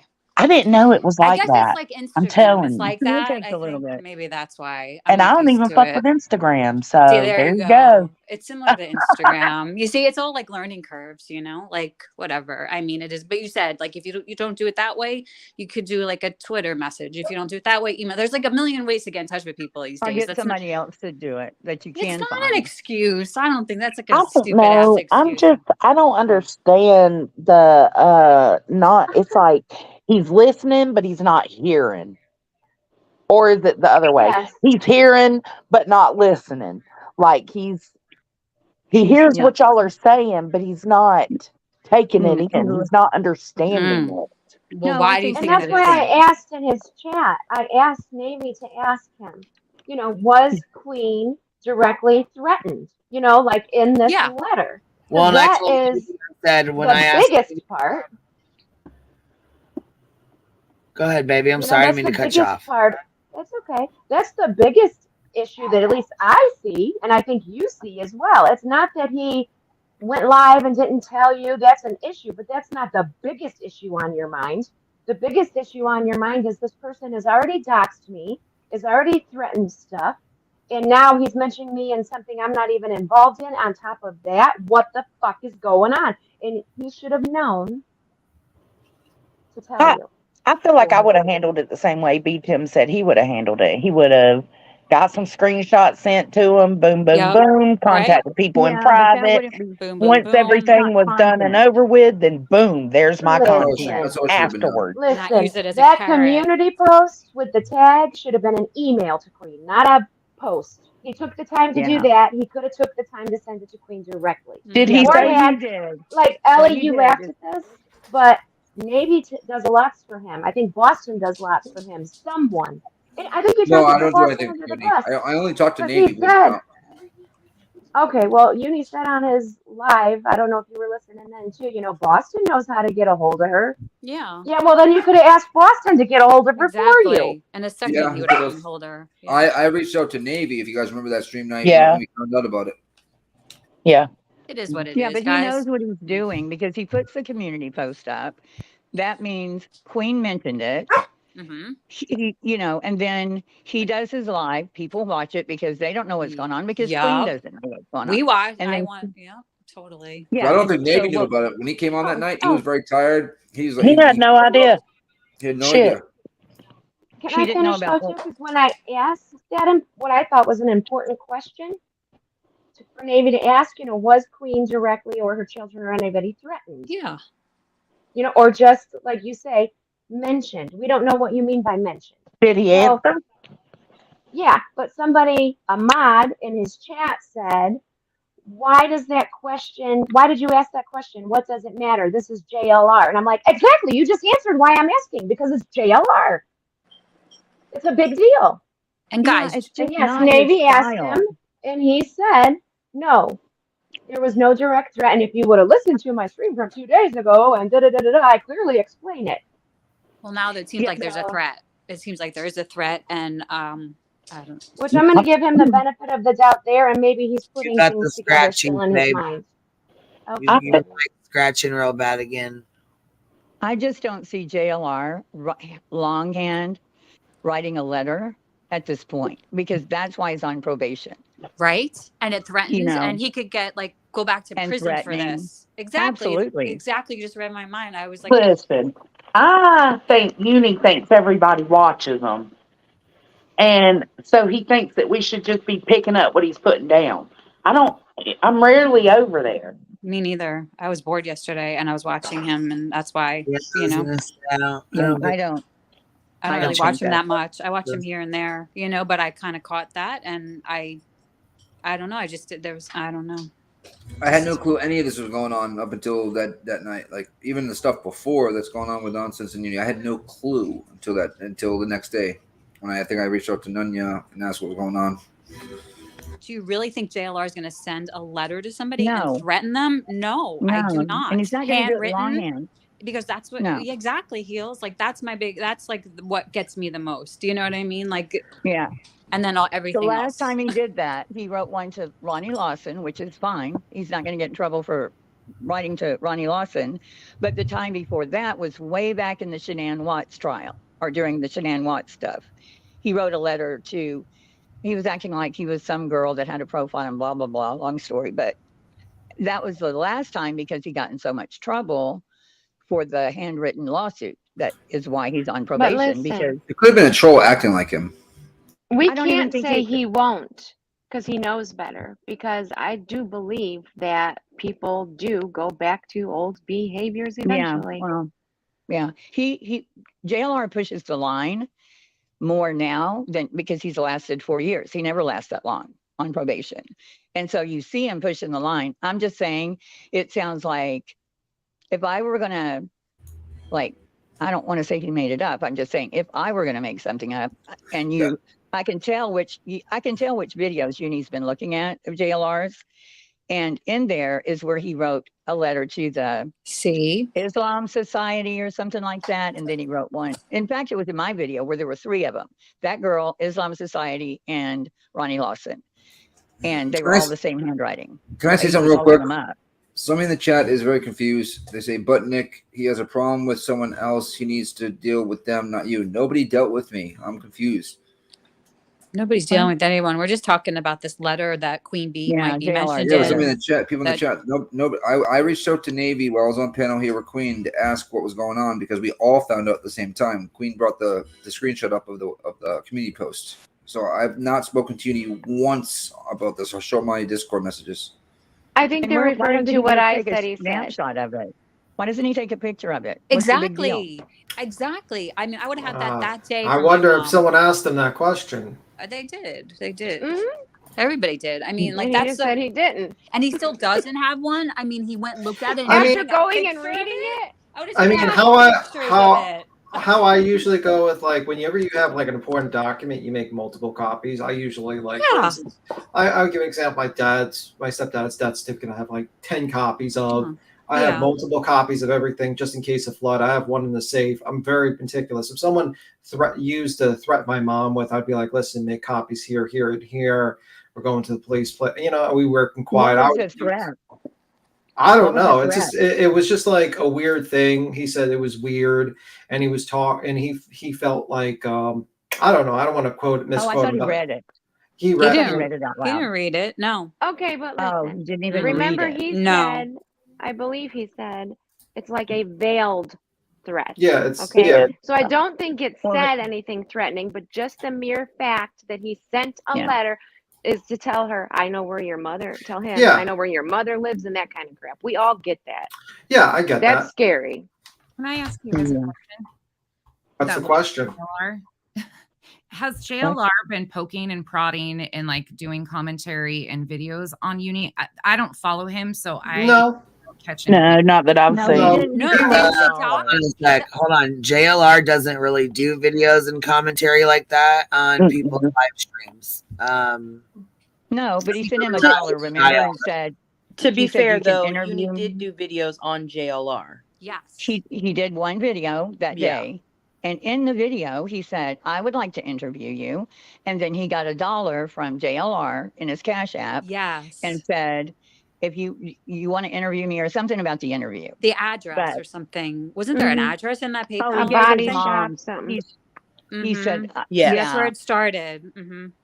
I don't your believe mom's that. house I didn't or believe that. something like- I'm sorry. I didn't believe. I don't know. Okay. Oh, Did he show that? I didn't even think about that. I've He never never heard of him showed doing that. a Cash App before. Yeah, It I've was never a heard of him PayPal. doing that. I thought it was a PayPal. Betty for like admitted that $1. it happened. PayPal. Betty admitted that it okay. happened. So. I don't believe Betty. Joan then. Well, I mean, she was talking about it before Uni did. That's what I'm saying. Like, I think she talked about it the next morning. Yeah. I thought it was when it first started. I think then she went and talked. About it. I could be wrong. That changes things then. If it was talked I about think before. she said, I don't understand why she said she Queen would and send it Betty back. and MGL are all mentioning the same thing. It makes no sense. That yeah, part makes that made no sense. Like, why would he mention Molly? It's just not his style. I mean, it's just not what he like. It was one video. It didn't. The only thing I will give Uni credit on this, when he did the little part about the underwear being JLRs, that would have bothered him. All the rest of it, if he thinks showing his, going to the school and taking laxatives and all that, if it bothered JLR, he would take it down. But what underwear? He had a pair of his girlfriend's underwear or something and was holding it up, and it had race marks on it. Oh God. Yeah, and so Uni took that and said, "This must be." He just acted like they were his underwear, like without a Race doubt. marks. JLR was showing And his I own. Can't. Nonsense. Yeah, and that would bother. Well, me. That this Julie says on the super chat, Navy was very clear that QB wasn't mentioned in the letter. In my opinion, there's your answer. Navy said it over and over, all for clicks and views. Hashtag. No, he said you weren't threatened in the letter. You were not Yeah, I threatened. don't think he said. Not mentioned. I thought threatened. he said. Well, no, he said she wasn't mentioned, but he also has cleared that up and said that he wasn't there for that part of the stream and he had not seen the community post at that point. Well, but I strongly disagree that I get you got to reach out to somebody to reach him. So I get that completely. But at the end of the day, I also don't think we all come up here and we speak for ourselves. We give our opinions. I think it's wrong to ask somebody to account for somebody else's actions. I agree. That was wrong to me. I agree. Well, no, wait a minute. You think it's wrong to ask Navy to account? Here's the thing: to get to Uni, you have to go through Navy. So Navy was in the middle, no matter but what. to bring Navy on a panel and say, "Can you explain why did Uni say this? Why did Uni do that?" That's wrong. Well, if I may speak for Queen, no one brought. Yeah, I wanted to say. on. You go. You go. I didn't speak for 5 minutes, but you go. I'm sorry, Big Tim. If I'm gonna speak for Queen on this because we didn't know Boston was getting Navy. We were asking for Uni, and then after Boston texted Navy, he told everybody Navy was coming. So. I'm not blaming anybody. I'm just saying, but I get what you're saying. I just wanted to make that clear. Like, we were asking for Uni, but he can't be bothered, unless it's on his side. Only person I talked to was Navy on. I've tried a couple times getting hold of Uni on Discord. No, you have to go through Navy. He doesn't answer the messages. I don't know if he doesn't see him because he gets a bunch of them, but me and Navy talk once a day, once every couple of days. You know what I mean? So I figured, hey, you know what to ask him? Do you know what this? I didn't just say, hey, come up here. I said, hey, do you know what this community post is about? We're trying to figure out what's going on. Are you available to come up? And he said, yeah. Hold on, and just jumped on. Yeah, I think he handled it very well. But can we also make note that Uni said that his mom is super nervous and terrified. I mean, she's got her pew-pews loaded and all that. But then he said in the next sentence that he was frustrated and mad at his mom because she wasn't doing nothing about it. So What the police aren't going to take. There's nothing in it that the police would be interested in. Well, I'm just saying, you can't claim she's scared to death. And then, a person that's scared to death would be already at the police station. There would be no hesitation. Right. 100%. Jonathan, can you just sick your chickens on these people? Right? I know, right? I'm going to stick George on them. Get this guy out of here. I don't like this guy. Yay, I got the Brady Bunch square back. Yay. And that's why I don't understand why he didn't just take his mother to the police station. I would have taken it right to the police station myself. Was it addressed? Was Uni mentioned in? Well, we don't know because he can't be bothered to read it. See, this is the problem when you put things like that. Should have been private. Oh, it was all about him. Yeah, in the public, because then it becomes you should have did this. It's just basically make copies. If you're going to have a lawyer look at it, if you're going to have a police, don't put it on community, because then you make everyone talk about something. Yeah, and that's the problem. And that's we're giving him more content right now. And it's and I don't agree that it's content. It's just if someone threatened my mom, first off, you threaten my mom, or you're going to hear very little from me. Let's just say, right? I'm going to be very quiet. You can threaten my mom, and then I'll threaten your mom. No, I'm going to be very quiet. And we can have a pillow fight. My mother punched your mother. How did that go? My daddy can beat up your daddy. It was me reaching out to Navy like a bad. I was just trying to help bring. You're a terrible person. You're a terrible person, Boston. You got to do 10 Hail Marys. Seriously. I'm joking, man. No, I'm to messing get like clarification on anything, you should reach out to people that he's the only, if he's like the only person that you need like listens to, or like he's his. Well, like, no, that's not the case. Like, And with all respect, I don't Queen talk was to asking Uni for other than Uni. the chat. Yeah, Queen was asking, "Where's Uni? Can somebody see if Uni can come over?" And that's what you And tried you have to to do. go through Navy. But that's Even the you always said drop. that. No, I didn't always- have to go through Navy. Navy's just the only person I talk to. I've never talked to Uni I'm in the saying, Discord. There you go. then Well, try to that's get your Uni way. to do it. There you go. And you've done it before. You offered to reach out to Navy. You offered. You said, "Hold on, I'll message Navy." And Yeah. Queen, Yeah, I know. But people were wanting to. Queen, can you play the In the Navy song by YMCA? In the Navy. I don't When I even said know. that, people real quick. When I said that, people said Okay, thank you. it's okay, You know what I mean? Nick. No, it's okay. I was just saying that you were doing it like, hey, if we can't reach him, maybe Navy will know. I was just saying that you were taking the option you had available at the time. That was it. That was all. Yes, it's the only option I had. Navy High is nonsense. Yeah. Ace. And I don't think Queen expected Navy to actually like speak for Uni, but to maybe just say what he knew or didn't know. He's his like personal assistant a little bit, or his publicist, or whatever you want to call it. In He this tells space. everybody, if you need He me and always you gave can't me get me, bad reach vibes, out to but hey. Navy That's exactly right. all the time. So that's what we did. Yeah, I you get have your to go point, through good Navy. Nunya, and the principle of it. Someone can't speak for someone else, but Exactly. I mean, he does ask us to do it, so we did it. That's the method, you know. Like it's like happens all the time in the world where people have like personal assistants. You know, they don't talk to the person because they're too whatever it is. You know, it's his Yeah, way but that he there should works. be respect for another creator. Oh, I think of course he should. I'm not Yeah. saying. I'm saying this is Hey, his method so- that we're. I would have been uncomfortable Guys, if I were so Navy. look. I would have been uncomfortable coming up here said, not knowing hey, about it. Does what's anybody's Uni chest doing with stick that out when you community get called a post? I said, creator? Wait. Nick's trying to say something. What's she trying to I say, said, hey, Nico? what's Uni doing with that community post? Why wouldn't he reach out to Queen Bee first? I'm confused, man. Can you jump on? Yeah, you just reached out trying to help the situation. You didn't do anything wrong. Yeah. It is what it is. It's you know, it's a big deal. And bless Navy's heart, he didn't even know about the post. So Yeah.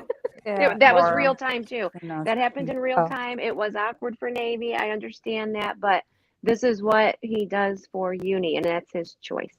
One of the nice. Right?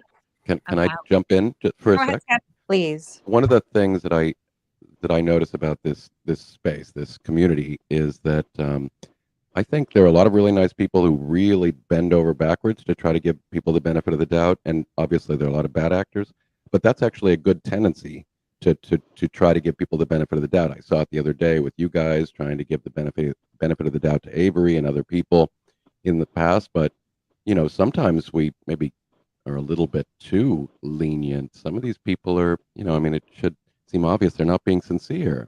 You know, Are you like the Queen of Hearts off with their heads? Well, no, not at all. It's just I think that's part of the problem in this space, that people are then very sweet and kind and try to give people the benefit of the doubt, which is a really good tendency. But that's why these insincere people can really easily get it over on so many. Well, Avery didn't, and neither will Uni, because he's got a receipt. He just needs to show it. Yeah. I mean, he put it out there. So now he needs to show it. So time because will that tell. benefit of doubt only lasts so long. Right.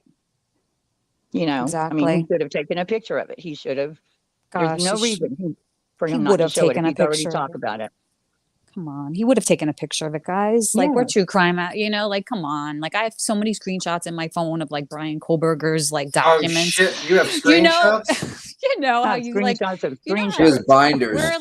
we're a digital, like you know, Yeah. like you get a letter in the mail, you're gonna take a photo of that right away or scan it, like you I said, or don't know make a what you're copy talking. of it. I don't know what you're talking. I don't know Well, what I you're heard talking about. Ellie said something bad about Tim, but it might not have been Ellie. It might have been just something that I heard on another live stream. And Oh, I heard so that too, Scott. I'm just gonna put it out in public without knows.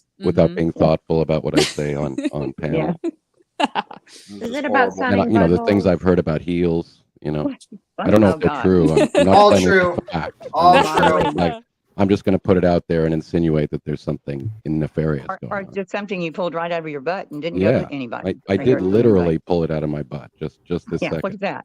Yeah. Look what I got. Listen, you know how Menards runs that 11% off with the rebate and your receipt? I might misplace that, okay? I've done it several times. But if someone threatens my life or a family member's life or calls me a word like what happened the other day, you bet your ass I got me a receipt. I'm just saying. Just an honest mistake. Oops, it slipped out. I accused you of murder. I'm sorry. I didn't mean it. Didn't mean it. I think you're, this or that. I think it. Right. Yeah, so that like with the JLR when all the neighbors were going crazy and in his face, and he had the benefit of the cops protecting him, and they said, "You accused somebody of murder," and he said, "I never said that," and he was completely feigning outrage. And then I think Queen and everybody else showed his screenshot where everybody in his room understood 100% what his insinuation was. Of course. Yeah. Plausible deniability is a lovely way to get out of jail time and lawsuits. She was accusing somebody this morning or yesterday that doesn't even make sense that he would be accusing, but he's back at it. Hey, y'all, I'm going to drop down. I got to go get. Hey, okay, nonsense. I came up to say hi to you. I know, Scap. Every time you're coming out, ships in the night. Scap clears the room. Have a good day. For letting me up. And sorry that all of my nonsense has once again flowed over somehow. No, it hasn't at all. Nonsense. Oh, I hear your name all the time. I swear that it's so funny. There's so much nonsense. Nonsense is everywhere. Yeah. Nonsense did it. Heels, there's people I don't even know who they are, like never existed, that are popping up talking. And I'm about ready to change my name. I've never hated the word nonsense so bad in my life. No nonsense. Well, what's funny is when I do clips and I put your name, when I put nonsense on the clip, it's like, are people thinking I'm saying that's nonsense? Like what she's saying, that aren't familiar with your channel. Oh, yeah. Yeah. And it just says nonsense. Yeah. I have to put nonsense channel. Yeah. Not adjective. Brianna says, all I'm going to say with the, what is it, Illuminati? The Illuminati. Going Illuminati. Illuminati. It looks like that's what it was reminding me. Illuminati together. It's a form of pasta. Is that a new thing? I'm kind of like, it's I was like, distinct hidden group that they're trying to attribute every conspiracy theory in the world to this.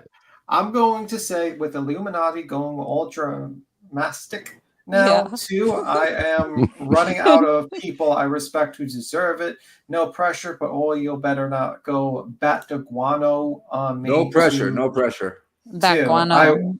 I will lose it. I get it. Oh, Illuminati. I don't know why you're using fancy fucking guano. Why don't you just say shit? Like, down the rabbit. That's your voice. Or poop. Guano is bat shit, right? Well, you can make it like you're making me like I don't even know like Illuminati. I like that. Naughty. I just butchered that super chat, by the way. That's definitely Illuminati. It wasn't even in a different It was language. like Illuminati and spaghetti together. Yeah, it was like weird. I was like, now I'm hungry. They misspell it. Illuminati or something. Let me explain something to you, Brianna. It's just like, listen, everyone's human that jumps on, and don't have high expectations. Just like the saying goes, don't when you meet your heroes, don't meet your heroes or anything like that. Everyone's human and everyone has expectations. So I think I'll never limitations, I should say. Everyone has limitations. Has Uni said how he knows this letter is from JLR? Did he say he signed? I guess he signed it. He mentioned it had an address on the outside of the envelope, and I believe he said he signed his name to it. Like, really? You're going to put your own address on the envelope? Really? Or somebody else's address? And how does he know that's his address? See, I have more questions. I forgot to come in with my live stream and my Cash App blinking on the front of my icon. Are you streaming us? I'll just let it come out there. I'm like, holy shit. I'll say one thing. If someone sent a letter to my mother and it had an address on it, I would confirm that address right now. So. I'd be driving to that. Maybe you guys know. I mean, I just, I just think it's just, I just think it's just a very odd way to do things. I mean, like, I would have, I mean, JLR is odd, so we should give it that you never know. Stop being always so a nice. percentage. That's the nicest word you've ever used to describe him. Yeah. I mean, he's among other things. He's definitely an odd creature. Like, thanks. God, nobody's ever called me odd before. Half glass full, not empty. Half glass full. Yeah, well, I mean, I'm crazy, but my brain asks me, is everyone who's handling this letter wearing gloves? please. Yeah. Yeah. Well, I mean, the return I think address, Chris all of McDonough it. He found wouldn't this. do it. He Yeah, found that letter. he did. He's the one. He wrote it. He's Yeah. behind this. And Banfield's gonna go live tonight with Yeah, that letter. talking about the letter. Oh gosh. It's funny, Yeah. JLR The has smoking mentioned it. letter. The smoking letter, the same day as the smoking Rolling Stone article. Interesting, Exactly. like day today. I heard also, I don't know if you guys talked about it. I saw it looks like Ski Mask Andy got arrested. Yeah, I saw that. Oh, he did? In For what? Sounds like good news. Yeah. Yeah, he was doing like a 24-hour stream the other day. I guess that's where Just it ended another up. one with absolutely no business on social media, gosh. making money and exploiting people as just a standing, walking, threatening criminal. You know. Yeah. You don't know I what mean, he got again, arrested you can be for? an asshole on social media, but you can't be if you're just going to use it to threaten and extort people. What See, heels? Tim, maybe he'll get medical attention for his ear while he's there. His What are you ear talking and about? Michelle's Wishful toe. thinking. You're talking about the guy who got Ski Mask got arrested? Yeah. Oh, Did okay, he? And yeah. his ear infection, you know. There was a screenshot of his booking today. Yeah, it was like I heard the recording of the knocking on the door. really? Celebrate good times. Come on. Yeah. You did? Well, Tim, good. is there I hope it was anything you Charlotte. don't see on the internet, like Yeah. anything at all? He has eyes everywhere. No, it's like I I mean, don't did you see a see lot. that email I sent to my girlfriend? I hope you didn't. Is it 5 o'clock yet? Yeah, that's going in the Close enough. folder. I don't mention anything that goes in the folder as blackmail material. You know, I'm it's drinking got wine, so don't mess a with me. I'm folder. cranky. Fireball down the You're hatch. cranky? Why are you cranky? I'm cranky. he's 'cause talking I got up too early, and then I fell back asleep and napped, and now I'm cranky, and my computer crashed, and Skip, so I had I a half a went to bed bottle of last wine to night. cheer myself up. Aw. What, I went to Boston? bed You're last cranky. night at 10 o'clock watching Black Mirrors that Queen introduced me to. Hey, So down the rabbit trippy, hole. right? Five, You just six found Black episodes. Mirrors? It's He great. I does, love Sam. it. I love it. Sorry, Hey, I Remy. didn't hear you, Boston. What'd you say? He can I said I call. went to bed at 10:30 last night. Mm. I missed the live because I started watching at like 8 o'clock the Black Mirror episodes and just got into it. And next thing you know, when I woke up at like 2 in the morning, I'm like, oh, ready to rock and roll. And it's 2 in the morning. And I'm like, what the hell happened to everybody? I hate And when that Queen happens. was just getting off. I'm like, what? Sits up. Yeah. I've He said avoided there was no return address. Okay. Go true ahead. crime Just so I could go kill cowboys in Red Dead Redemption 2. I find it Oh, okay. makes me feel better. Played it a few times. I'm just trying to Is that again? figure out speed running Resident Evil 4 remake. So that's pretty much it. You're for my speed running? fun. No, I'm just trying because you get achievements, you get certain special items if you beat the game really quickly. So I'm like the fourth Does time. time through. work differently with Tim? Because Tim can play games, he can have a job, he can be Yeah, on he's every live stream, and then he can keep up with every other piece of content on the internet. I mean, yeah. what sort of voodoo magic shit is this? I can't. Well, I also count. get 8 hours or 8 hours sleep as well. So, and I exercise, and I I'm also jealous, do other you things. bastard. Well, it's because I And- multitask. Like I'm. And you're kind of buffed out too? Jeez. No, I'm not buffed out at all. Just I'm normal, jelly. sure. No, it's just like basically it's very simple. Like I don't watch television, so basically when I hear something, I watch it. So usually jump on certain lives and watch it. Did you guys see? Well, actually, I think you covered it. I shared a couple days ago that other social media influencer that lied about her kids being kidnapped. Yeah, and got Oh, yeah. arrested. Did you guys I talk about seen that? that was video recommended. last night. Yeah, that was so weird. Just another one. You know, that's why this social media influencer thing. It's so easy, and that's why I was talking about people giving the benefit of the doubt. We're just credulous by nature. So if somebody's half convincing and they seem nice and they have a nice story, they can just get people to throw money, and they can fabricate stories and make up all sorts of things and play on sympathy and our emotions, and it's Yeah. depressing. Yeah, It it's bothers all me. over these streets. Yep. Even like that Avery, I'd never heard of her. Yeah. I thought I was willing to give her a bit of the benefit of the doubt, and then once I saw her apologetics and her manic behavior, it was obvious again that this person is either mentally ill or just dishonest, and it's disheartening. Or combo. Yeah. Yeah. Yeah, it is really Yeah, and there disheartening have to been see other that. things that people have seen, like on the down low with her, that, I think kind of already had a feeling.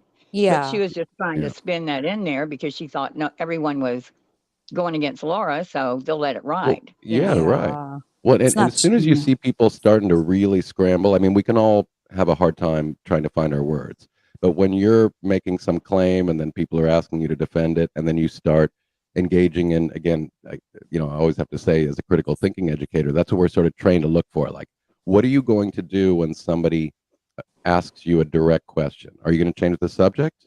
Are you going to blame somebody else for some other heinous transgression? Because all of these tactics are displaying pretty clearly that you're not honest. There's something that Yeah. you're trying to cover for, and you're not being sincere. An honest person, when they're asked a direct question, answers it.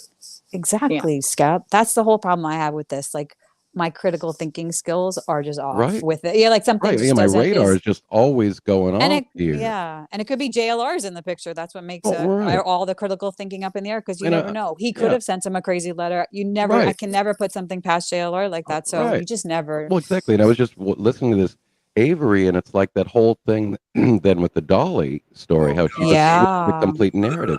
That had Right? nothing to do with what she was being accused of. She was Yeah. being rightly asked to defend her Spin it. They spin claim it. Well, she on needed to be the Queen's victim. live. Yeah. Exactly. And it's Yeah. just like, Spin it as soon onto as you me. do that, again, I just know, we're dealing with a dishonest actor here, because that's Yeah. a fallacy. What's his name? Ted Bundy can be right sometimes. Yeah, of And course. Ted Yeah. Bundy has the right, now I know he's dead, but Ted Bundy has the right to say that, what that other person is doing is wrong, and they give good reasons. And then if you say, yeah, but Ted Bundy's a scumbag. Yeah. Well, Yeah, yeah, but he but did how this. does that Yeah. exonerate what Yeah. you've done, and how is he wrong? You need to Yeah. demonstrate that the claim is false. So if you're being accused of, you've just accused somebody of whatever, using the N-word, or accusing somebody of something like that, you should either say, I don't have the evidence, I'm sorry, I shouldn't have said it in public, which is fine. Right. I shouldn't Right. have used that word, I'm sorry. Yeah. And then end a story. As soon as you go Yeah. into that additional narrative, we're dealing with Mhm. somebody who's not being honest here. Right. Exactly. It's so easy to like Right. talk facts. It's so easy to talk An rationally, apology but is, oh my God, somebody used the N-word. I was reporting it. I recognize it in civil society, even if it's not our feelings or our yeah. Well, I mean, I our, can give you an it's just example. that we're reporting it, and you can, we should be able to overlook these sorts of, sometimes your mouth works faster than your brain. Okay, own it, say you're sorry, move on, boom. Don't Well, start I can creating give you an a narrative. example. I can give you an example, like a personal example here. When the whole Molly with the $500 donation, or someone gave like for the money towards the funeral expenses, when she first said she's gone. Now, I heard that being said, but I couldn't find a recording or a receipt for that. And I had to kind of retract that statement because I said something without a receipt.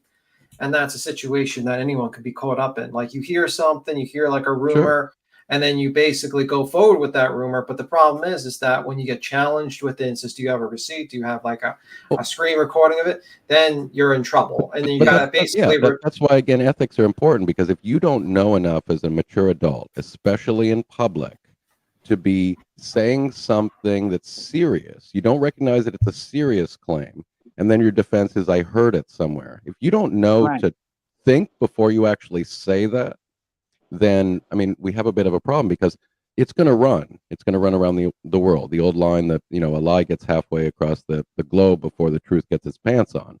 So you are now, polluting brains. People are going to run with it. Some other opportunist is going to make a video and say, this person is guilty of this terrible thing. They're going to use it as content. And you are the source of having not thought before you spoke. And then, of course, you can apologize, and it's no big deal, but the damage is already done, which is why I just think that, practicing the exercise of thinking before you say things is probably not a bad thing to get good at. I mean, we can all make mistakes, but too many people are loose-lipped, and they think that hearing a second, a cousin's second cousin's neighbor's, rumor, and then thinking it's perfectly okay to just say, well, it's just something I heard. Yeah, but you can potentially do damage now. Yeah, and even things that you heard a lot.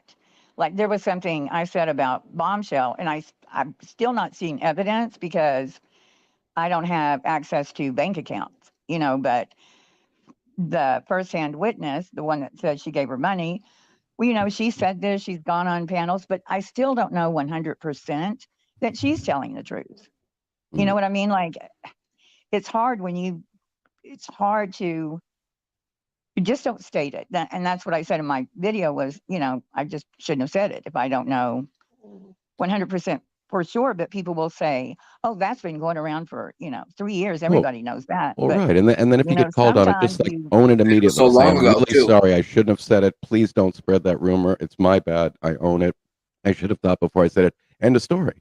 Don't start. I mean, I even heard that Avery, and then she's like, well, I hear these things about Queen Bee. Apparently she's done things too. What did that have to do with what she said on that live stream? And nothing. Regardless of even if that's true, it has nothing to do with what she said. Nothing. I wonder if she told the police that. Well, I heard things. So I'm in contact with my special resources. It sounds like the Chris McDonough game. I have access to 3-letter agencies and high-level professionals. Yeah, that is one of the things that she would do. She always had someone in the game. Like she would be, and I saw her do it several times in different chat rooms. They would be talking about, this is one I kind of remember, he was an officer in the Navy, and she'd jump up on panel and say, I just wanted to say that my uncle's brother is an officer. It's always a story, or she has a connection. Tell me about your people, Heels. Who are your people? Boston, tell me about your people. You got people, right? What kind of people? Right? You got You're people? Like Thug Life? Yeah, right. I've been around. He's old now, and he has arthritis and a heart problem, but who does? I can still find him. Oh. I don't What's think going on? in chat. That's the weird old lady of Ellie, justice. you don't ever right? tell us about your people. No, I have lots of people. Yeah. The real lady of justice in the chat, is that like the bad real lady of justice? Let me check. Is there a bad one? Yeah, Wait, there's like one no, that's the real one, because that's there was. okay. I was just making sure. Are you sure? Because that's the T things or the little things on the side, no, right? but there's the other one has his things too. Yeah, right, different there colors, is a bad right? one. I don't know. I mean, it's hard to tell. I'm not saying that this is like a bad comment, but Just jump on panel real quick. I mean, she doesn't State talk your like name, this. gangster. The other lady of justice, I think this is the fake lady, real lady of justice. Ask B Tim. B Tim will know. Tim, I don't he even knows see everything. it. There's like Tim's like a one that comes in mystic. I think he's a and mystic. I says think he's stuff lying like- to us. He's a mystic. No, it's a lie. I don't see it. I mean, State she your could name, say gangster. that. Who knows? I mean, you just never. She's funny, But that's there funny is you like said that because I've seen that who I thought was a lady of justice say something kind of weird, like right. not in her. Yeah. And I'm like, is that you? I think this is it because see how the A's and the D's are different, like the justice. I don't think really. You're gonna have to crime chat. I'm pretty sure. Tell us, gonna real have lady of justice. Give us a hint that it's you or not. I think she left. Whoever this is, This is the evil Lady evil. I think it's the evil lady of justice. I want to be The wrong side of the Hammurabi. If you scale. can be Lady of Justice, I want to be Hammurabi, the original lawgiver. Oh, it is. Let me up. It's me. Oh, she said. Okay, shit, I'm we got the sorry. real I'm lady sorry. just in I'm the gonna get in back. trouble. Hammurabi, baby. The evil lady of justice. No, she's here. It's her. Okay, good. It's her. It's the real one. I think I'm Because a. we're no. fucked, Oh, wait, what was the Monty Python character with Tim, where Tim was troubling. like the all-knowing, omniscient Tim? Yeah, you're talking about Tim the Sorcerer. Yeah. Yeah, that's I think that's part of the you. reason for the name, That's actually. who you are. Oh, really? Yeah. Are you serious? Yeah, I'm serious, Monty Really? Python. See, Yeah, I told Tim you the you were Sorcerer. sort of. You're We did like get real the lady justice Seems old trademarked. soldy. divine ombudsman. I just thought that was funny because I like that part. Tim the Sorcerer. That's right. Lady Justice Warrior. Okay. Oh my He gosh, had like she's, the, mad the, at me. the I'm sorry, goatee Lady and the Justice. staff of magic or wisdom or something, right? It's all Ellie's fault. Nah, I don't have any staffs. Glamour. You have a staph infection at least?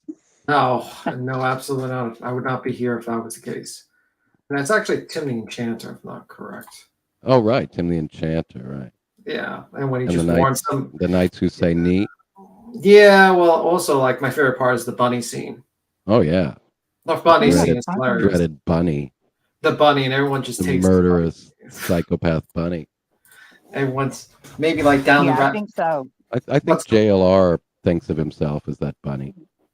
Like, don't What fuck with bunny? me. I am the mad bunny. No, I whatever the think heck like the down the deal rabbit is. hole is that bunny. Down the rabbit hole is that like everyone that bunny. underestimates. Yeah, Yeah. she's the bunny. Everyone Don't mess with her. underestimates her, and then when they go to her lair, there's just bones of like other content Yep. creators that Whoa. underestimated her, and it's just like she just decimates them all. That's I'm they In the should- best way. I'm the knight who's had all his limbs hacked off and is still sitting there going, "I will chew your ankles off." yeah. Just turned her Morby real quick. Oof. Where's Grandma She's, Sherry? she's the Oh, what's happening with Grandma? Holy Grail, Holy Grenade. Yeah, all right. She thinks we're all crazy, real Lady Justice. We are all crazy. I'm not crazy. That's the I'm only not reason crazy. I come up on this panel is because you're all freaking nuts, and I love I'm it. not You're crazy. Yeah. nuts in a lovely way. Okay, good. I'm not crazy at all. You people I'm not are crazy at all. You're Tim's the crazy. craziest. No, I'm not. I'm the No, sanest you're not person of them crazy. all. I'm crazy. I'm the sanest I I person mean, here. everybody's crazy a little bit, right? Yeah, And dysfunctional, right? No, not at all. yeah, just a tad bit. Lies, I mean, lies and that- misinformation. Yeah. Big, At least, nasty, see, real pointy Lady thing. Justice is agreeing with me, even though that. Thank you. Good. She's not I mad at just me. come up here to get away from my real job as Agent 007, international Yeah, man of mystery. because CIA, all your CIA missions that you Right. can't tell us about. Mm-hmm. Yep. I just like to hang out with the plebs from time to time to get away from my high Plebs. pressure international job. Top secret, of course. I can't share it with you. Hey, Skip, have you seen the latest on Chris? What he's doing? I think I got a little bit of a whiff. What's the briefing? What he's trying to get Don to sign on with the Cold Case Foundation. Don Like it's a different Wells? entity or something. Yeah, yeah. There's a God. recording of it. And did I hear Don and Candace hired Jim Terry? Is that true? No, that was a rumor. No. Oh, okay. See? Okay. That was a See, rumor. I thought I heard that here tonight. No. Or did I don't know where No, they were I talking heard about him, but Oh my God. Anyway, okay. So back to McDonough. Yeah. stop it. Sorry. So Don was on panel with Josh and Chris is all nice and civil with course. them, and I'm like, what? That's like fuck? Thursday. Yeah, I want to smack Don in the head and say, wake up. You know, Right. he's the But same. he goes on prayer it's garden. So Oh well, that was a totally different atmosphere. so anyway, than this one. what's his ploy? He's wanting him to sign. Well, yeah, he's wanting him to sign up with the Cold Case Foundation because they have so many resources Yeah, of that course. he could use. Well, where the hell were they for 2 years? Of course. They train know- American Indians and exploit them to take, probably their money from their coffers. Well, I found out what it is. I mean, I kept trying to figure out why are all these people on here? Well, they're members.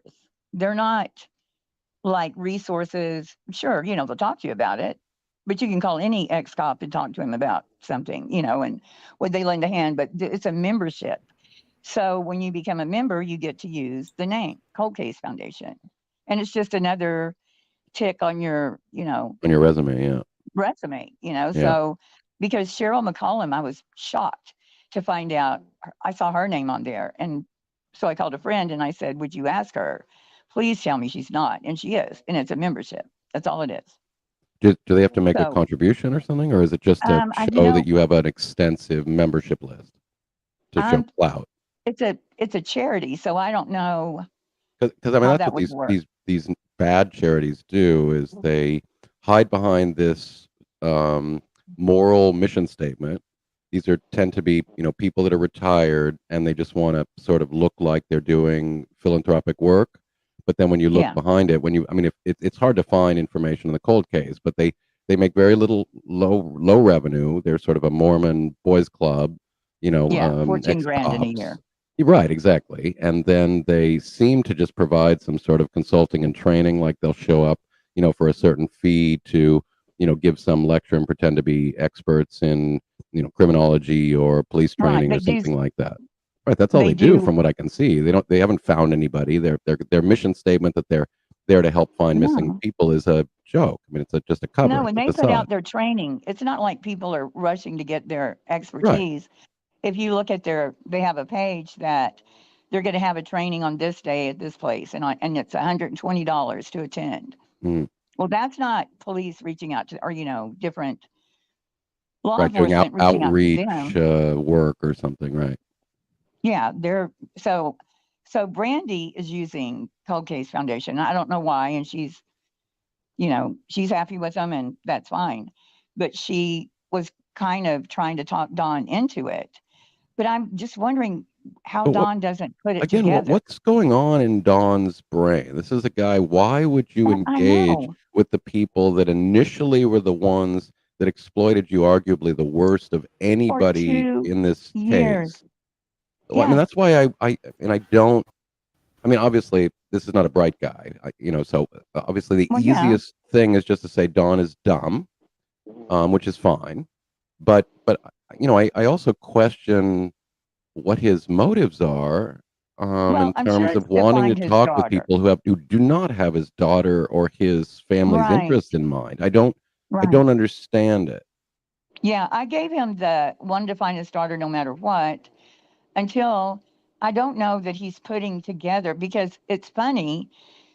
Justin was talking about it, Chris was talking about it, Josh was talking about it, and Dawn, talking to Dawn about it, but they never mention that Chris is part of it. So I think in Dawn's mind, he thinks they're offering a different company or something, like a different branch How do you of not law enforcement. know Josh I and don't know. I'm McDonough telling you. are using him? I mean, Oh yeah, how that can you part, be that absolutely. gullible? Yeah, that part I do think is like, the I last don't thing I know would what's do would wrong be with to the be guy. nice. Yeah, he And, tried to put him in prison for his well, rest of his life. exactly. And the whole thing with that night where he got arrested for the DUI and how sketchy that was again, as I said, it's a Thursday. If it's a Thursday, Chris is being his nice, pretend, sympathetic old Yeah. man routine, and then the next Yeah. day he's going to be dragging them through the mud and Well, because it looks like he's got a vengeance shtick out for absolutely. Dawn, and always Yeah, always absolutely. has. But I mean, And then, Dawn is not making his case look better by doing this. He never does. I mean, I see him as every time he does these interviews with these bad actors, and it gives me more reason to doubt I him. don't know why he does it. I don't. I mean, there's every good Yeah, I mean, reason it's to doubt his credibility and their credibility. But we are smart enough to know that you don't go after a family of a missing child without evidence because we live in the same ethical world. But no. every time Yeah. he continues to put his foot in his mouth and then go on these hack channels, it's like, dude, you're either, you got dropped on your head way too many times, or I don't know. you're a masochist, or I mean, I don't know what to say anymore. Well, even at the beginning of that stream, and I clipped it and I'm gonna play it or put it up later, but Josh and Chris are talking about Tim Mullins and Chris being on a bus and they're driving around, and it might be the mother, Candace's mother's bus. And Josh is saying, yeah, they're doing wheels on the go around on the, whatever. And he's kind of joking about it. And then Chris waits until he's finished and he says, well, hopefully they're not picking up little kids on that bus. I'm like, right. You don't even, first of all, know Tim Mullins, and he even said later, but it's on the same stream. Well, and That's and I've like talked about from the Laura beginning, to he me. definitely plays on the QAnon aspect of this community where you just, anytime you play Yeah. up the child trafficking or the pedo, Right. sorry, Queen, the That whatever the gets it P word going. thing. I don't worry about these things on my stream, but I know I'm not. That it screams to me of like marketing. Yeah, You it's just know that that's manipulation. going to appeal to normal human beings who go, oh my God, they're around us everywhere. They're following our But kids. that's They're the worst stalking them. It's just label. Yeah, yeah. that's I mean, it's so dishonest. I mean, I can't think of a higher burden of proof that you should need to have to support than calling yeah. somebody that name. Well, so Don said, Chris is kind of pushing him, and he's saying, well, if you want to find Summer, and Don says, well, he was getting ready to go to work, I guess. He was in a hurry. And he goes, but look, everybody's giving me a lot of grief and everybody's mad at me right now. And it was like he had people around him telling him no about that. And he said, we'll just have to talk about it later. And then Josh says, anybody that tells you this is not a good idea does not have your best interest. And then you see the chat thing. Oh yeah, This is a dude that should be in fucking jail for romance scamming and trying to get somebody to off themselves in my chat and sending razor blades to their home. And this is somebody hanging out with an alleged ex supercut. Are you talking about the lab? Yeah, wow. of course. Oh, did you read his recent post? It says, I want to be very clear about an issue I've seen arise. The narrative that I used Brandy Neal, the mother of the missing 5-year-old Michael Vaughn, to confront Don Wells on my show is simply not true. Fact of the matter is, Don Wells wasn't invited by me on panel. He asked for a link. Brandy Neal, after listening to Don Wells, asked to speak with Don. I never asked her to do it, like I never asked Don to come on the show. I stand by Brandy Neal and her family. I do not support the actions of the Wells. If you think these cases are remotely similar when it comes to cooperating, transparency, honesty, we have nothing to discuss. Thanks. This guy is the biggest drama queen I've ever seen. The only skill that dude has, he's actually better spoken than, like, unfortunately about 80% of the people, the bad actors in this space. Well, he plagiarizes, so that's probably why. He's a plagiarizer, right? But he's a plagiarist. But he's also he's a decently convincing actor. When I use the word bad actor, it's not for nothing. These people are actors, and how you cannot tell bad acting when you see it. This is a drama queen. This is a guy that, that's what he does. He wants to be a late night shock jock, wannabe Howard Stern, and he's relatively convincing if you don't know what this dude has said and done and is capable of, and yet he's taken seriously. And of course, he's just riding on the coattails of this old, frickin' alleged credible celebrity. How anybody recovers from the things that Josh from the lab was exposed for doing, it just blows my mind in this space. That's why it's like I need to get away from this space constantly, because it just makes me question reality and makes me become increasingly cynical. And you just watch all these nice people fall for it and go, oh, look at these lovely people who care about kids. Oh my God, you idiot. Yeah. I love you. I want to give you a hug, but fuck you. You're making it worse. Sorry, go ahead, Heel. They become so entitled, and they see I got by with that. Right. I'll get by with this. Of course. And then you're Molly, just right out there with it. And then, I saw somebody like with Ski Mask Andy, I'm going to rip people's heads off and kill them, and then, and please let me raise some money so I can go kill this person. And then people are apologizing and saying the people criticizing these people should know better than to go after, to what's it called, to poke the bear. If we are all afraid to go after these people because we know how they retaliate, then they get no challenge because we're all afraid of them, and they win. All the time. Well, Chris was challenged. Chris had, he doesn't see what he's doing. And he went after me with a real life private investigator and ran background checks, and I got fucking, FBI reports written about me for doing nothing but exposing these people for just being obvious liars. But whatever, that's the space we're engaged in. So it's like Jim Terry. Who wants Jim Terry on your ass? Nobody. This guy is frickin' relentless. He's one of the most horrible human beings on the planet. Right. Same thing with a person like Ski Mask. Chris, of course, is more dangerous because of his social clout connections. But if we back down to these people, again, I think Heels, you feel the same way. We'll take it on. And that's why I gave, the other night I was saying the same about Queen. When you take this shit on, you're taking risk, and I totally understand how if you have a job and a family and kids, you wouldn't want to take this on because it's just thankless. But at the same time, if nobody does it, these people are they win. And they win anyway. And that's what I'm saying about Chris. They do win anyway. And that's, the Cold Case Foundation, if it's such a highbrow foundation, why aren't they kicking him out of it? Well, and that's, exactly. And I exposed that as soon as they came and I think I used the metaphor of circling the what do you call it in the cowboy days? Circling the wagon. That told me everything about the lack of credibility of the Cold Case Foundation, because for them to be willing to stand by with what Chris was just exposed of doing after the Crow case, after the AK case, after the Nomadic case, after the Jamie Wilson case, the fact that they were willing to circle the wagon to defend their own turf and defend one of theirs. And whether one of theirs means cop or it means Mormon or it means combination cop Mormon, I don't know.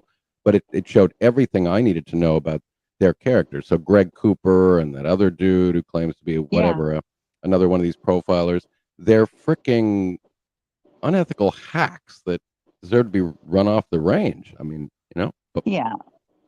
We pretty much found out that a profiler is a kind of a non-entity anymore, and for the FBI, you know, because they're not really. And it discredits all of the self-respecting law enforcement professionals who, like my uncle, who I do think really took his oath of protect and serve and being a community member. I think it meant something to him. And obviously there must be, you know, some percentage of cops who do take that oath seriously, and some that do it for power and the prestige that comes from a uniform and a badge and a gun. They can bully people and push them around and gain social clout from it. But you know, again, it's disheartening, and that's why, you know, I always worry about everybody's mental health, because we're raised to trust authority figures and to believe that, you know, people are credible. But when you're making money, especially like on social media, you should challenge and question everybody making a buck. That's like uni, whatever. I'm not going to speak badly about him, but it's just like my radar went up immediately. This is an opportunist. He looks like a dolly vision. He's got his little sexy show with his fancy tech and his headphones, and he's up there and he's doing the little frickin' late night show and making bucks. And then, you know, he's jumping into the true crime space and pretending to be Mr. Ethical and fight the good fight. And it's just like everything about the clickbait titles and the style and the attitude, and then showing up here while he's live streaming with his Cash App, you know, blinking on full display. It just screams of opportunism. Now, there are worse people than just opportunists, but somewhere, if you're going to dedicate your funding and your support to people, don't you want people that literally are sincere and literally care, and money is just like a byproduct of something that they care about? I mean, I know it's hard to distinguish. Yeah. And maybe I sound like I'm just preaching or something like that. No, not but at all. People get bored with the sincere and the good people. None Right. of them are making money. They want the sensational and the drama and the entertainment. So they're paying for that. But, and you know, they know whatever. they're creating it because they need it, because they know that it's a better seller than truth sometimes. Right. I mean, so it's like a commodity. I think that's great, and I think they should do it in every community except this one. Right? Not Because with there's not like when you're dealing victims and with- Like this is one of the few spaces I'm willing to come into and risk whatever being associated with somebody who might come up on this panel who could negatively impact on my reputation that I've tried to frickin' construct over my entire life. But you know, you guys, I get a really good feeling from you guys, whether it's Keels or Ellie or Tim or Queen, or Nonsense, another one, you know, I have respect for it. I feel like you guys are legit. Now, of course, you can all be fooling me, and you can all be just No, hacks. I think we have. I think you and I have good high. What is it? Spidey sense. Yeah. Well, I think so. I mean, I have tried to train my brain for 20 years I have as a good critical spidey thinking sense. educator, but Yeah, we can always get it wrong. And Yeah, we especially when somebody's But nice I'm to us. never wrong. I can You're tell never you when wrong? I have, like with Chris. Well, I haven't When been wrong when yet, I but hone in on somebody, I'm never Yeah. wrong about them ever. well, I Not that feel like when that it's too. that I just strong. don't want that sounds boastful. So of course I But I'm also recognize. wrong about people. Well, yeah, I I think are just good. know if somebody's Yeah. nice to me, I'm immediately I go to butter. If you're nice to me and you say nice things, I'm going to give you the benefit of the doubt, and then I'm like, this person likes me, and then I'm like a little stupid little puppy, and I'm like, somebody likes me. I like to be liked, and then I'm like butter in their hands if they're a manipulator, and you know, we always have to, and that's why I just try to keep myself away from the general population, because I sort of know that about myself. Well, and I think you should give people the benefit. Like I'll have people saying, "Why do you go to this creator? They didn't do it to me." You know, I mean, I haven't seen it, and there's so much bull that goes around.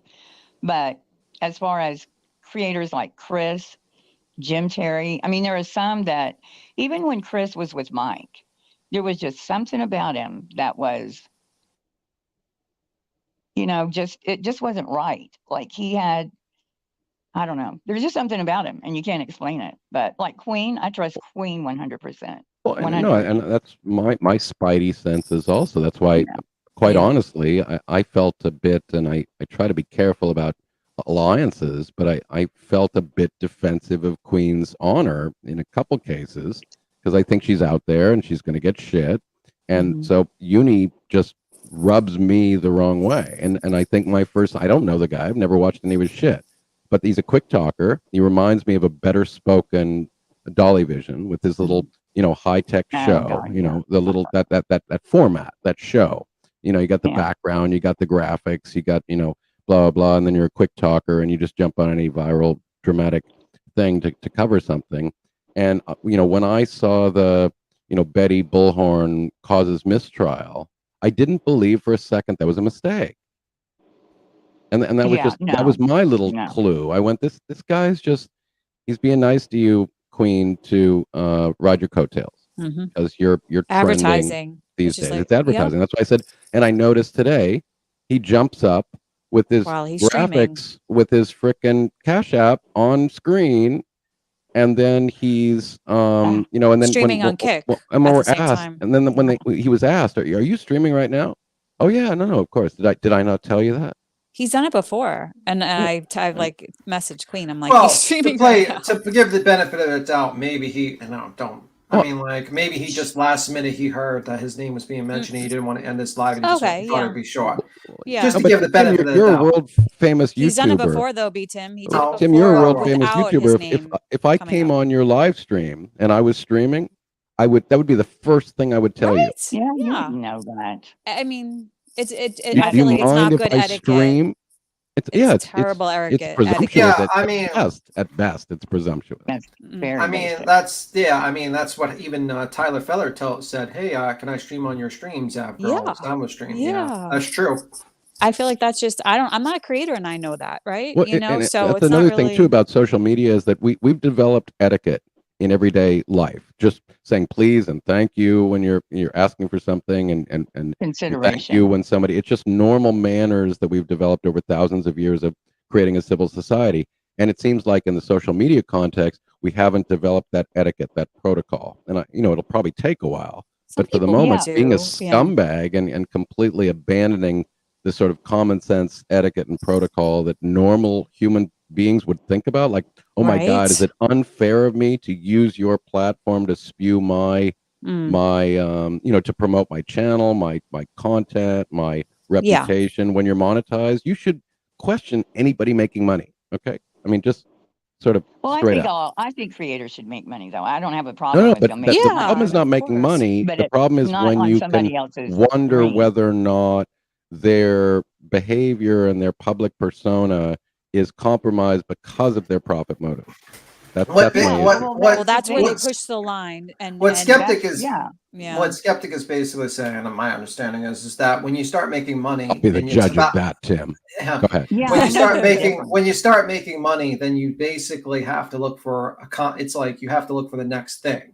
And you're not really talking about, sometimes you're not really talking about things you want to talk about. You talk about things that your content will be slowly changed based on how much money or how many people will watch. And that will happen a lot of times to a lot of content creators. And sure. Yeah. And that's why, especially if it gets big fast. Well, and exactly. And the thing that I've always worried about, and I worry about this, by the way, for people that are getting popular, is I also worry about your well-being when you're getting attention.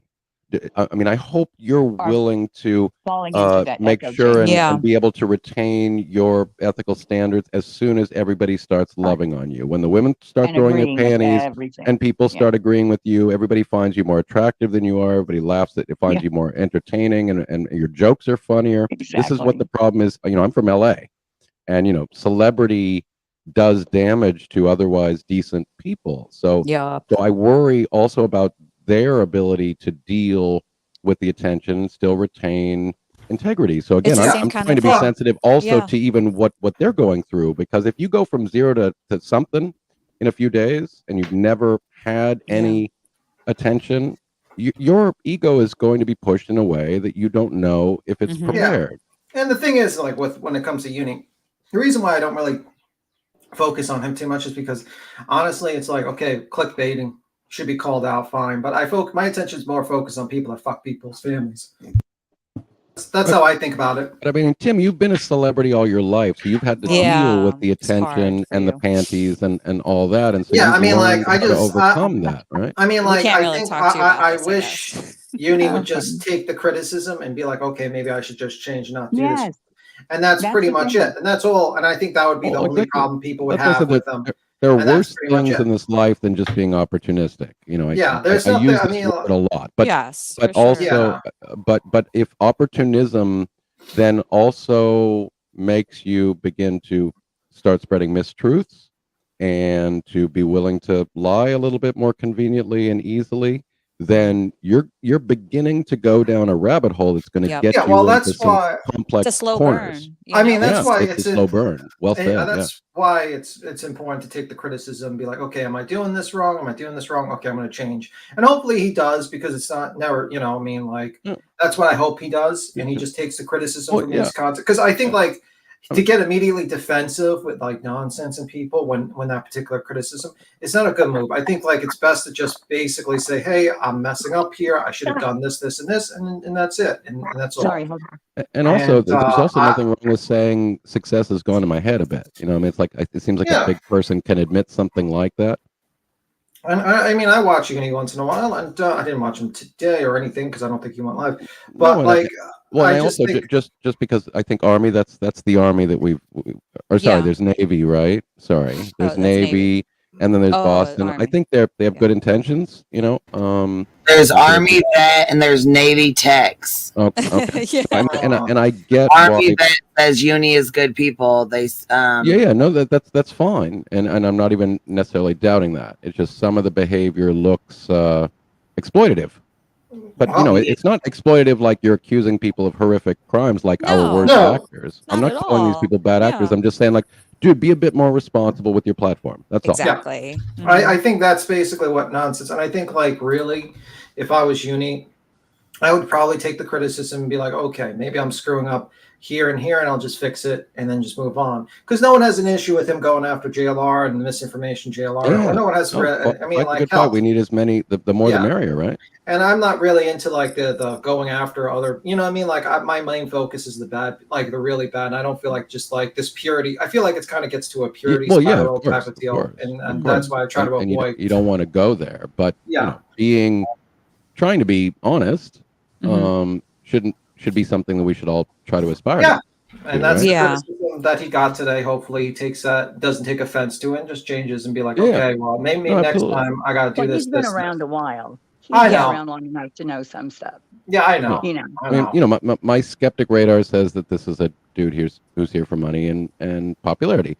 But that's all right. I mean, there are worse things in this world. That's fine. As long as you're not going after discreet. innocent people and spreading dangerous, harmful behavior, you know, or rhetoric and misinformation, then whatever, not a big deal. That's certainly not the focus of my work. I go after bigger when you start players. revealing messages that were private, for me, that's a big deal. Yeah, I agree. Yeah, I as didn't a like that. result, By the way, you might have parts of just that private been. message- You might have been. Yeah, exactly. You might have heels. You might have just been implied as having done something horrible, and I'm going live right now to spill that story because it's a great viral story that I'm going to jump on right now. It's great for drama views and super chats, and I'm going to publicly let you know that you are somehow implied. That just screams to me of something I would not, you know, that a healthier, more responsible person doesn't do. I mean, there's nothing wrong with holding off for 5 minutes or 10 minutes or an hour or 2 hours to frickin' go public with your goddamn. And he's been this around whole a needing to long go time. public immediately. It's just so fucking weird. I hope we're not seeing if you can't beat them, join them behavior. You know, like that's what it feels like. If you can't beat the bad actors, might as well join them to make money. Fuck that. Yeah, fuck that. I mean, like, I'd rather be homeless. No, some personally. people just have. I'm not speaking morals just and that ethics on. Yeah, I'm not speaking that on Uni. I'm speaking of like other creators in general. who do this, like Avery. Okay, I'm going to say it like Avery the last few Indeed. days. What is this? That was a breakdown. No, I don't a think mental that was- breakdown. I think. Yeah. I just again, I'll just use a simple example. Not that there aren't other people in this panel who are like that, but like Ellie. Does anybody expect that tomorrow Ellie's going to come up back as a sensationalist drama queen who's I gonna, mean, she did come up here and said, she said some spicy opinions earlier today. So Just like I mean, talking my opinion, though, I mean, like, holy fuck. She came up like, here. She's like, I don't think there was a letter. my There is skeptic no letter. radar, I my felt skeptic it when she radar is said it. impotent when it comes to Ellie. I'm just not feeling it, you know. Thank you. But anyway, no, I I felt got it, Ellie. You I gotta got to skedaddle. skedaddle. Yeah, Queen. I got to Okay. see you around. See you around, Queen. Bye. Bye, B10. Skippity-doo-dah. Happy Tim. Yeah. Thanks for Yeah, I hanging out. know creators. I know creators that are like in the true crime space and they're getting like 300 a night, views, and they're watching other people just trash each other and get over 1,000. And we'll sit I there get and go, like what can we 9 on a do? good night. Heel. Well, but it's funny because she wants to, she's like, I don't want to get in the drama because then that's where you go with it. You see that helped a little bit. And then, I mean, I think you know what I'm talking about, but she would never do it. I mean, she just never would because she has ethics and morals and, cares But about lots of people in this space don't, it seems. They And don't. they just. Or they slowly And lose don't them. forget monkey see, monkey They do. Just do. Yeah. a real Because well-known how phenomenon. You just frustrated look are at what's we? working. You hear how what's frustrated working. we are, right? Yeah. And sometimes I know we all think, oh, that person doxed this person. Well, I'm going to dox that person, but we don't do it. These No people way. do it. Yeah. You can't stoop to They people's just, levels. they Right. cross that line. Mm-mm. That's exactly what they're doing. It's sickening. But they know It that is. too. Like Betty and JLR. JLR says I've stalked him for 20 years or whatever. No, I just research. I mean, you're everywhere. And I would never call his mother. I would never call Betty's mother. And they know No. that. They Yeah, there's know like that. lines that you don't It's cross. like a And one so, upper. Right. Yeah. yeah, they go after the people they know aren't going to smack back because it would be easy to if I didn't Yep. give a Right. shit. Well, right. And I know? mean, I just always use the example of, that's why I say we should also care about the well-being of the people that fall for it. If you know a bit about human nature, I mean, I worked in the corporate world for a very long time, and I saw people who came up who were yellow, or green. What's the word? Green, I guess. Whatever. Amateur, rookies. Amateur. Yeah. And they came in and they had studied to start this new career, and they came in their fanciest outfit, and they were trying to watch their language and be a professional. And then they looked around the room to see who was getting attention, who had the most social clout, who was making the most money. And I saw these innocent babes, to use a sort of stereotype, who then over time just began to parrot and mimic very dishonest ethics, like not sharing information, being arrogant, being excessively assertive, just sort of banging your chest. And I just, it was sad for me over my 25 year career to see that what was happening was that bad ethics were winning. Yeah. And the hardworking, responsible people who came in to just do a good job, and they believed in this sort of an old world ethic of you just work hard and keep your head down and be honest and sincere, that you'll be rewarded. And then they looked around and found out that was not enough. You need this sort of rhetorical approach to frickin' impose yourself and assert your will. And so then otherwise moral, responsible, ethical people increasingly began to adopt the method of those that were in power, and then they became carbon copies of these other political monsters, these opportunists. And it made me sad because it's like I knew these people. I saw them when they came in on the ground floor. They had standards, they had principles, and now they were able to justify it because the incentives were so enticing. You're going to get everything you want in this world. Everybody's going to love you. You're going to get status and money and reproduction opportunities, right? And have an impact in the world. And it just right. And it's just these people are not thinking through the impact on their, I hate to use the word soul, but their soul and whatever. I mean, I sound morally sanctimonious, and I get that. It's just like whatever. I think these things are important. Be true to yourself and to not, and like sometimes you sacrifice an opportunity, and it means you don't make as much money. You don't drive as fast a car. I look at some of these people and I think they think they're so smart because, and I'm not saying this or that about Benny because Benny is just I'm not trying to talk bad. I'm just saying Benny got ahead really quick. Like he started making a lot of money, and then there are other people. I don't know why Benny came to mind, but Molly, Betty, JLR. I could do that shit so much better than them if I didn't give a shit. You know what I mean? Like they think that what they're doing is so brilliant, and it's not. It's just a lack of. It's like they're playing a game, and they aren't real people out there. Indeed. You know, and that's where my line gets crossed. Yeah, because they're not that great. I could make better, clickbait, and I could make up better stories than they do. But I just happen to. Again, I mean, I've spent my life trying to understand human nature and tribal tendencies and the power of rhetoric and all these sorts of things. And it's like, we all make the joke in the scientific skeptic world. Like, if we only didn't have ethics, we could just sell fucking supplements and make a fucking fortune, right? Yeah. And then we could just use the ends justifies the means rationale for your behavior.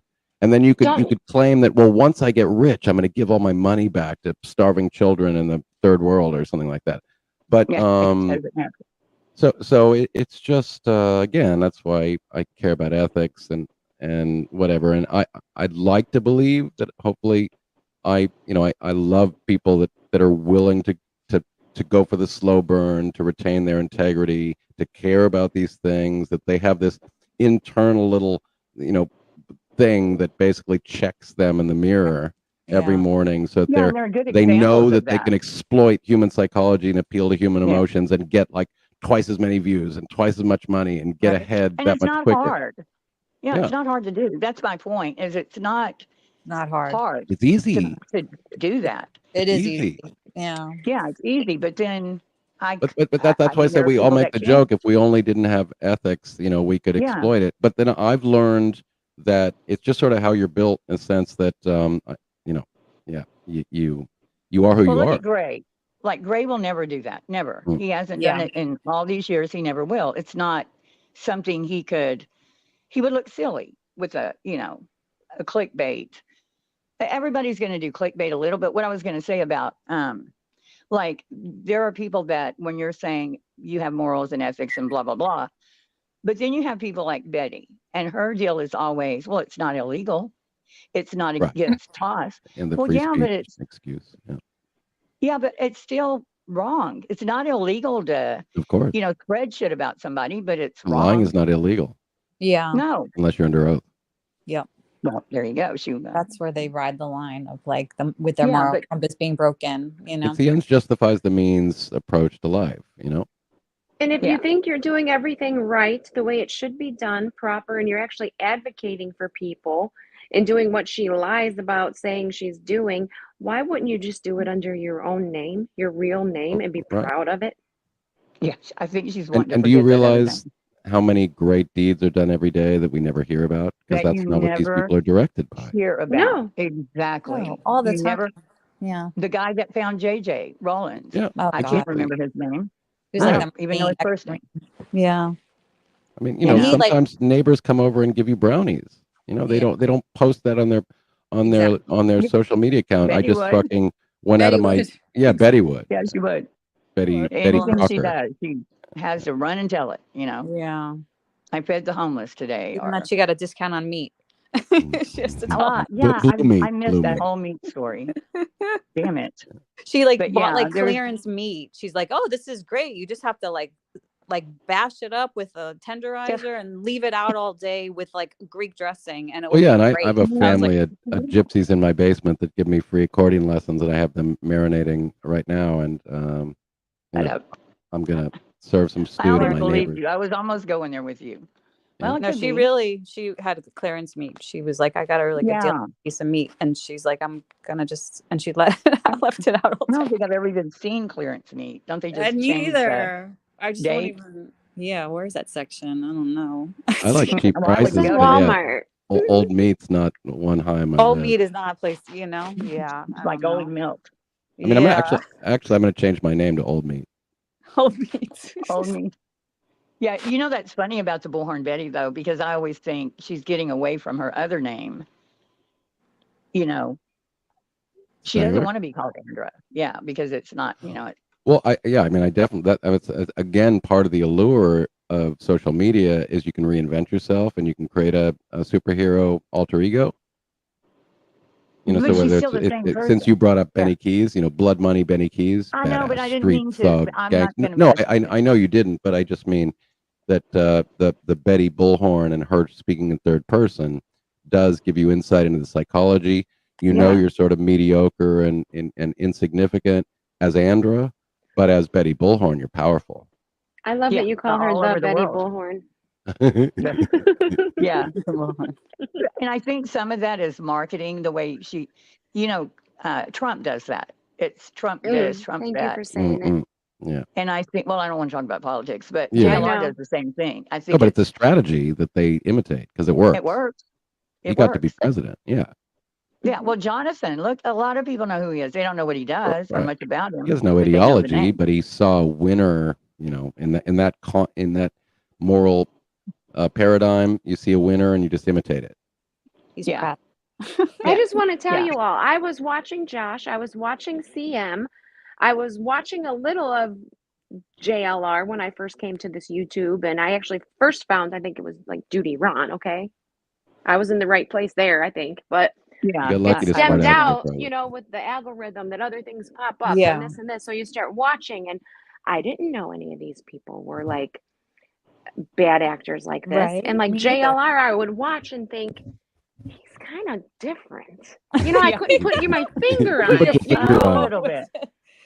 like He's a little You different. know, it's like cognitive yeah, dissonance. and it's like I always say now that. that you know Yeah. the things, you're just like, holy I shit! think he My wears. body was I telling think he me wears something, but Depends my out of mind choice. wasn't listening. Yeah. You know, I think he like does you too. knew something was off, but you didn't know Yeah. what.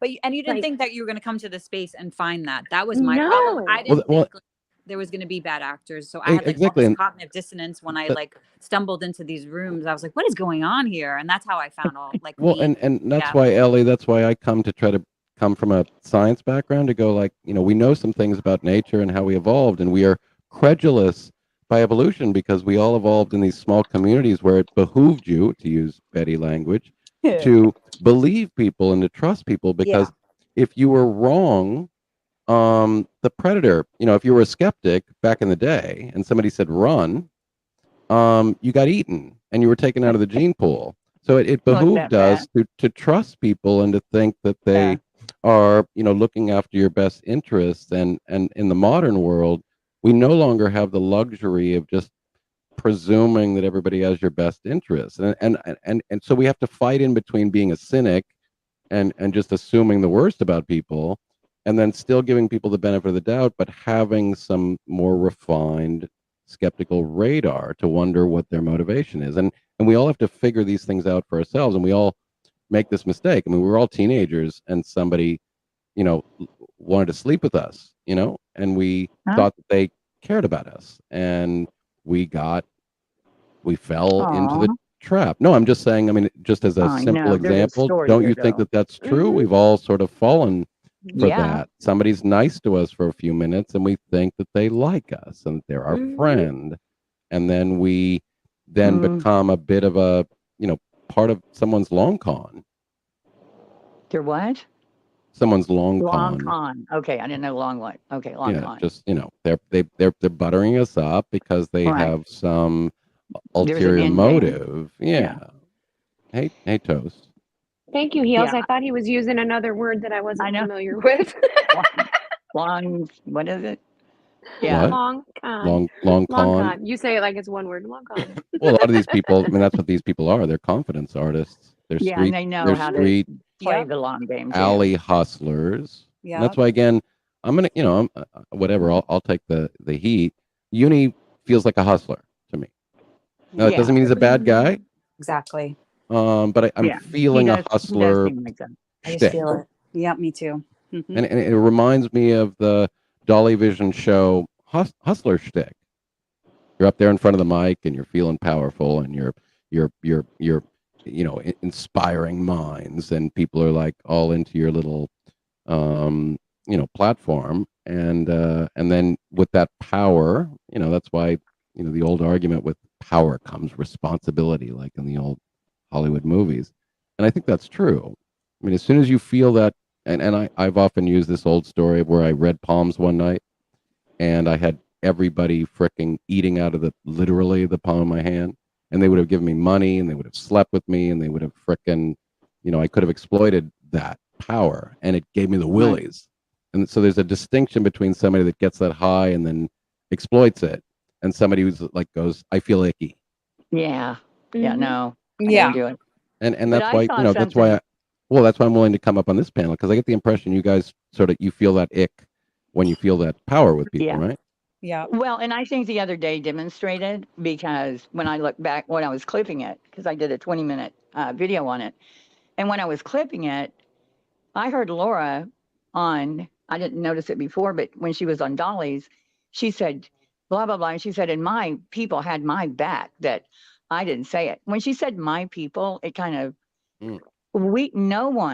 not one person on that panel was going with it. We were, even though every one of us can't stand the bitch, and good every one of us, said good catch. Yeah, that's telling about what this person. And I mean, the thing I noticed about Laura from the beginning was she talked about everybody's views. She talked about everybody and how much views and people in their chats they got, and how much super chats and all these kinds of things. Right? Yeah. And I'm like, this is somebody who's here for moolah, people. Don't confuse it for anything else. Yeah, but she's crazy. She'll turn around, and after she goes through Queen Bee's buying likes, and she couldn't have this many views, and I did the math, and blah, blah, blah. And then she'll go, but I've learned that it's not, you shouldn't count people's views. And that's what Queen does. Like, bitch, you just said it 5 seconds ago. Like, you were doing that. That's the kind of mind that kind of, but I was going to say about Uni, when House of Williams was in all the trouble a couple of months ago, and everybody hated on her, and if she went in anybody's chat, that creator got bashed. Well, he was kind of going into House of Williams, and like everybody else was, he was not, I can't remember what she did that happened at that time. I think it's when her and Molly split up. Anyway, he was going to go like everybody else was, saying this is bad. Well, she pops in, and I think she super chatted him like, it was a lot. It was maybe $50 or something. And oh my God, he loved her. Like, from that very moment, she's for the great, record, I super chat Heels to totally direct all our content curation decisions. So it's like, I threw her $500. I'm like, I think you should make a video on this, Heels. Right? Yeah. That doesn't happen, right? But no. Sorry, well, I'm just being an asshole. Get them, I know. But that right at that moment, I went, oh my God, that's what that alone, he changed his whole entire story, or the direction he was going. And for the rest of the hour or whatever, he was talking her up and saying she's this, and he didn't even know her, and it was that one super chat. And I get it that you want to thank him for doing it. Well, right. But I mean, I've talked about for a long time, like, for example, using crowdsource. The problem with using crowdsourcing as opposed to an employer. I mean, I've only known about putting on a suit and having an employer, and they're my owner, they're my master, right? Right. But crowdsourcing means that your viewers are your owners. Yeah. And if you're ambitious, then of course you recognize that. And that's the reason why I've always been a bit reluctant, because I would want to say, like, look, if you want to sponsor me because you think what I'm doing is value added, then by all means, I'm going to appreciate any contributions you make. But please, you don't own me. You need to respect me enough to let me make the choices on the content I cover. And if you think that your donation is to control what I can and can't say, then please retract your support, because your support should be to allow me to be independent. And this is the problem with crowdsourcing, is then you become basically at the whim of your audience that says, hate this person, like this person, cover this, don't cover that, and then you've lost your autonomy. Yeah, but I see other people that don't do it at all. Like, actually, Burnt Toast will say, is it Burnt Toast or Jenny? Jenny will say, stop it. Stop giving me super chats or whatever. Well, right. And they'll recognize it, thank you. But then they don't go on about them for the next hour, about. Yeah, I just changed my always mind. said, like, if you ever start disagreeing with me, just like send me a message and say, I donated $50 to you over the last year. and now I don't like you. Here's your money back. Okay. Is it the money part that makes it weird, do you think? Here's your fucking, well, yeah, because it compromises people's integrity. It changes your mind.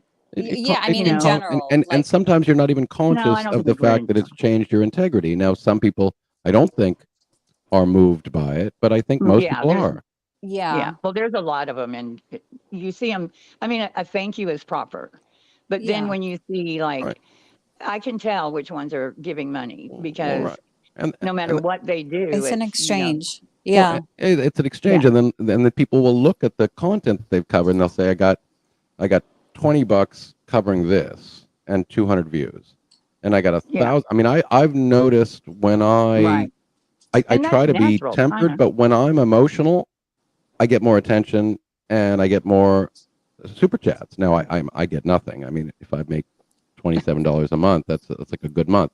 But I notice the difference that when I'm passionate and I raise my tone and I'm assertive, people respond to that, and people recognize these things. So they look at their metrics. They're here to try to make some money, and they go, if I cover this and I talk about it thoughtfully, I get 100 views. And when I'm sensationalistic and I'm passionate and I'm emotional, I get 1,000 views. And I'm covering drama, whatever. I get 10 times more attention and 10 times more money. That's going to pervert your instincts. You're going to just be drawn to want to do what is working for you, and that may put you in the awkward position where then you might be willing to sacrifice your integrity for the attention and the money. So I know it sounds preachy. I do think so in some cases, but in other cases, like if you're covering something that it doesn't matter, you're not hurting anybody by covering that person or that subject, and you make a lot of super chats or whatever, get a lot of views. If it's not hurting it, like I think anything you do on Summer Wells at this point is ridiculous. That's all you're wanting is money. You're not for a year and a half, for fuck's sake. But indeed. Yeah, but and I don't mean to keep using burnt toast, but she can cover Shani or Betty, or the other night she covered Avery, and she always gets a lot of people because they're interested in it, and that's why she's not covering Tom Thumb. I mean, she and by the way, you can be opportunistic and make money as long as you're covering the right topics and you're making the right arguments. So this is where things get more complicated. Well, exactly. But this is where it can get complicated because you can be getting the feedback from your audience and covering the right topic, and that can be what is driving you to cover these topics. But as long as you're making the right arguments and you are covering it thoughtfully and responsibly, there's nothing wrong with making money. My issue is when you are my issue is when you're compromising what I would consider sort of objective ethics and your own integrity. No, I think it's natural to do. That's the thing, and that's where it gets complicated, right? That's what happens in the space. I think the veil drops. There's tons of people that are opportunistic and they're going after viral coverage of topics, but they're doing at least it justice. They're making the right arguments and they're covering it thoughtfully, and they're evidence-based, right? A good example is Chris. Like right now, he's trying his best to get back on Summer Wells because if you scroll his numbers, he does nothing unless he's covering Summer. No other case gets him anything. Instead of building another case, because Summer is going to only last so long. It's pretty much done now. Well, that to me is the difference. He's in it just for the quick money, the easiest money, than to really help somebody else like Daniel by the way, Robinson. Did you notice that if you add in the two, is that her whole name, by the way, Moon Utah? Or is that her full name? Summer Moon Utah. Yeah, that's her name. That's her actual name, right? So Summer I mean, like, Moon, Utah. It seems to me that Prayer Garden has made her entire living by referring to the two middle names of this missing girl. Like it's like more salient if you say, I don't just care about this cute little blonde missing girl, Summer Wells. I say Summer Moon Utah Wells, and then I pretend, and then I play to the piety audience. This is God's website, and this is her channel. It's not mine. I mean, if you buy that, given her behavior, but she has a consistent following. I mean, oh yeah, well, she's got a pious crowd. She's got, you know, a naive, unsophisticated crowd, but that works for her. Yeah. Yeah. I mean, they're like, I don't know. I don't see how Chris still gets anybody, but my example of burnt toast, I hope I didn't say it wrong, but I think she's a perfect example of someone who's not swayed by a super chat. Like I've never seen her. Well, that's why I like, well, even if she does enjoy the feedback, the views, well, she gets the feedback in other ways. Yeah, she gets a lot of people in up there making the right arguments. So, you know, I mean, it's easy for me to be on board because I'm just like, it's mimicking what I consider to be the best sorts of ethical and evidentiary standards. So that's why, you know, burnt toast for me is a good standard. And I've made the joke in the past. I find it funny that the lol cow covers came into this space and they do as good a content as any of the hack true crime channels, you know? Yeah. And to you the same, Heels. I mean, you know, you stick to the facts. I get the impression that, you know, your popularity is secondary. I mean, you know, I'm not going to be a fool and think that you're not driven by the attention you get and the fact that people say you do great work, and there's nothing wrong with that. But you stick to your guns and you try to, you know, again, everybody uses receipts. You bring receipts and you try to make a case, and hopefully you would be open to you feeling the pressure of the popularity, and then just getting over your skis. And so, like, you know, someone like me or whatever coming going, Heels, that claim was a bit spurious. You know, your argument was a bit weak. I'm not getting that impression from you. You're just treading along, doing your thing, and you keep bringing the goods. And I do enjoy my people. You know, but you know what I mean? I just, you know, I try to make a distinction because it's not about that people don't deserve to make money or they shouldn't keep riding a wave that works. It's about how you do it. It's about how you do it. Yeah, I just enjoy it, and I enjoy watching other creators that enjoy it. And again, trying to say this right about burnt toast because I think it like she talked about Avery, I think last night, and she gets all these people know she's going to put on a good show. You know, they're going to be interested from the time they get in there until the time they leave. Where there are other creators that keep jumping from one to drama to the true crime and then back to drama and then they mix it up. They're not ever consistent. And when you build your audience to be consistent without having to kiss somebody's ass for it, and that's what I meant about the super chats, is you thank them, but you're still going to keep going in the direction that you know works, you know, and it works for you because you enjoy it. And well, right. And my stupid little insignificant role in this space as somebody who's totally irrelevant. Yeah, you don't get enough attention, Skip. Well, no, yeah, but it's whatever. It's my you like it that way. In my long form thing. People don't get you. Yeah, but whatever. It's not a big deal. I'm sort of used to it. You're blushing. But what if I have any role at all, it's that I just want people to be consistent and to then also branch out to other people who are doing the same thing. So to make sure that you're being consistent across the board, even if it's somebody that might like hang in your crowd. Like, for example, Queen is all the rage these days. Burnt Toast is all the rage these days. Heels, you're all the rage these days. And you guys are fighting the right fight. Deets. Yeah. And I definitely would, you know, want to throw in my support because you guys are better at it than I am in terms of having impact and being able to create the content. You all serve different roles, though. Marketable. You know, but my role is just like when I see people in this space that are fighting the right fight and they're ignoring something right in their face that's exactly the same, that's when I feel like maybe I can jump in and go like, are you giving that person a free pass? Because if you're giving that person a free pass because they're hanging out in your room and they're throwing you some money and they're giving you some love, then I'm and you kind of don't want to going, call them out because you're too yeah, buddies with them well, and you can't exactly. see the dysfunction because you're too Exactly. close to it. Yeah. Exactly. And Mhm. so that's, if I have any role, it's a bit of that consistency. So let's like make sure that we are for principle and not just for low hanging fruit. Because like going after Betty and Molly is easy. Every day Too they easy. speak is just easy fucking pickings. Yeah. So it's like you're there are other people in this space that are more nuanced. They're more subtle. They're a little bit more sophisticated than the Yeah, there's BHBs plenty and of the other ones to Mollys. go after. Oh, And plenty. like and make sure that when they do it, and no, I'm not saying we can, because I get that shit all the time. Like, why aren't you going after this person? I don't even know who that person is.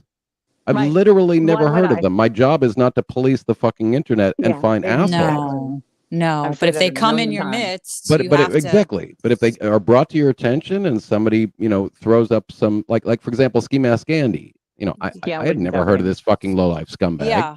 And I only noticed him because of fucking MGL. And then I went, I this mean, they have dude's to have fucking a some threat. kind He of needs to be fucking taken down. yeah, they And have to have then some kind of entertainment value, some kind of even yeah, a smidge of entertainment value, you know, mm, like tribalism JLR. nonsense. Indeed. Tribalism. Mm-hmm. So Yeah, I and wouldn't this is cover why Ski Mask Andy. well, and one of the topics that I've brought up a lot in my lives is when I've talked to people that once followed bad actors and they've seen the light for whatever reason, either that person betrayed them or they just whatever had an epiphany. The argument that I often hear is, well, they were really good to me. And some people will even say things more personal, like I was going through a really hard time. I was new to the internet, and they were caring and loving to me. Yeah. And it's like I totally get that, and my human compassion and empathy is, you know, in full alert. Like, oh my God, I totally can understand how if you needed a friend or something and somebody was there for you. Yeah. But then when you recognize that they're harming other people and they're spreading misinformation, your integrity and your character is now going to be on display if you can freaking overcome the fact that this person has been nice to you. I mean, have we not all had somebody who's fucking kicking dogs or being a piece of shit who's nice to us? I mean, you know, and again, back to I hate to use the romance thing, But a lot we've of times slept they're with people like manipulating. this. You know, don't know whatever. them though. Like, you know how Well, you don't know somebody for 3 months, like when you're dating them, like after a month and then after 3 months and then after, you know, like those times, like you don't really get to know people, especially on the internet, like right away. Like we can't just come on here and know that this is the bad actor and this is the good actor. Well, you have to exactly. figure it really out. good actors. So it's hard to call out people in your crowd. It's hard to call out people that have been nice to you, and I get that. But that's the whole point, is that That's calling life. out people you already don't like. That's what we all do. That's the easy part of the critical thinking exercise. Is you already Yeah, this but if the person just people I rubs you the like wrong did way, but being something, able to do it in the people in your midst who have been nothing but nice to you. I mean, I've had people, you know, whatever, hang out in my chat and say nice things, and then it's kind of like you're going like, but I'm not your ally, bro. And it's hard to be able to do that, because then you know that you just made a new enemy the Those moment you parasocial decide to relationships all right over the the place. parasocial indeed Mhm. That's whatever. that's what I'm going this to is shut all up. over I'm the just place. saying No, it's consistency is important, and it's and the hard. patterns are important too. Like it's not just like, okay, you did this, we're going to judge you. You know, I think it's like when you see patterns of behavior with people, that's when you have to, you know, that's like when, and like when they're in your midst. It's not like you're going out looking for these bad behavior. You'd be so busy that you never sleep.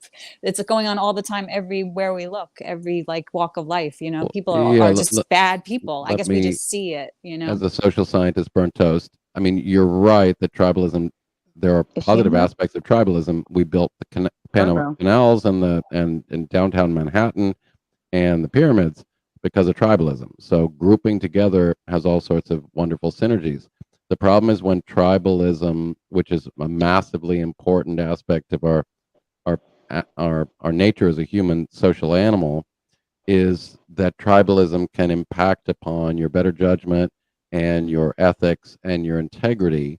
So being able to overcome the power of tribalism is important. Now, not all tribalism leads to cultism, but it is important to be able to recognize that that tribalism is pretty much one of our worst enemies. It can also be a wonderful thing because we can ally. For example, we're being tribal right now. Okay, so we're coming together. We're supporting each other that are fighting a similar cause, and we have the power of numbers, and that's a good thing. This is the best benefit of tribalism that there is. But tribalism can also completely invalidate your ability to be an independent thinker, be a skeptic, and to be able to notice bad behavior that you are essentially co-signing for in your space. So we need to be careful when we're under the spell of tribal. I think you're it's using been it in since the the theologic Stone Age term, that there have right? been tribal, you know. Sorry, Heels, tribal. what? I said it's been since like the Stone Age, right? I mean, there's always been Well, it's groups. just that's what we are. Yeah. Yeah, we're a tribal animal. I mean, belonging is the most important aspect of being a social animal. So we long for being accepted by others more than anything, for sexual reproductive opportunities, for social status, for just the power that comes with numbers. So we all, unfortunately, need to be a member of some club. The problem is if your need to be a member of a club completely overrides your ability to be ethical and responsible and an independent critical thinker, then you are at the whim of the power of tribe. Yeah, I see. It's a slippery slope. Yeah. It's hard. I mean, we all have to fight that. Again, who the hell wants to Well, it's so abandon hard somebody for who's being people. nice to us? Who the hell wants to do Yeah, that? and like I'll go into different chats and I'll see different.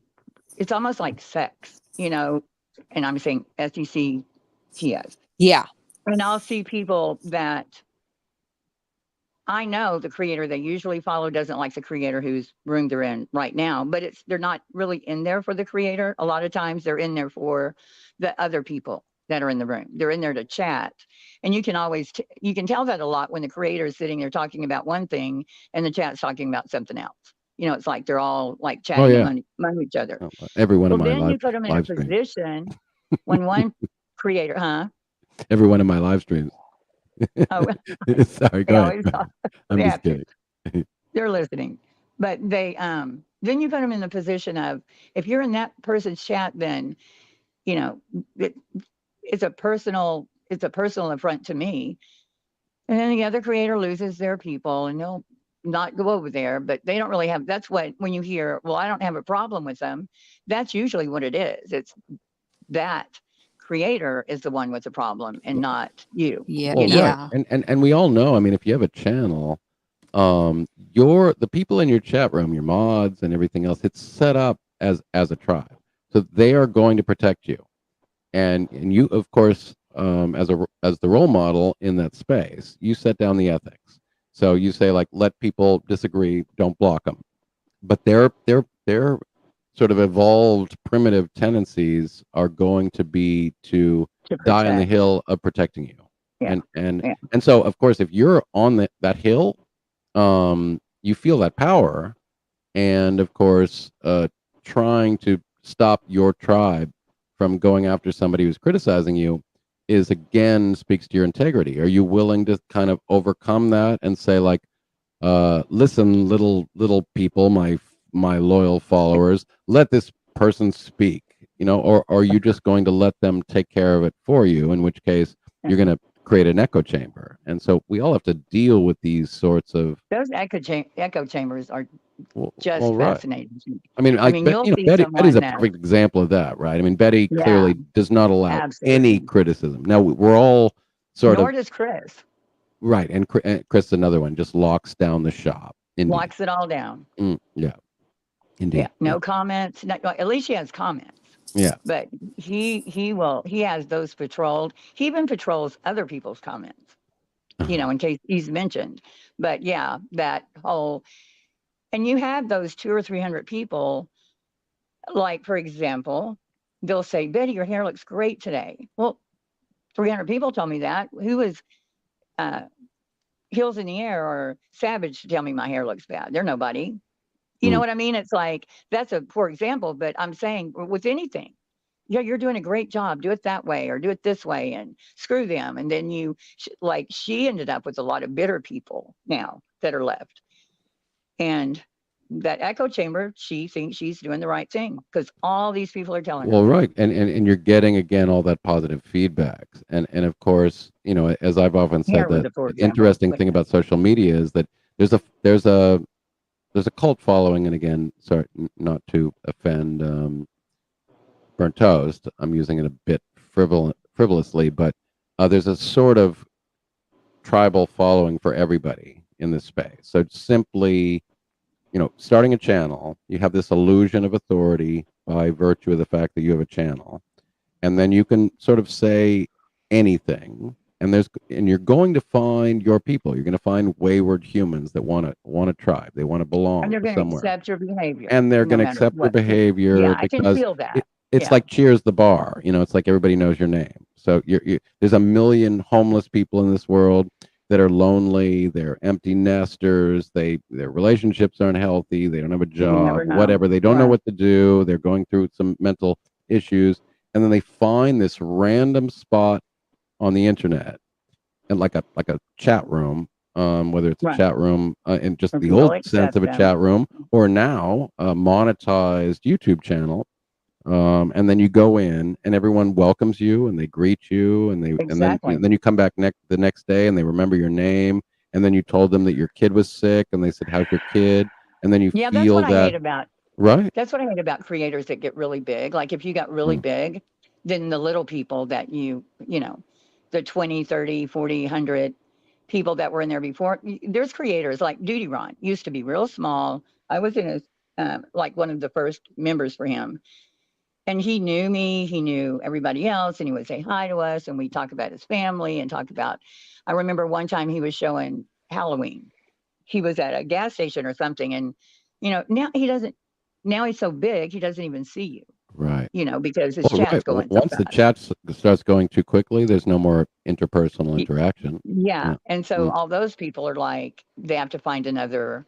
Right. And that's when the super chats start being the means by which you can get the attention of that person. Have to. Yeah, at some point you have to. Right. Because you have to recognize them. And some people, when you have 200 people in your room and you're not going to answer anyone unless it's a super chat, then that's not good. Yeah, right. That's that ski mask Andy scumbag. I was bored at 2 a.m. and I was doing a little sociological case study, and he put up these text and graphics over his live stream, his video feed, and then he said, if I get $10 in the next 15 minutes, I'll come on live stream. And he was like extorting his audience. Like, I will come on live stream and show you my face if you give me some money. And it's like, holy shit, right? I mean, Gray does that with his jail bars. I mean, that's cult-like, but that's cult-like. Yeah. No, I get uncomfortable when he does that, to be honest. And he's giving some to Yes, charity. somebody brought that up the other day, and I don't watch Gray. I've interacted with him a lot. He's come up to my panel a lot, but that's weird. He is giving part to charity. No, apparently he's giving to charity, but that's still weird. You're like, I'm such a fucking stud, and you so want to fucking, feel comfortable in your skin by being able to be in my presence that I'm going to get you to give me money $10. before I fucking show my face. That's a bit creepy. It is creepy, but that kind of stuff, I don't like him because of who he is. If he were just some joker on here and that's how he made money and people gave it to him, I got no problem with that. But when I get that curmudgeon thing. I judge him by his coverage of sensitive and serious topics. That's I don't judge him for his personal skills, which are arguably on the spectrum. Come on. And a bit curmudgeonly. Yeah. $10, really? Yeah. And again, I think you feel the same heels. You're not going to cover somebody who's got some peccadillos, some idiosyncrasies, some odd little personal quirks, right? It's like, I mean, you're either like putting people at risk or spreading misinformation or creating, or being criminal or whatever. It's just like, oh, wow, yay, somebody's wrong on the internet. Someone's stupid on the internet. I think we have better things to do. Yeah, and like, hey, Mom, I can't go to bed because somebody's wrong. And I don't want the people in my comments that come from his chat room you know, like, I just don't want them in my comments. Like, that's kind of your space. You know, I wake up every morning and I read my comments. And those are, you know. You don't want to welcome in certain creators, people. Yeah, Betty I people understand. come over.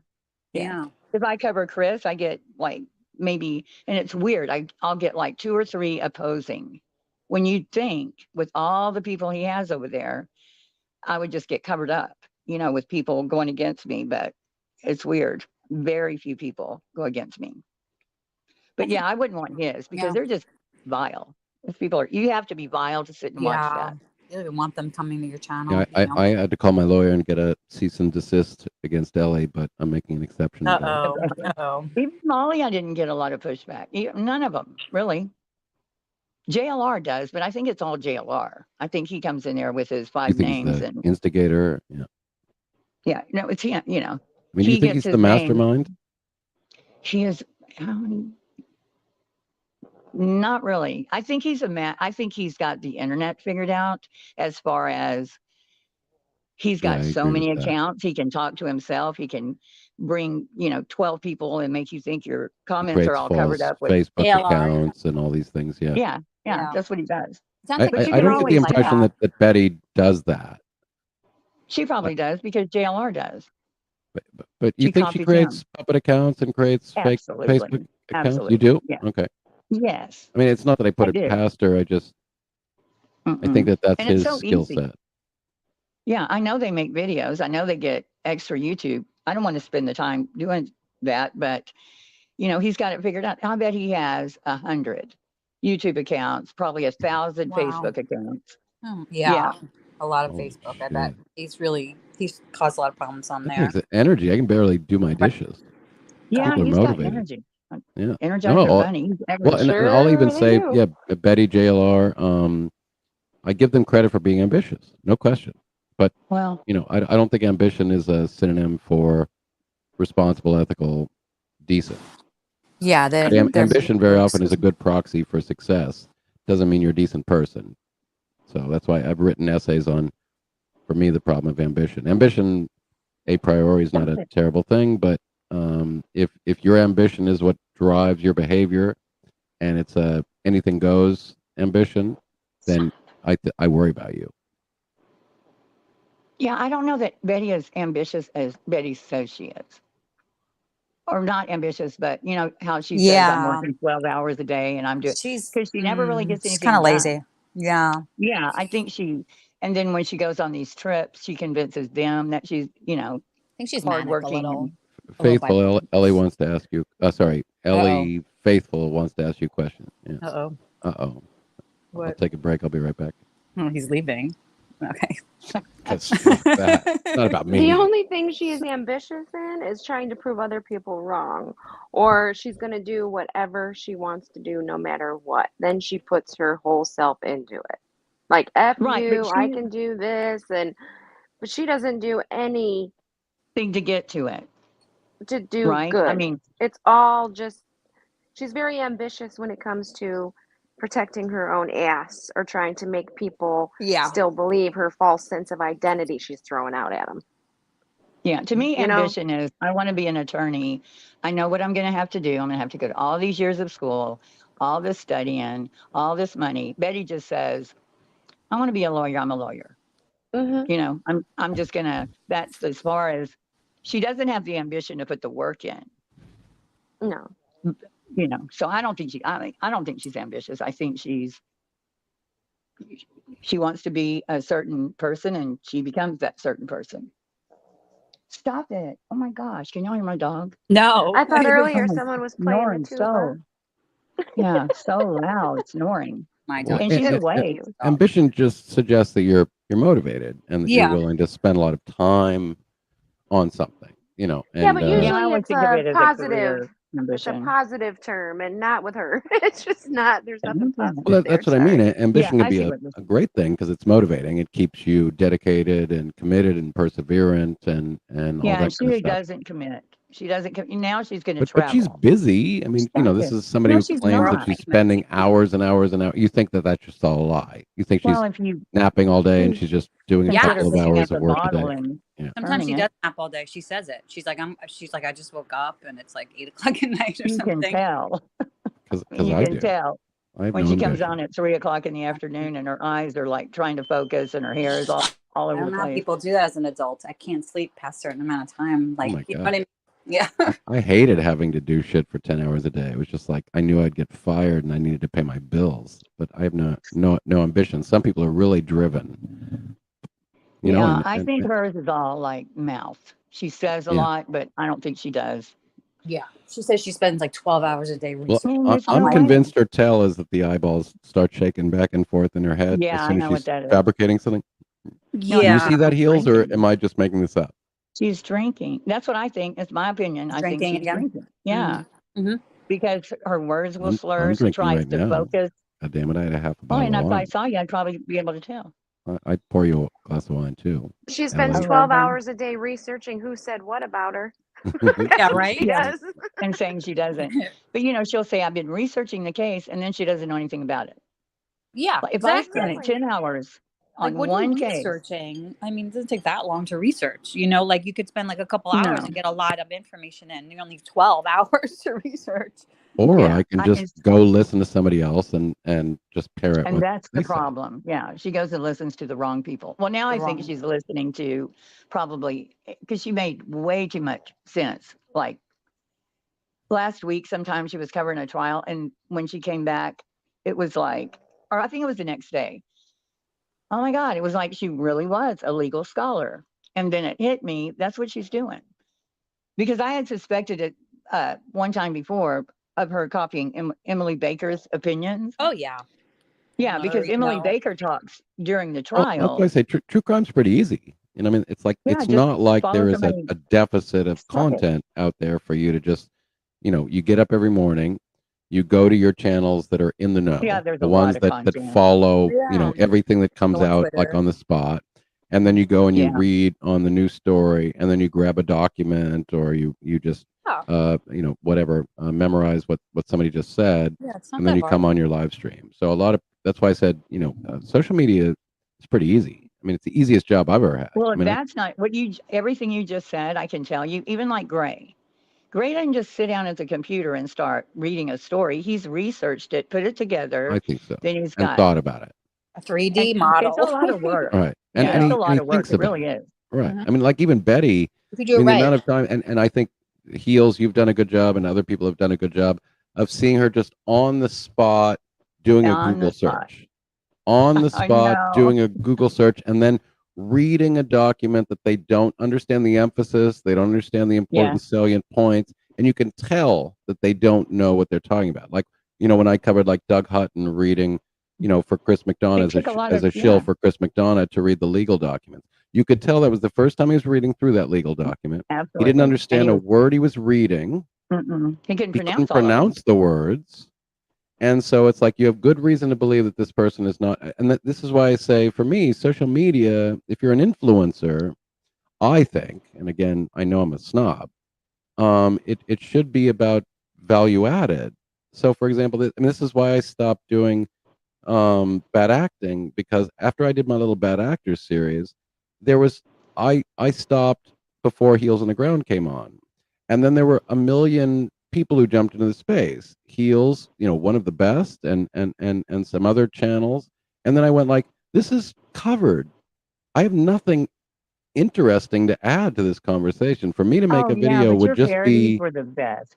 You do. You have something because other people do. Like Dietz does a lot of the same subjects I do, but we do them differently. And we put Well, I'd be interested in something she's really not looking at. well, A different yeah. aspect. Well, right. My point is simply that But if you you're did great going to parody create research. content, you should be trying to add value and not just be a parrot. If you're a parrot, sorry, you have to I'm add your not own sure thing. you're really making the world a better place. I think you're just like, your Yeah. audience wants to hear your viewpoint, and that's fine. But if you don't have anything, I mean, why not just make a community post and then share somebody else's video and say this person covered it. Like for example, what because I respect Burnt Toast. Just like I watch Burnt Toast, and she'll do a more comprehensive style, more like my style, and it's like she's made the salient arguments. My content is not going to be value added, so I'm not just going to jump in and do it, because I think that if you're going to be a monetized business, you should try to be thinking about, like, do I have something additional to add? Exactly. And if I don't have something additional, creative, a new argument, a new angle, then you're a parrot, and then it just makes me lose a tad bit of respect and go, okay, I get it. Your audience wants to hear your take, but you're just parroting what's already been said.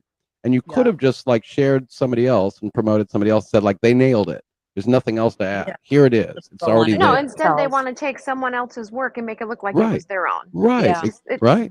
Yeah, disturbing. Well, yeah. Right. And But I think that's funny when Betty will say that. Anybody that says to me or anyone else, oh, you're just using someone else's work. Well, if you weren't using someone else's work, you wouldn't have anything to say, because you have the news, you're like, you didn't come up with any of the stories. You didn't come up with any of the clues. Indeed. So that there's some space in between just reporting. Yeah, and then there's some space in between, like there's a million other people reporting, and then you have a unique, hot take on it. But you're still using some kind of of course, indeed. Content. In the words of Isaac Newton, one of the smartest people in history, we stand on the shoulders of giants. So you should give credit where credit is due. But you can have a unique take on things, but to the extent that you don't, then maybe because again, in this space, and this is why the problem of perverted economic incentives come into play.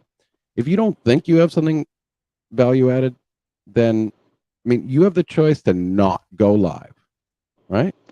And so then this is where again I'm a bit of a snob, I'm a bit of a snob, in that sense. Like you have the option to not go live, it's always an option to not say anything because it's been said better by somebody else, and then to share their content. And I'm not saying that these are easy things to figure out. Well, if they had come up with the content, but if you're just sharing, say Betty, for instance, she does a 3-hour stream. I might pull some of the first part or the second part or the third part. But what was I just going to say? But you understand what I mean, right? That these are choices that we make in life, and like, okay, there's nothing superficially wrong with covering the same topic more than once. But I'm not just plagiarizing anybody. No, I think you do your own thing. Right. Well, but that's what I'm saying. That I have a problem with when I go watch a creator that it looks different. It's a different setting and all of that, but they're using someone else's content. That to me is the worst thing you can do, when you're just flat out someone else's research, like Sleuth Mom or Sleuthy. I'm sorry, I can't remember her name. She does a lot of research, a lot of really Sleuthy Goosey. Yeah, she's so good. And then somebody puts that shit up there like it's their own. Yeah, but we'll put it up on the thing like it's their own. I just again, I know I sound preachy, I know I sound like an asshole. No, I know what you're saying. And there's nothing wrong with it, but I just like, and there's I feel icky if I'm just going to take your video heels, and you even brought that up in a recent context. I would love nothing to just like play a bunch of your videos, and sometimes I'm sort of tempted just play like the best videos and go like, here's all of the best arguments. There's really nothing else I can do except just go like, see that argument? That was good. Burnt toast argument. That was good. See that heels argument? That was good. I don't need to embellish because it's been said well. Right. But take, like you were talking about burnt toast. She could cover the same exact hour that I put into, 15 minutes or 2 minutes. 15 minutes is a lot. But we have different takes on it. And so people go into her audience, they see one, the best one she's ever had was when Betty was looking up. Well, and also just giving Savannah, credit. So you can even embellish, but you give credit, so that's important. The country.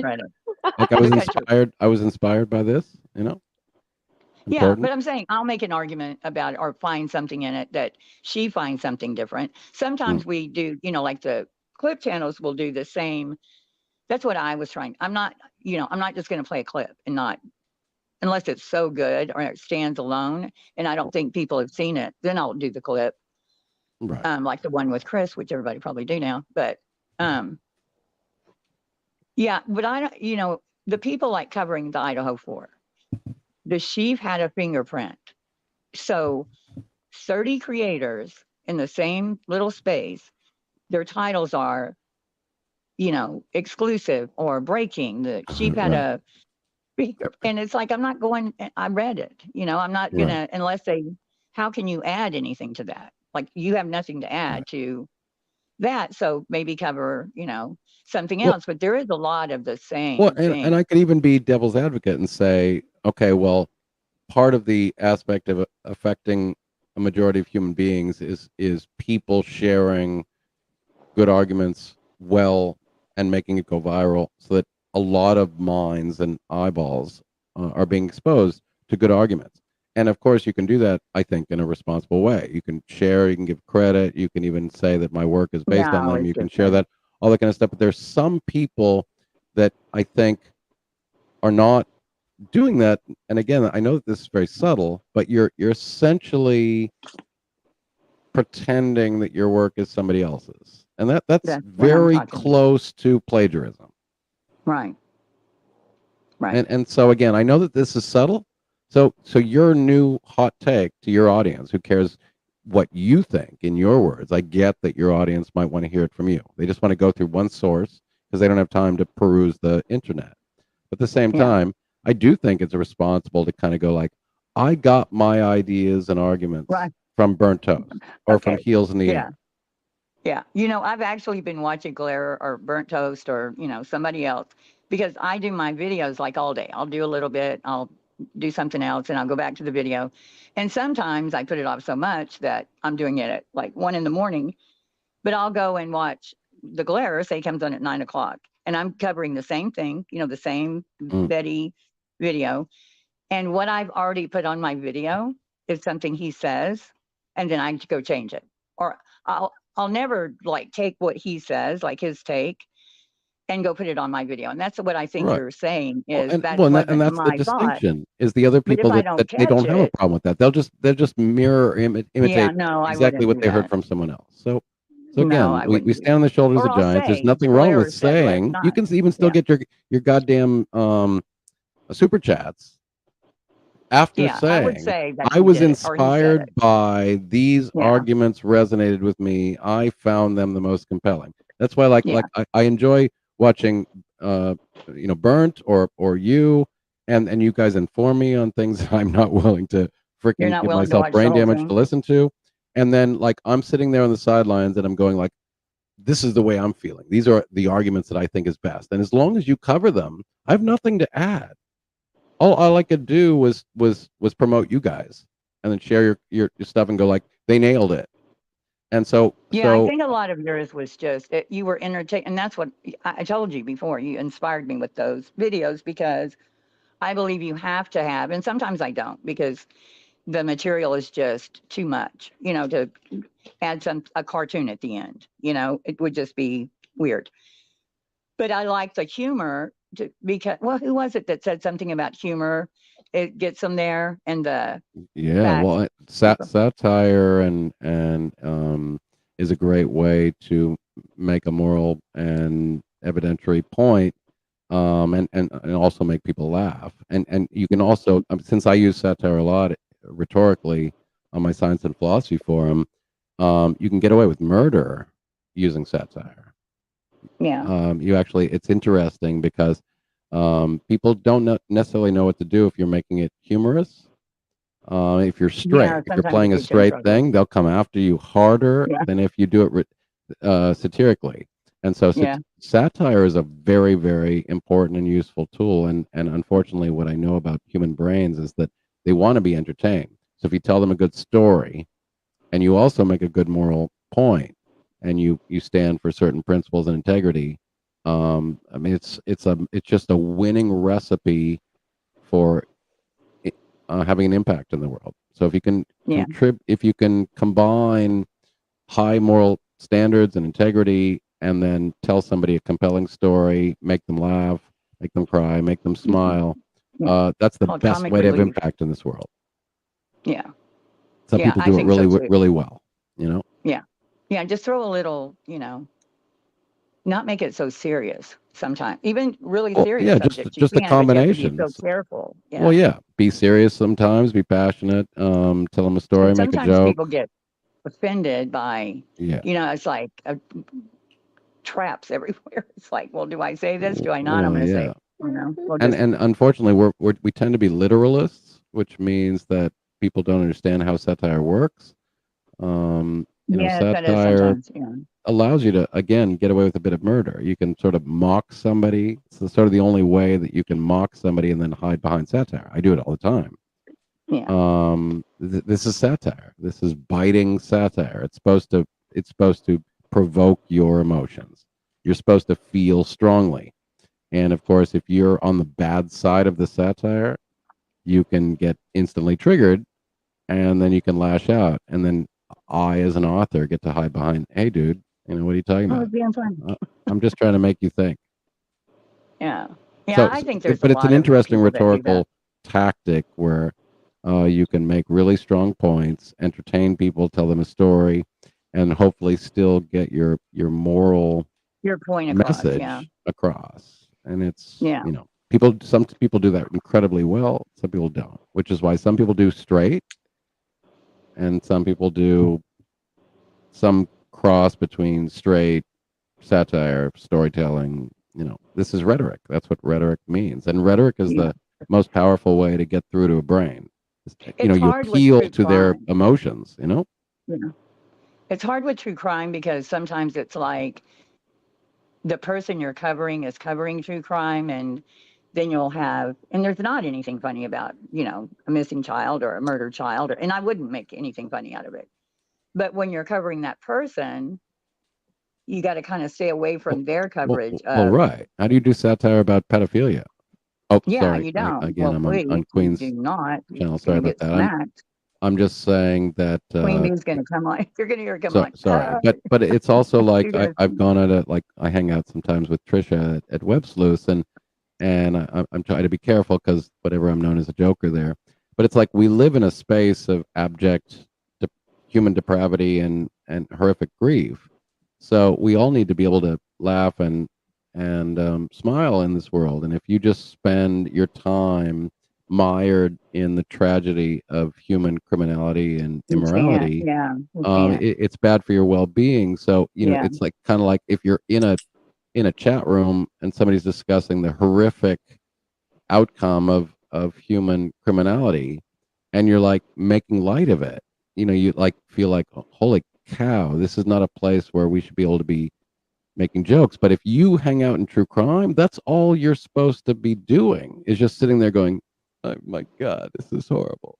My God, it's amazing what people do to other people. This is just tragic. And, so it's hard. How do you bring a bit of levity? I don't see that a lot, though. I see a lot of people saying that's horrible and disgusting. Oh, and you do like happy dancing people at the front of your videos. That's what makes you. Yeah, because I love knowing that people wake up in the morning and you bring humanity to otherwise depraved behavior. And then I hit them with Betty. Hit them with Betty or Molly. She's gone now. I'm done with Molly. Thank God. Molly's a after fact at this point. She is. And I watched somebody was clipping her. Good God, Ellie, go ahead. No, I'm good.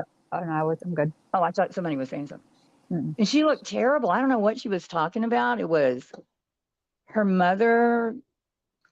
She saw her mother or something. Did anybody see that? It was recent. Nope. And she was, I don't know, she was trying to have a seance, or I don't know what she was doing. Like she had a vision or something, or a dream. Yeah, like a vision or something. And she was, it was so strange. And I don't know if it's because she's really grieving, because she looked like she was actually crying, or if there's something just. This wasn't the backseat Molly Dolly story, was it? There what? This is one of your video where you were somebody made a video where they were showing BHB seemingly like nostalgically looking back to her moment sleeping in the car with Dolly Vision. That wasn't that, right? No. Okay, sorry. What is that from? That was weird. Well, because I didn't see that. even No. like Burnt Toast was suggesting like, sorry BHB, he's not going to tap that. I'm pretty sure he tapped that. I think something went down because he's a dirty dog. He's a dirty dog. She's a dirty dog. I think they could. Yeah, I think She's lonely and desperate. He's a dirty I think dog. it did not work because she likes planning and he's well, like that a doesn't mean he pothead. likes her. Yeah, It just means like when nobody's looking in the middle of the night, like That's what I suck think. it, That's suck the it. only way I think it would have happened. They were That's leaning how I in think at it that would dinner. happen. Remember at that dinner when he had his arm, like his Yeah, arm was like out, like falling over around her. her chair. He was leaning in, like the body language was that there was something about to happen. But then after it happened, I think it was. Yeah. I know they just went through Again, They're this guy's a dirty this never dog, right? happened. This I mean, never the happened. amount of stories That's I've very heard that this guy has 27, groupies throwing panties at him. Like, really? Okay. I mean, that's the illusion Well, of the and there's all platform. kinds of Because this guy in his real life, a 5'3" low life who worked at 7-Eleven, if you I think mean, he panties are acts getting like thrown at him left Kanye. and right, I'm pretty sure that's not the case. So it can only be because the illusion of him being celebrity The illusion. that he's getting that attention. It's an illusion. I feel like part of it. I Have mean, to have or melted. it goes No, to your head. I think there are women throwing panties, but you have to look at there Oh, are yeah. different. There's somebody Oh, I for know. everybody. Oh yeah, Oh, indeed. And I think exactly. some of the women Ernie and Benny and frickin' Dolly and all these people, if you don't There's think somebody that for everyone. there's a Yeah. slight interest in getting some tail, or when I first started this space, I got tons of private messages from people like going like, cover this bad actor, because whatever, I had a little bit of attention when I first started, and then it was like, cover this bad actor. And then my interest is always like, you need to provide the receipts, and I'm only going to cover things that I'm comfortable covering, and only if it's relevant. And then the amount of people that were and Did you get I want to be panties? fair, they were scorned women You got on scorned the panties. internet who threw money at somebody hoping to get attention, and then they had some sexting and maybe like a weekend, on a short flight, to meet somebody in a hotel 6 somewhere, and then it didn't turn out the way they wanted, like so many online interactions and online dating interactions, and then it's like and then they would tell me these horrible stories of abuse, and they would want me to cover it, and I'm like, look, I believe you. I mean, I really do. I think I have good reason to believe that you're not lying to me. But this is not something I can cover. I don't deal with interpersonal problems. Yeah. If you show me evidence that they, threaten your life or your kids or, or whatever, something serious. Because again, I think Queen and I would share this instinct that we're not here to simply reveal dumbasses on the internet. We're hopefully trying to focus on what I have called bad actors, people that are doing real work in this world. They're harming people, Right. spreading And when serious. you tell those kind of stories, people, they should go to the police Mhm. right away Right. if it's criminal. Right. And 2, it becomes fodder on here. It's not taken as seriously as they think it's going to be taken. Right. And then you have people believing you, not believing you. Right. Always going to take up for the man. Always. Well, Straight and it's Dolly, just for like, instance. I'm sorry, but you sent me a bunch of text messages, and I'm it becomes your seeing fault. that you fell for somebody who is a con artist. You sexted with him, or heaven forbid, you actually met him in person and you slept with him. You threw him a bunch of money. You bought him a bunch of assets, and then he frickin' threw you out with yesterday's trash, and then he shamed you on his live stream, and then he might have porn revenged you with some of the images you showed of your boobies. I think that's deplorable and disgusting, but that's not it's something I common. can necessarily cover. Yeah. It's very And common. I'm sorry, I totally side with you, and there's every good reason for me to believe you're being sincere, but that's not what I do, and I can't take your case. And Yeah, but you I can can't be do here it. as a friend, but I'm sorry, you're gonna have Because to it's bring not me gonna change something more anything. than that. Well, right, Yeah. Look at all the people that came out against Dolly. They just knew this was going to take him down. Nope. Right.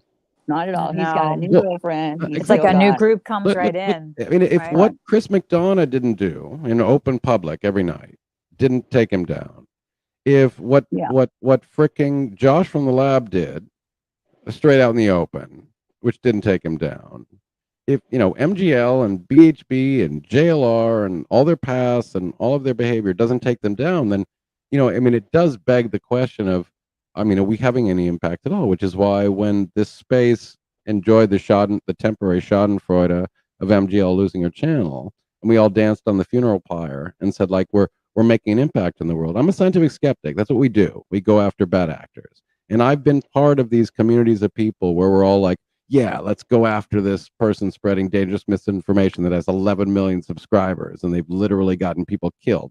And then you frickin' try to organize, and you go after them, and you make content, and you try to take them down. And then you have these moments when they flop, or they get called out, and then you enjoy that momentary Schadenfreude. And I'm not saying that we should never continue on that struggle, but like, be careful before you get you get too much of a serotonin high and believe you're making the world a better place. It's like, get up tomorrow morning and keep doing it. And this is just like sort of the exercise, because there's just been 1,000 new bad actors that just began today. So in the skeptic world, I talk about, you put out one fire and 100 new fires just started. So Right. it's a thankless The job. hole on the sinking boat, the holes that you're trying to plug. It's a thankless job, but you also can't succumb to cynicism and pessimism and defeatism. So you just keep fighting. Yeah. And over the long term, I think we do have an impact. I do think it does. I think it does. And I think it's important that we feel like we're doing something. Just like, don't spend too much time patting each other on the shoulder, and just keep on keeping on. It's just like, Yeah. Anyway, I know maybe that again sounds a bit, But I think like people like but, Betty, but I think Betty has changed.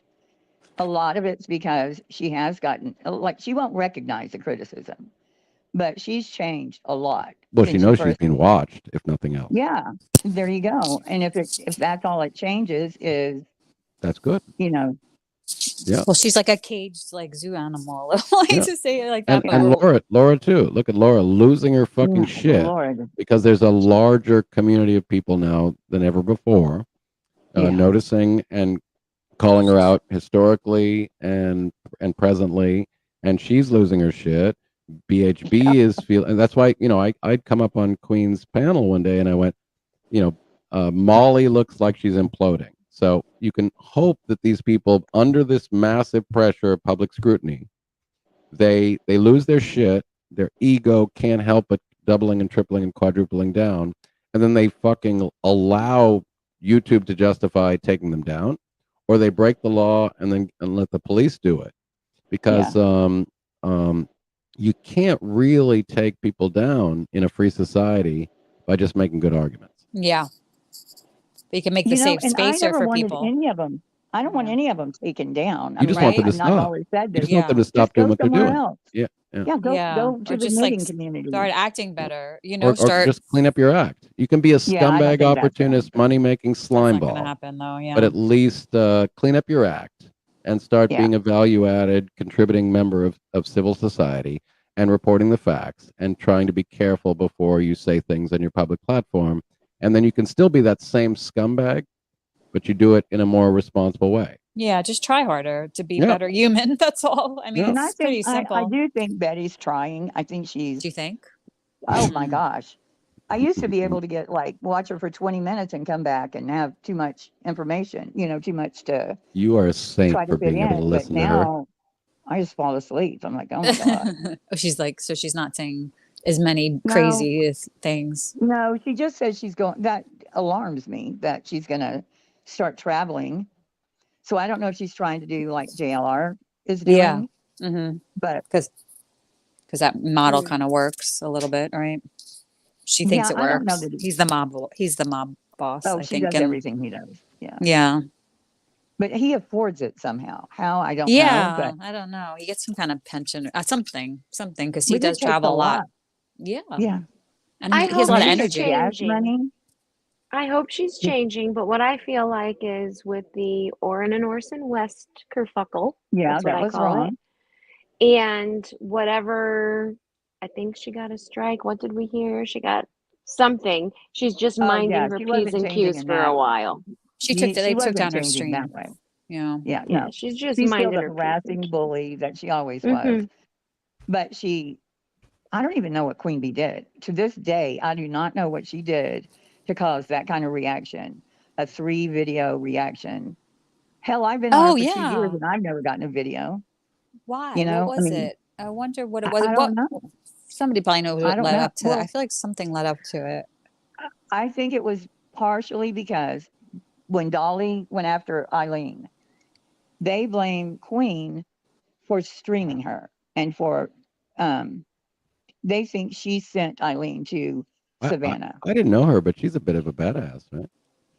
Eileen. Heels, was it the Twitter campaign though that you She started got the so Twitter much campaign heck against as a JLR? meth head, lying lowlife, but she was a Yeah, little I bit of a always badass, do. I think. They never, yeah. Now JLR, I did a Twitter.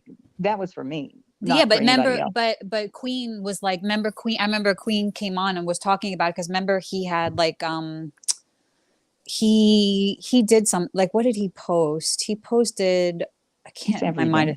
I know this was like but he posted like a picture. It was like something that picture, right? Somebody's gonna know. Of Candace and saying she was stealing. Was that the one? Yes. The other, the school shooter that looked like the school shooter, Oh, and then that's right, Queen that's called right. him out on that, and then that I think caused the doxing, yeah, or something No, that got I him. don't, I don't know because they talk about Queen doing that with every time Dolly has to think about going back to Savannah. Keep talking about because he my hasn't gone to PI court for it doxing all yet. of you right now. You're all being So doxed. stupid. I mean, if somebody's been on here any length of time, just look around for their docs and you don't go to the trouble because somebody's done it. You know? Yeah. It's just so crazy that's what they do. I mean, it's weird because Facebook, in a way, you're doxed by nature of the platform doxes you in a way, unless you go like under 10 million accounts. But like a lot of times, like you pretty much, it's like such a different, it's so interesting than on here.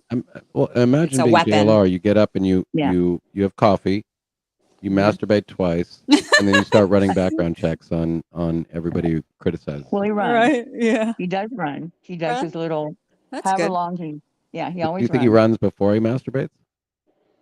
I don't know that he even. You're not even sure he's got a The member. jury is still out if he's even if he's an alien or a person. Yeah. So, right. We don't know if he's got a member. Yeah. I know too much about him. I sorry, that's a bit too TMI, right? I get it. That's like Justin. I can't even go below his check. Can't do it. Right. I mean, is he getting any? Imagine it. I mean, well, I mean, I hate to say it, but don't we have to also recognize that some of the people in the space, it's because they're not getting any that they're so angry and they're so. I don't know. I mean, I think. I mean, you know, if I were Freud, well, I mean, I don't even need to be Freud. I just need to be a normal, healthy psychiatrist to go that these people are. I mean, like Betty seems pretty obvious, and I think she's even said it. She needs some love in her life. You know, she needs some romance. Well, she needs to be lovable. Yeah, I totally. When I was saying all that about her changing, I forgot all about the Queen thing, and you know, that didn't change. We all go 6 months or a year or 2 years without getting any, and you know, we get a little bit agitated. You know, I get it. I don't know. Are you trying to tell us something? Well, Bullhorn, he came on face that she just needs some love. I'm not going to share because that's just who the hell wants to know about these That was the things? first thing you said was I'm I do. You're not volunteering, are you? I haven't seen my girlfriend in 3 years. You're spot on. Are you gonna take one for the team, like Nathan? Like, there's this guy that said, Well, no, but by the way, that is a way to get over it. Like instead of making a live, like go take care of just yourself. go have sex. Is that what we're talking about? Well, I mean, porn is free these days, you know. Yeah. You have the real that's But right. I'm just saying that sexual tension, I think, is something that can affect human motivation and behavior. Right? I mean, she can have a new toy sent to her in the mail, even. I mean, whatever. Right. Yeah, And I don't wait a know. few more years, Betty. You're going to be able to have a virtual boyfriend that's better than your stereotypical, illusionary alpha male. I just see her going to a bar. I could see Betty. Did you see and my not saying Twitter? she's a slut or anything, but she could just go to a bar. Yeah, all right. But Heels, did you see midnight. my funny Twitter post the other day? Mm-mm. There was some dude, because I've referred to that funny clip where BHB says, what's wrong with the world today is, the modern woke culture is, rendered all of the males emasculated, and I just can't, meet an old traditional, macho alpha male, white sheep.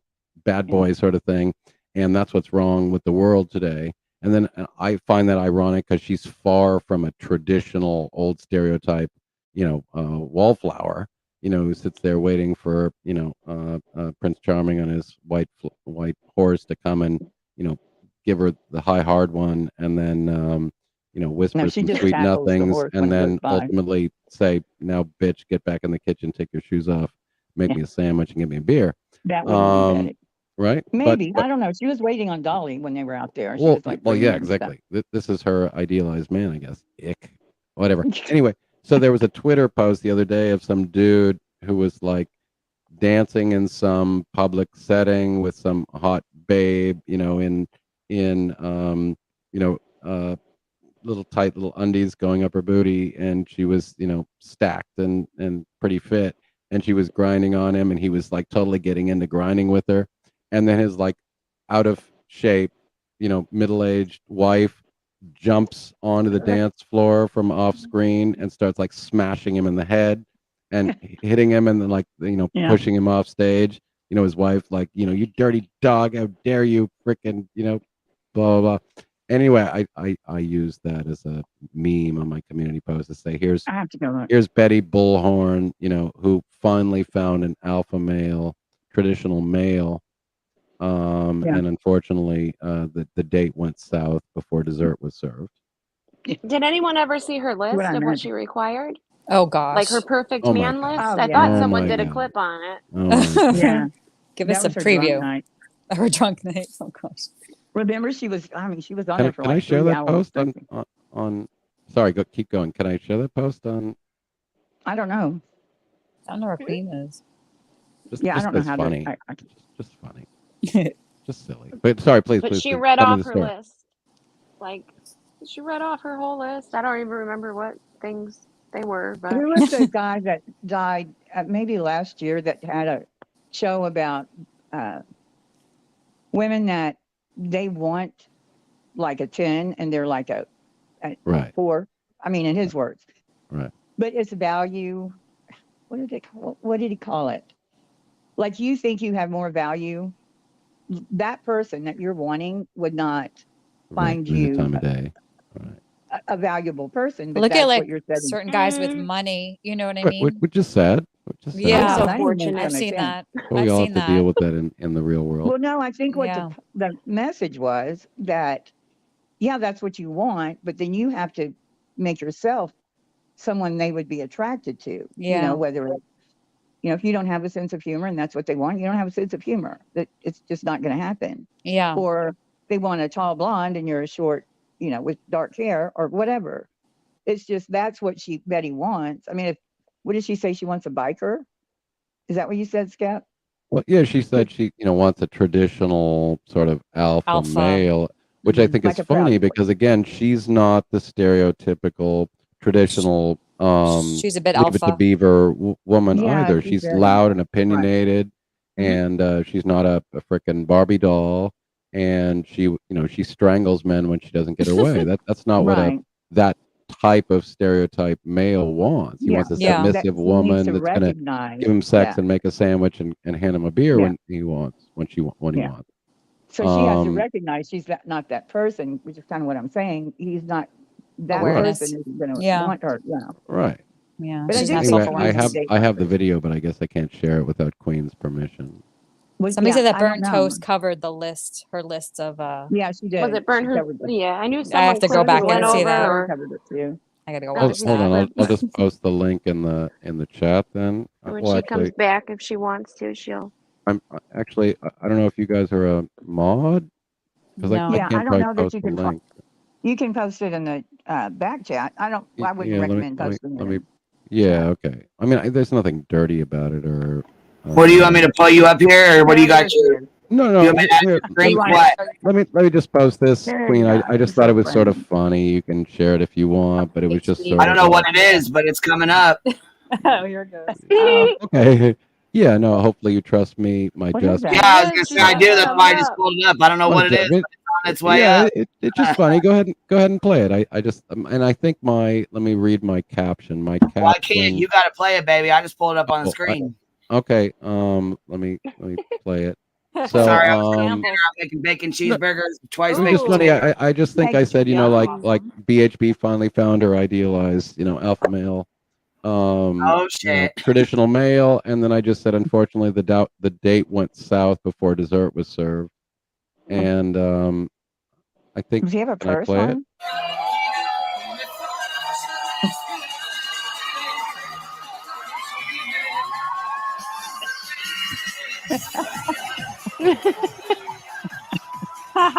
That looks a little. Well, then his wife wasn't having any of that, was she? What did Steph I think that Steph cooked himself. He did something. That booted himself. Shit. Hey, Queen, did you see the title of my video this morning? Well, you know what? Shambles. Was it shambles? Yeah, you're rolling off. I loved it. Yeah. I was gonna say that cracks me up. That's what I'm gonna put on our shirts. Where is where's I wanted Shambles in the hot chat? Look, okay, so look, I didn't know. Okay, my, so look, my I got the- internet crashed. Hopefully you didn't find that offensive. I just thought That's it was sort funny. of funny. That was funny. That was funny. We were Your exit laughing. was funny too. I got enough to order my press. I'm gonna save up and get my cricket, and we're about to have us some shambles shirts. Nice. I made that one. Yeah. Did you? Okay, I was gonna say I'm gonna have you mail them over so we can get them. Yeah. So we can. I didn't get to say this on the last one too, but Queen, and unless I didn't make that big hug to Queen, your courage and your sort of ability to take on these big things and then deal with the fallout. Big hugs from me. She is brave, isn't she? She puts up with a lot of bullshit. and burnt toast You know too. what, though? I wouldn't be able to do it without all y'all. I feel Heels, like we're all a fucking team, man. I feel like I got a whole army behind me with you guys, for real. Wait a minute, I'm not gonna do it as good, but that's what boss bitches do. Because that's what boss bitches do. Yeah. I just The you shamblers. guys are fighting the right fight and you're putting yourself out there, and I know what happens when you do that, because these people you're putting pressure on their livelihoods and they will come after you.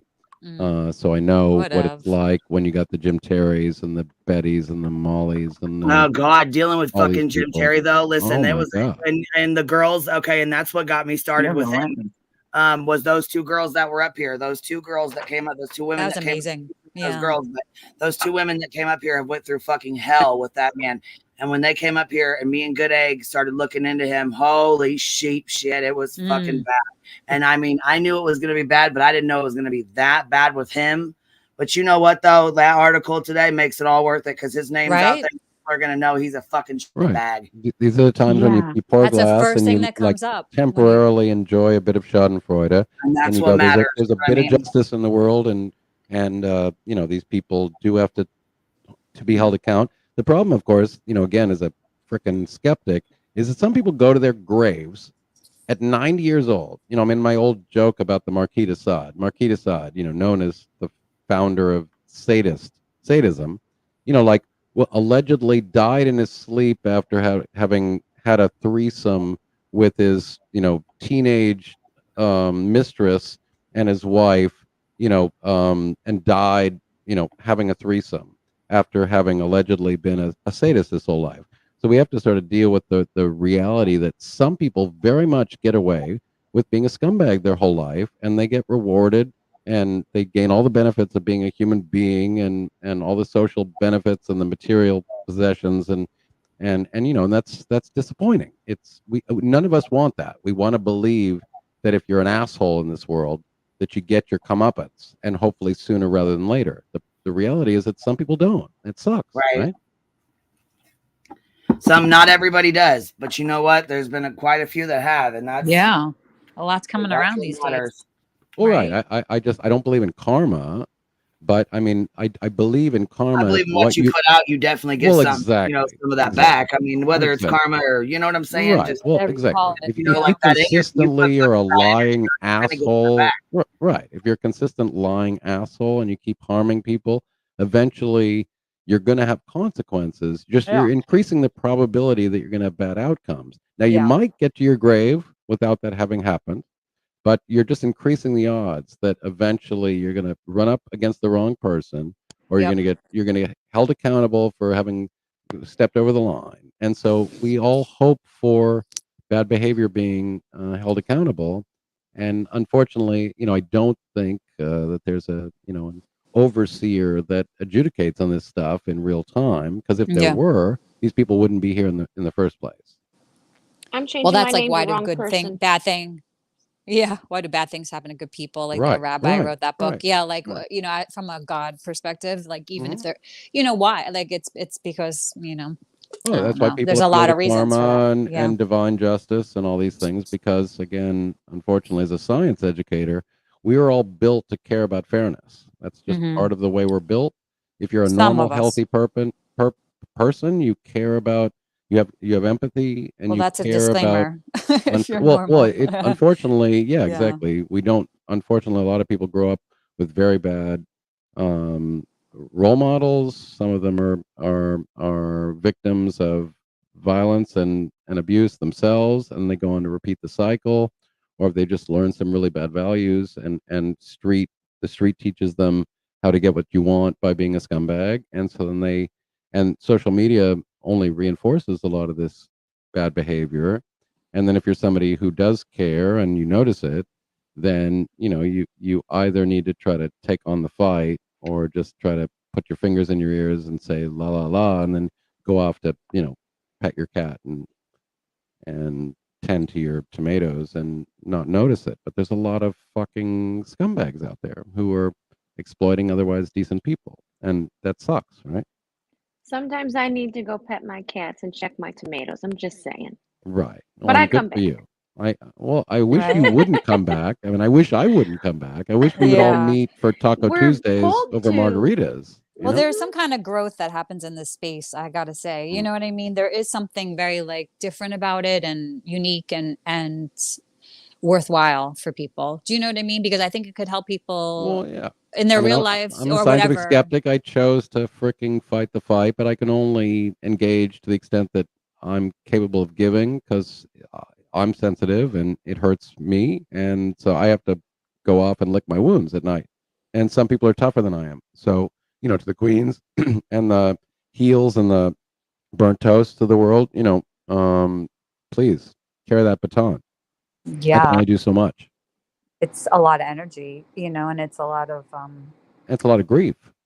yeah. And then you get called a hater, and you get No, I don't care about that. people don't like negativity, so they want to live in a world of positivity, and they Yeah. don't realize that some negativity is necessary to create a healthy world. So sometimes we have to stand up and fight against the ills of bad human behavior, and it's a thankless job, and you're gonna pay consequences, and somebody can ruin your life and make things very hard for you and your family if you take on these battles. And so I'm always going to admire people that are fighting the right fights. Now, Yeah. don't get me wrong, there are people that fight the wrong fights. Yeah. And of course their audience believes they're on the righteous side, and they're fighting the right fight too. So there's some objective right fight, and there's a lot of people exploiting the claim that they're fighting the right fight. Again, the Chris McDonough's this world. I'm the savior of lost children, and I'm making money hand over fist, and you guys are throwing me money, and I'm a lying scumbag who's willing to employ dishonest tactics with no moral integrity, and I'm going to go to the grave being considered a stellar member of the community, and it should bother all of us, right? Yeah, but I think we have had some effect, because I remember when you first started talking about him, and then I did stuff on him, and I can't remember her name. The girl from Australia was doing some stuff. Aussie I Insider. do think it had I do think it had an effect. Yeah. You know, because now I have like 200 people commenting against him, where before you couldn't find anyone that found anything wrong with him. Indeed. You know, so there's that. But Indeed. I don't think we're going to take him down. Well, obviously. exactly. That's why I just try to temper your exuberance with a bit He of knows bigger people realism. than I do. Yeah. I mean, he's You got know. 130,000 subs. Next top, yeah. I mean, he has a little. Well, I'm talking about other than that. Like he Yeah. knows Yeah, I know. law enforcement and and I they're think we've full of talked lion. about, if nothing else, we at least plant the tick in their brain that they're Yes, being watched. exactly. Yeah. Yeah. So whether it's Betty or Molly or Laura or Chris or any of the other bad actors, they now know that if they do what they do, there will at least be somebody watching and somebody taking notes. And so that's some impact. I mean, if that's the best we can say. I think some people would take down some of their content. And I really think the last one he did, where they said the statute, or his lawyer friend said the statute had run out, the look on his face was like, I'm taking this, or at least editing some of this. But he can't, because people are clipping him. And then he's a liar on top of a liar, you know. So I think that is a good. Well, Like Molly knew everyone was keep clipping her. fighting Betty knows keep everyone. fighting the fight, everyone. I mean, the more the merrier. No, I don't. And But I think you should do your parodies. I like your parodies. yeah, I just the one about Vallow should be. In fact, I'm going to go find it and post it. Well, I appreciate that. I liked it, but after I made it, I thought some people would take it in bad taste because it's at the expense of real life victims. JJ and Tylee, and I didn't mean it in that spirit, but it didn't come across like that. Well, hopefully it didn't, but I didn't make any more of those videos because I didn't, I do care about. I mean, whatever. I don't try to make content just to be an asshole or trigger people, but I do think satire is a useful rhetorical tool. Yeah, I like that one. You could make I mean, like, how many could you make of JLR? Like, you could go for days, weeks, months. Queen is she's more than welcome to share the Vallow one because I thought it was clever and funny, but it does. I don't want it to be understood as making light of the tragedy, but it's to mock these people in the context of if you are hanging around with people like Lori Vallow and Chad Daybell, and you're sponsoring them, and you're validating them, and you're becoming a member of their little cult. Yeah, and, but they're a cult. They're in it. And you should distance themselves and call them out so that they don't get to rise to power. So when I made that video mocking, Lori is the sort of wannabe high school cheerleader, superficial, pretentious, nobody, and Chad again, also the sort of low life high school kid that was bullied for being a bit chubby and didn't get picked on the high school, football team and wasn't able to get the chicks, and then they both go off to collude to kill people. It's sort of to use that rhetorical device to say, don't fall for these people. If you meet adults who you're dealing with is people that are suffering from the shame of high school ridicule, and then what they're willing to do to compensate for it is to try to get vengeance on the rest of society and kill people and harm innocent children and exploit gullible people in their community, then ridicule can be powerful. Yeah, it's true. And again, you're not mocking the problem of being bullied. I mean, nobody should be bullied. The kids. Yeah, you weren't mocking the kids. And also we shouldn't mock the consequence of human beings being bullied, but what you do with your experience of being bullied determines, unfortunately, your character. So if you then respond with wanting retributive justice for the entire species because you were bullied and because you couldn't get laid, and then you take it out on innocent people and harm people, how am I supposed to have compassion for you? I don't have any compassion. You've taken for those that negative experience. That's something hopefully I would have condemned when I was there back in the day, and I certainly want to have compassion for now. But you've then used that to harm other innocent people. How are you better than the bullies that caused the damage? Right. If that is indeed the I cause have of your skedaddle. behavior. I have to skedaddle. I love you, Skip. Love you, Queen. Love you, Ellie. Who else is in here? Me. Great. Not today, by the way. Nice to meet you. I don't know you. I love you too. Welcome. I'll Nice to see meet y'all you. later. And everybody in chat Take that care, I can't Heels. reply to. Okay, bye, y'all.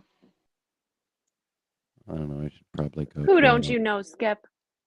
Not today. What? I don't know you, or do I know you, or? You know me. Not today's Follow the Grain. Oh, hi. Well, I adore you. Yeah, you're just, yeah, I'm Thank throwing you you. off.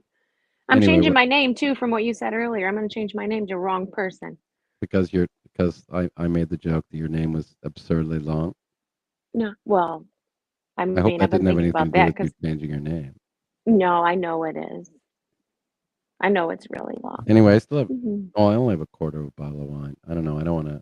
I should probably leave and let you guys to your own devices. Maybe No, should leave the wine. actually, I'm about to shut down. We've been on here about 7 hours, and it's been a long ass day. So I'm going to shut this down. But Joneson's live right now. She's doing a live on Dolly Vision's mods again or whatever. If you guys want to go over Maybe there I'll for go live some too. recordings. Yeah. Well, thanks, Queen. Again, I send you a big hug. Keep fighting the fight. You're a badass. Okay. Well, thank you, love. I appreciate I that. love you, and I love you for fighting the right fight and dealing with the shit and try and promote the right ethics and values and I know it's thankless. I mean, you're getting attention and good for you. You deserve it. But I also know it's no fun to deal with the fallout. Right, I was gonna say it's not always it's not always good attention, that's for sure. Oh yeah, no, I hear you. So big hugs to you. Like I got your back. I appreciate you though. You know I appreciate everybody. I mean, fuck, we've got a lot of good channels, a lot of good clip channels, supportive channels that have helped people that are awesome. You know what I mean? I mean, they've worked really hard too, and even behind the scenes, and I feel like everybody contributes. Yeah, right. The more the merrier, right? I do. I really do. And we stick together. We're pretty loyal with each other. So I like that too. All right, y'all. You guys have a good night. I got to get some shit done. This has been a long ass Monday/Tuesday. I won't be back on here later tonight. I'll catch you guys probably tomorrow sometime. And I am going to go mushroom hunting this week because it's my last week to get out. This is the week they're going to be ready. So I'll be on here. I'll catch y'all on here. I'll be on here in the next couple of days or something at some point in time. Enjoy. Take rest. Yes. So, Grain, you want to come chat with me? We can carry on. I'm probably gonna smack over to Joneson's. Oh, you want to go over there? You know Joneson. She loves course scientists. I I can't even say your name right Well, now. maybe I'll go see. Well, if you're gonna fire one up, I'll pop back over there here after bit. I mean, I just don't want to fire one up over here because I'm on here for another 6-7 hours. You know what I mean? One up, but you go do your thing, and I'll I think I'll get some of my stuff done. Wine. I need some more smokes. Take care, everyone. Pleasure. Give love to Queen, and we'll chat soon. All right, sounds good. Y'all have a good night then, and we'll be over at Joneson and then over at Skeptics. So if you guys need a place to land, that's where we'll be. Sounds good to me. Love you, Queen. Love you, baby. We'll see you guys later. Love you, Skeps. Take care, Queen. Bye, y'all.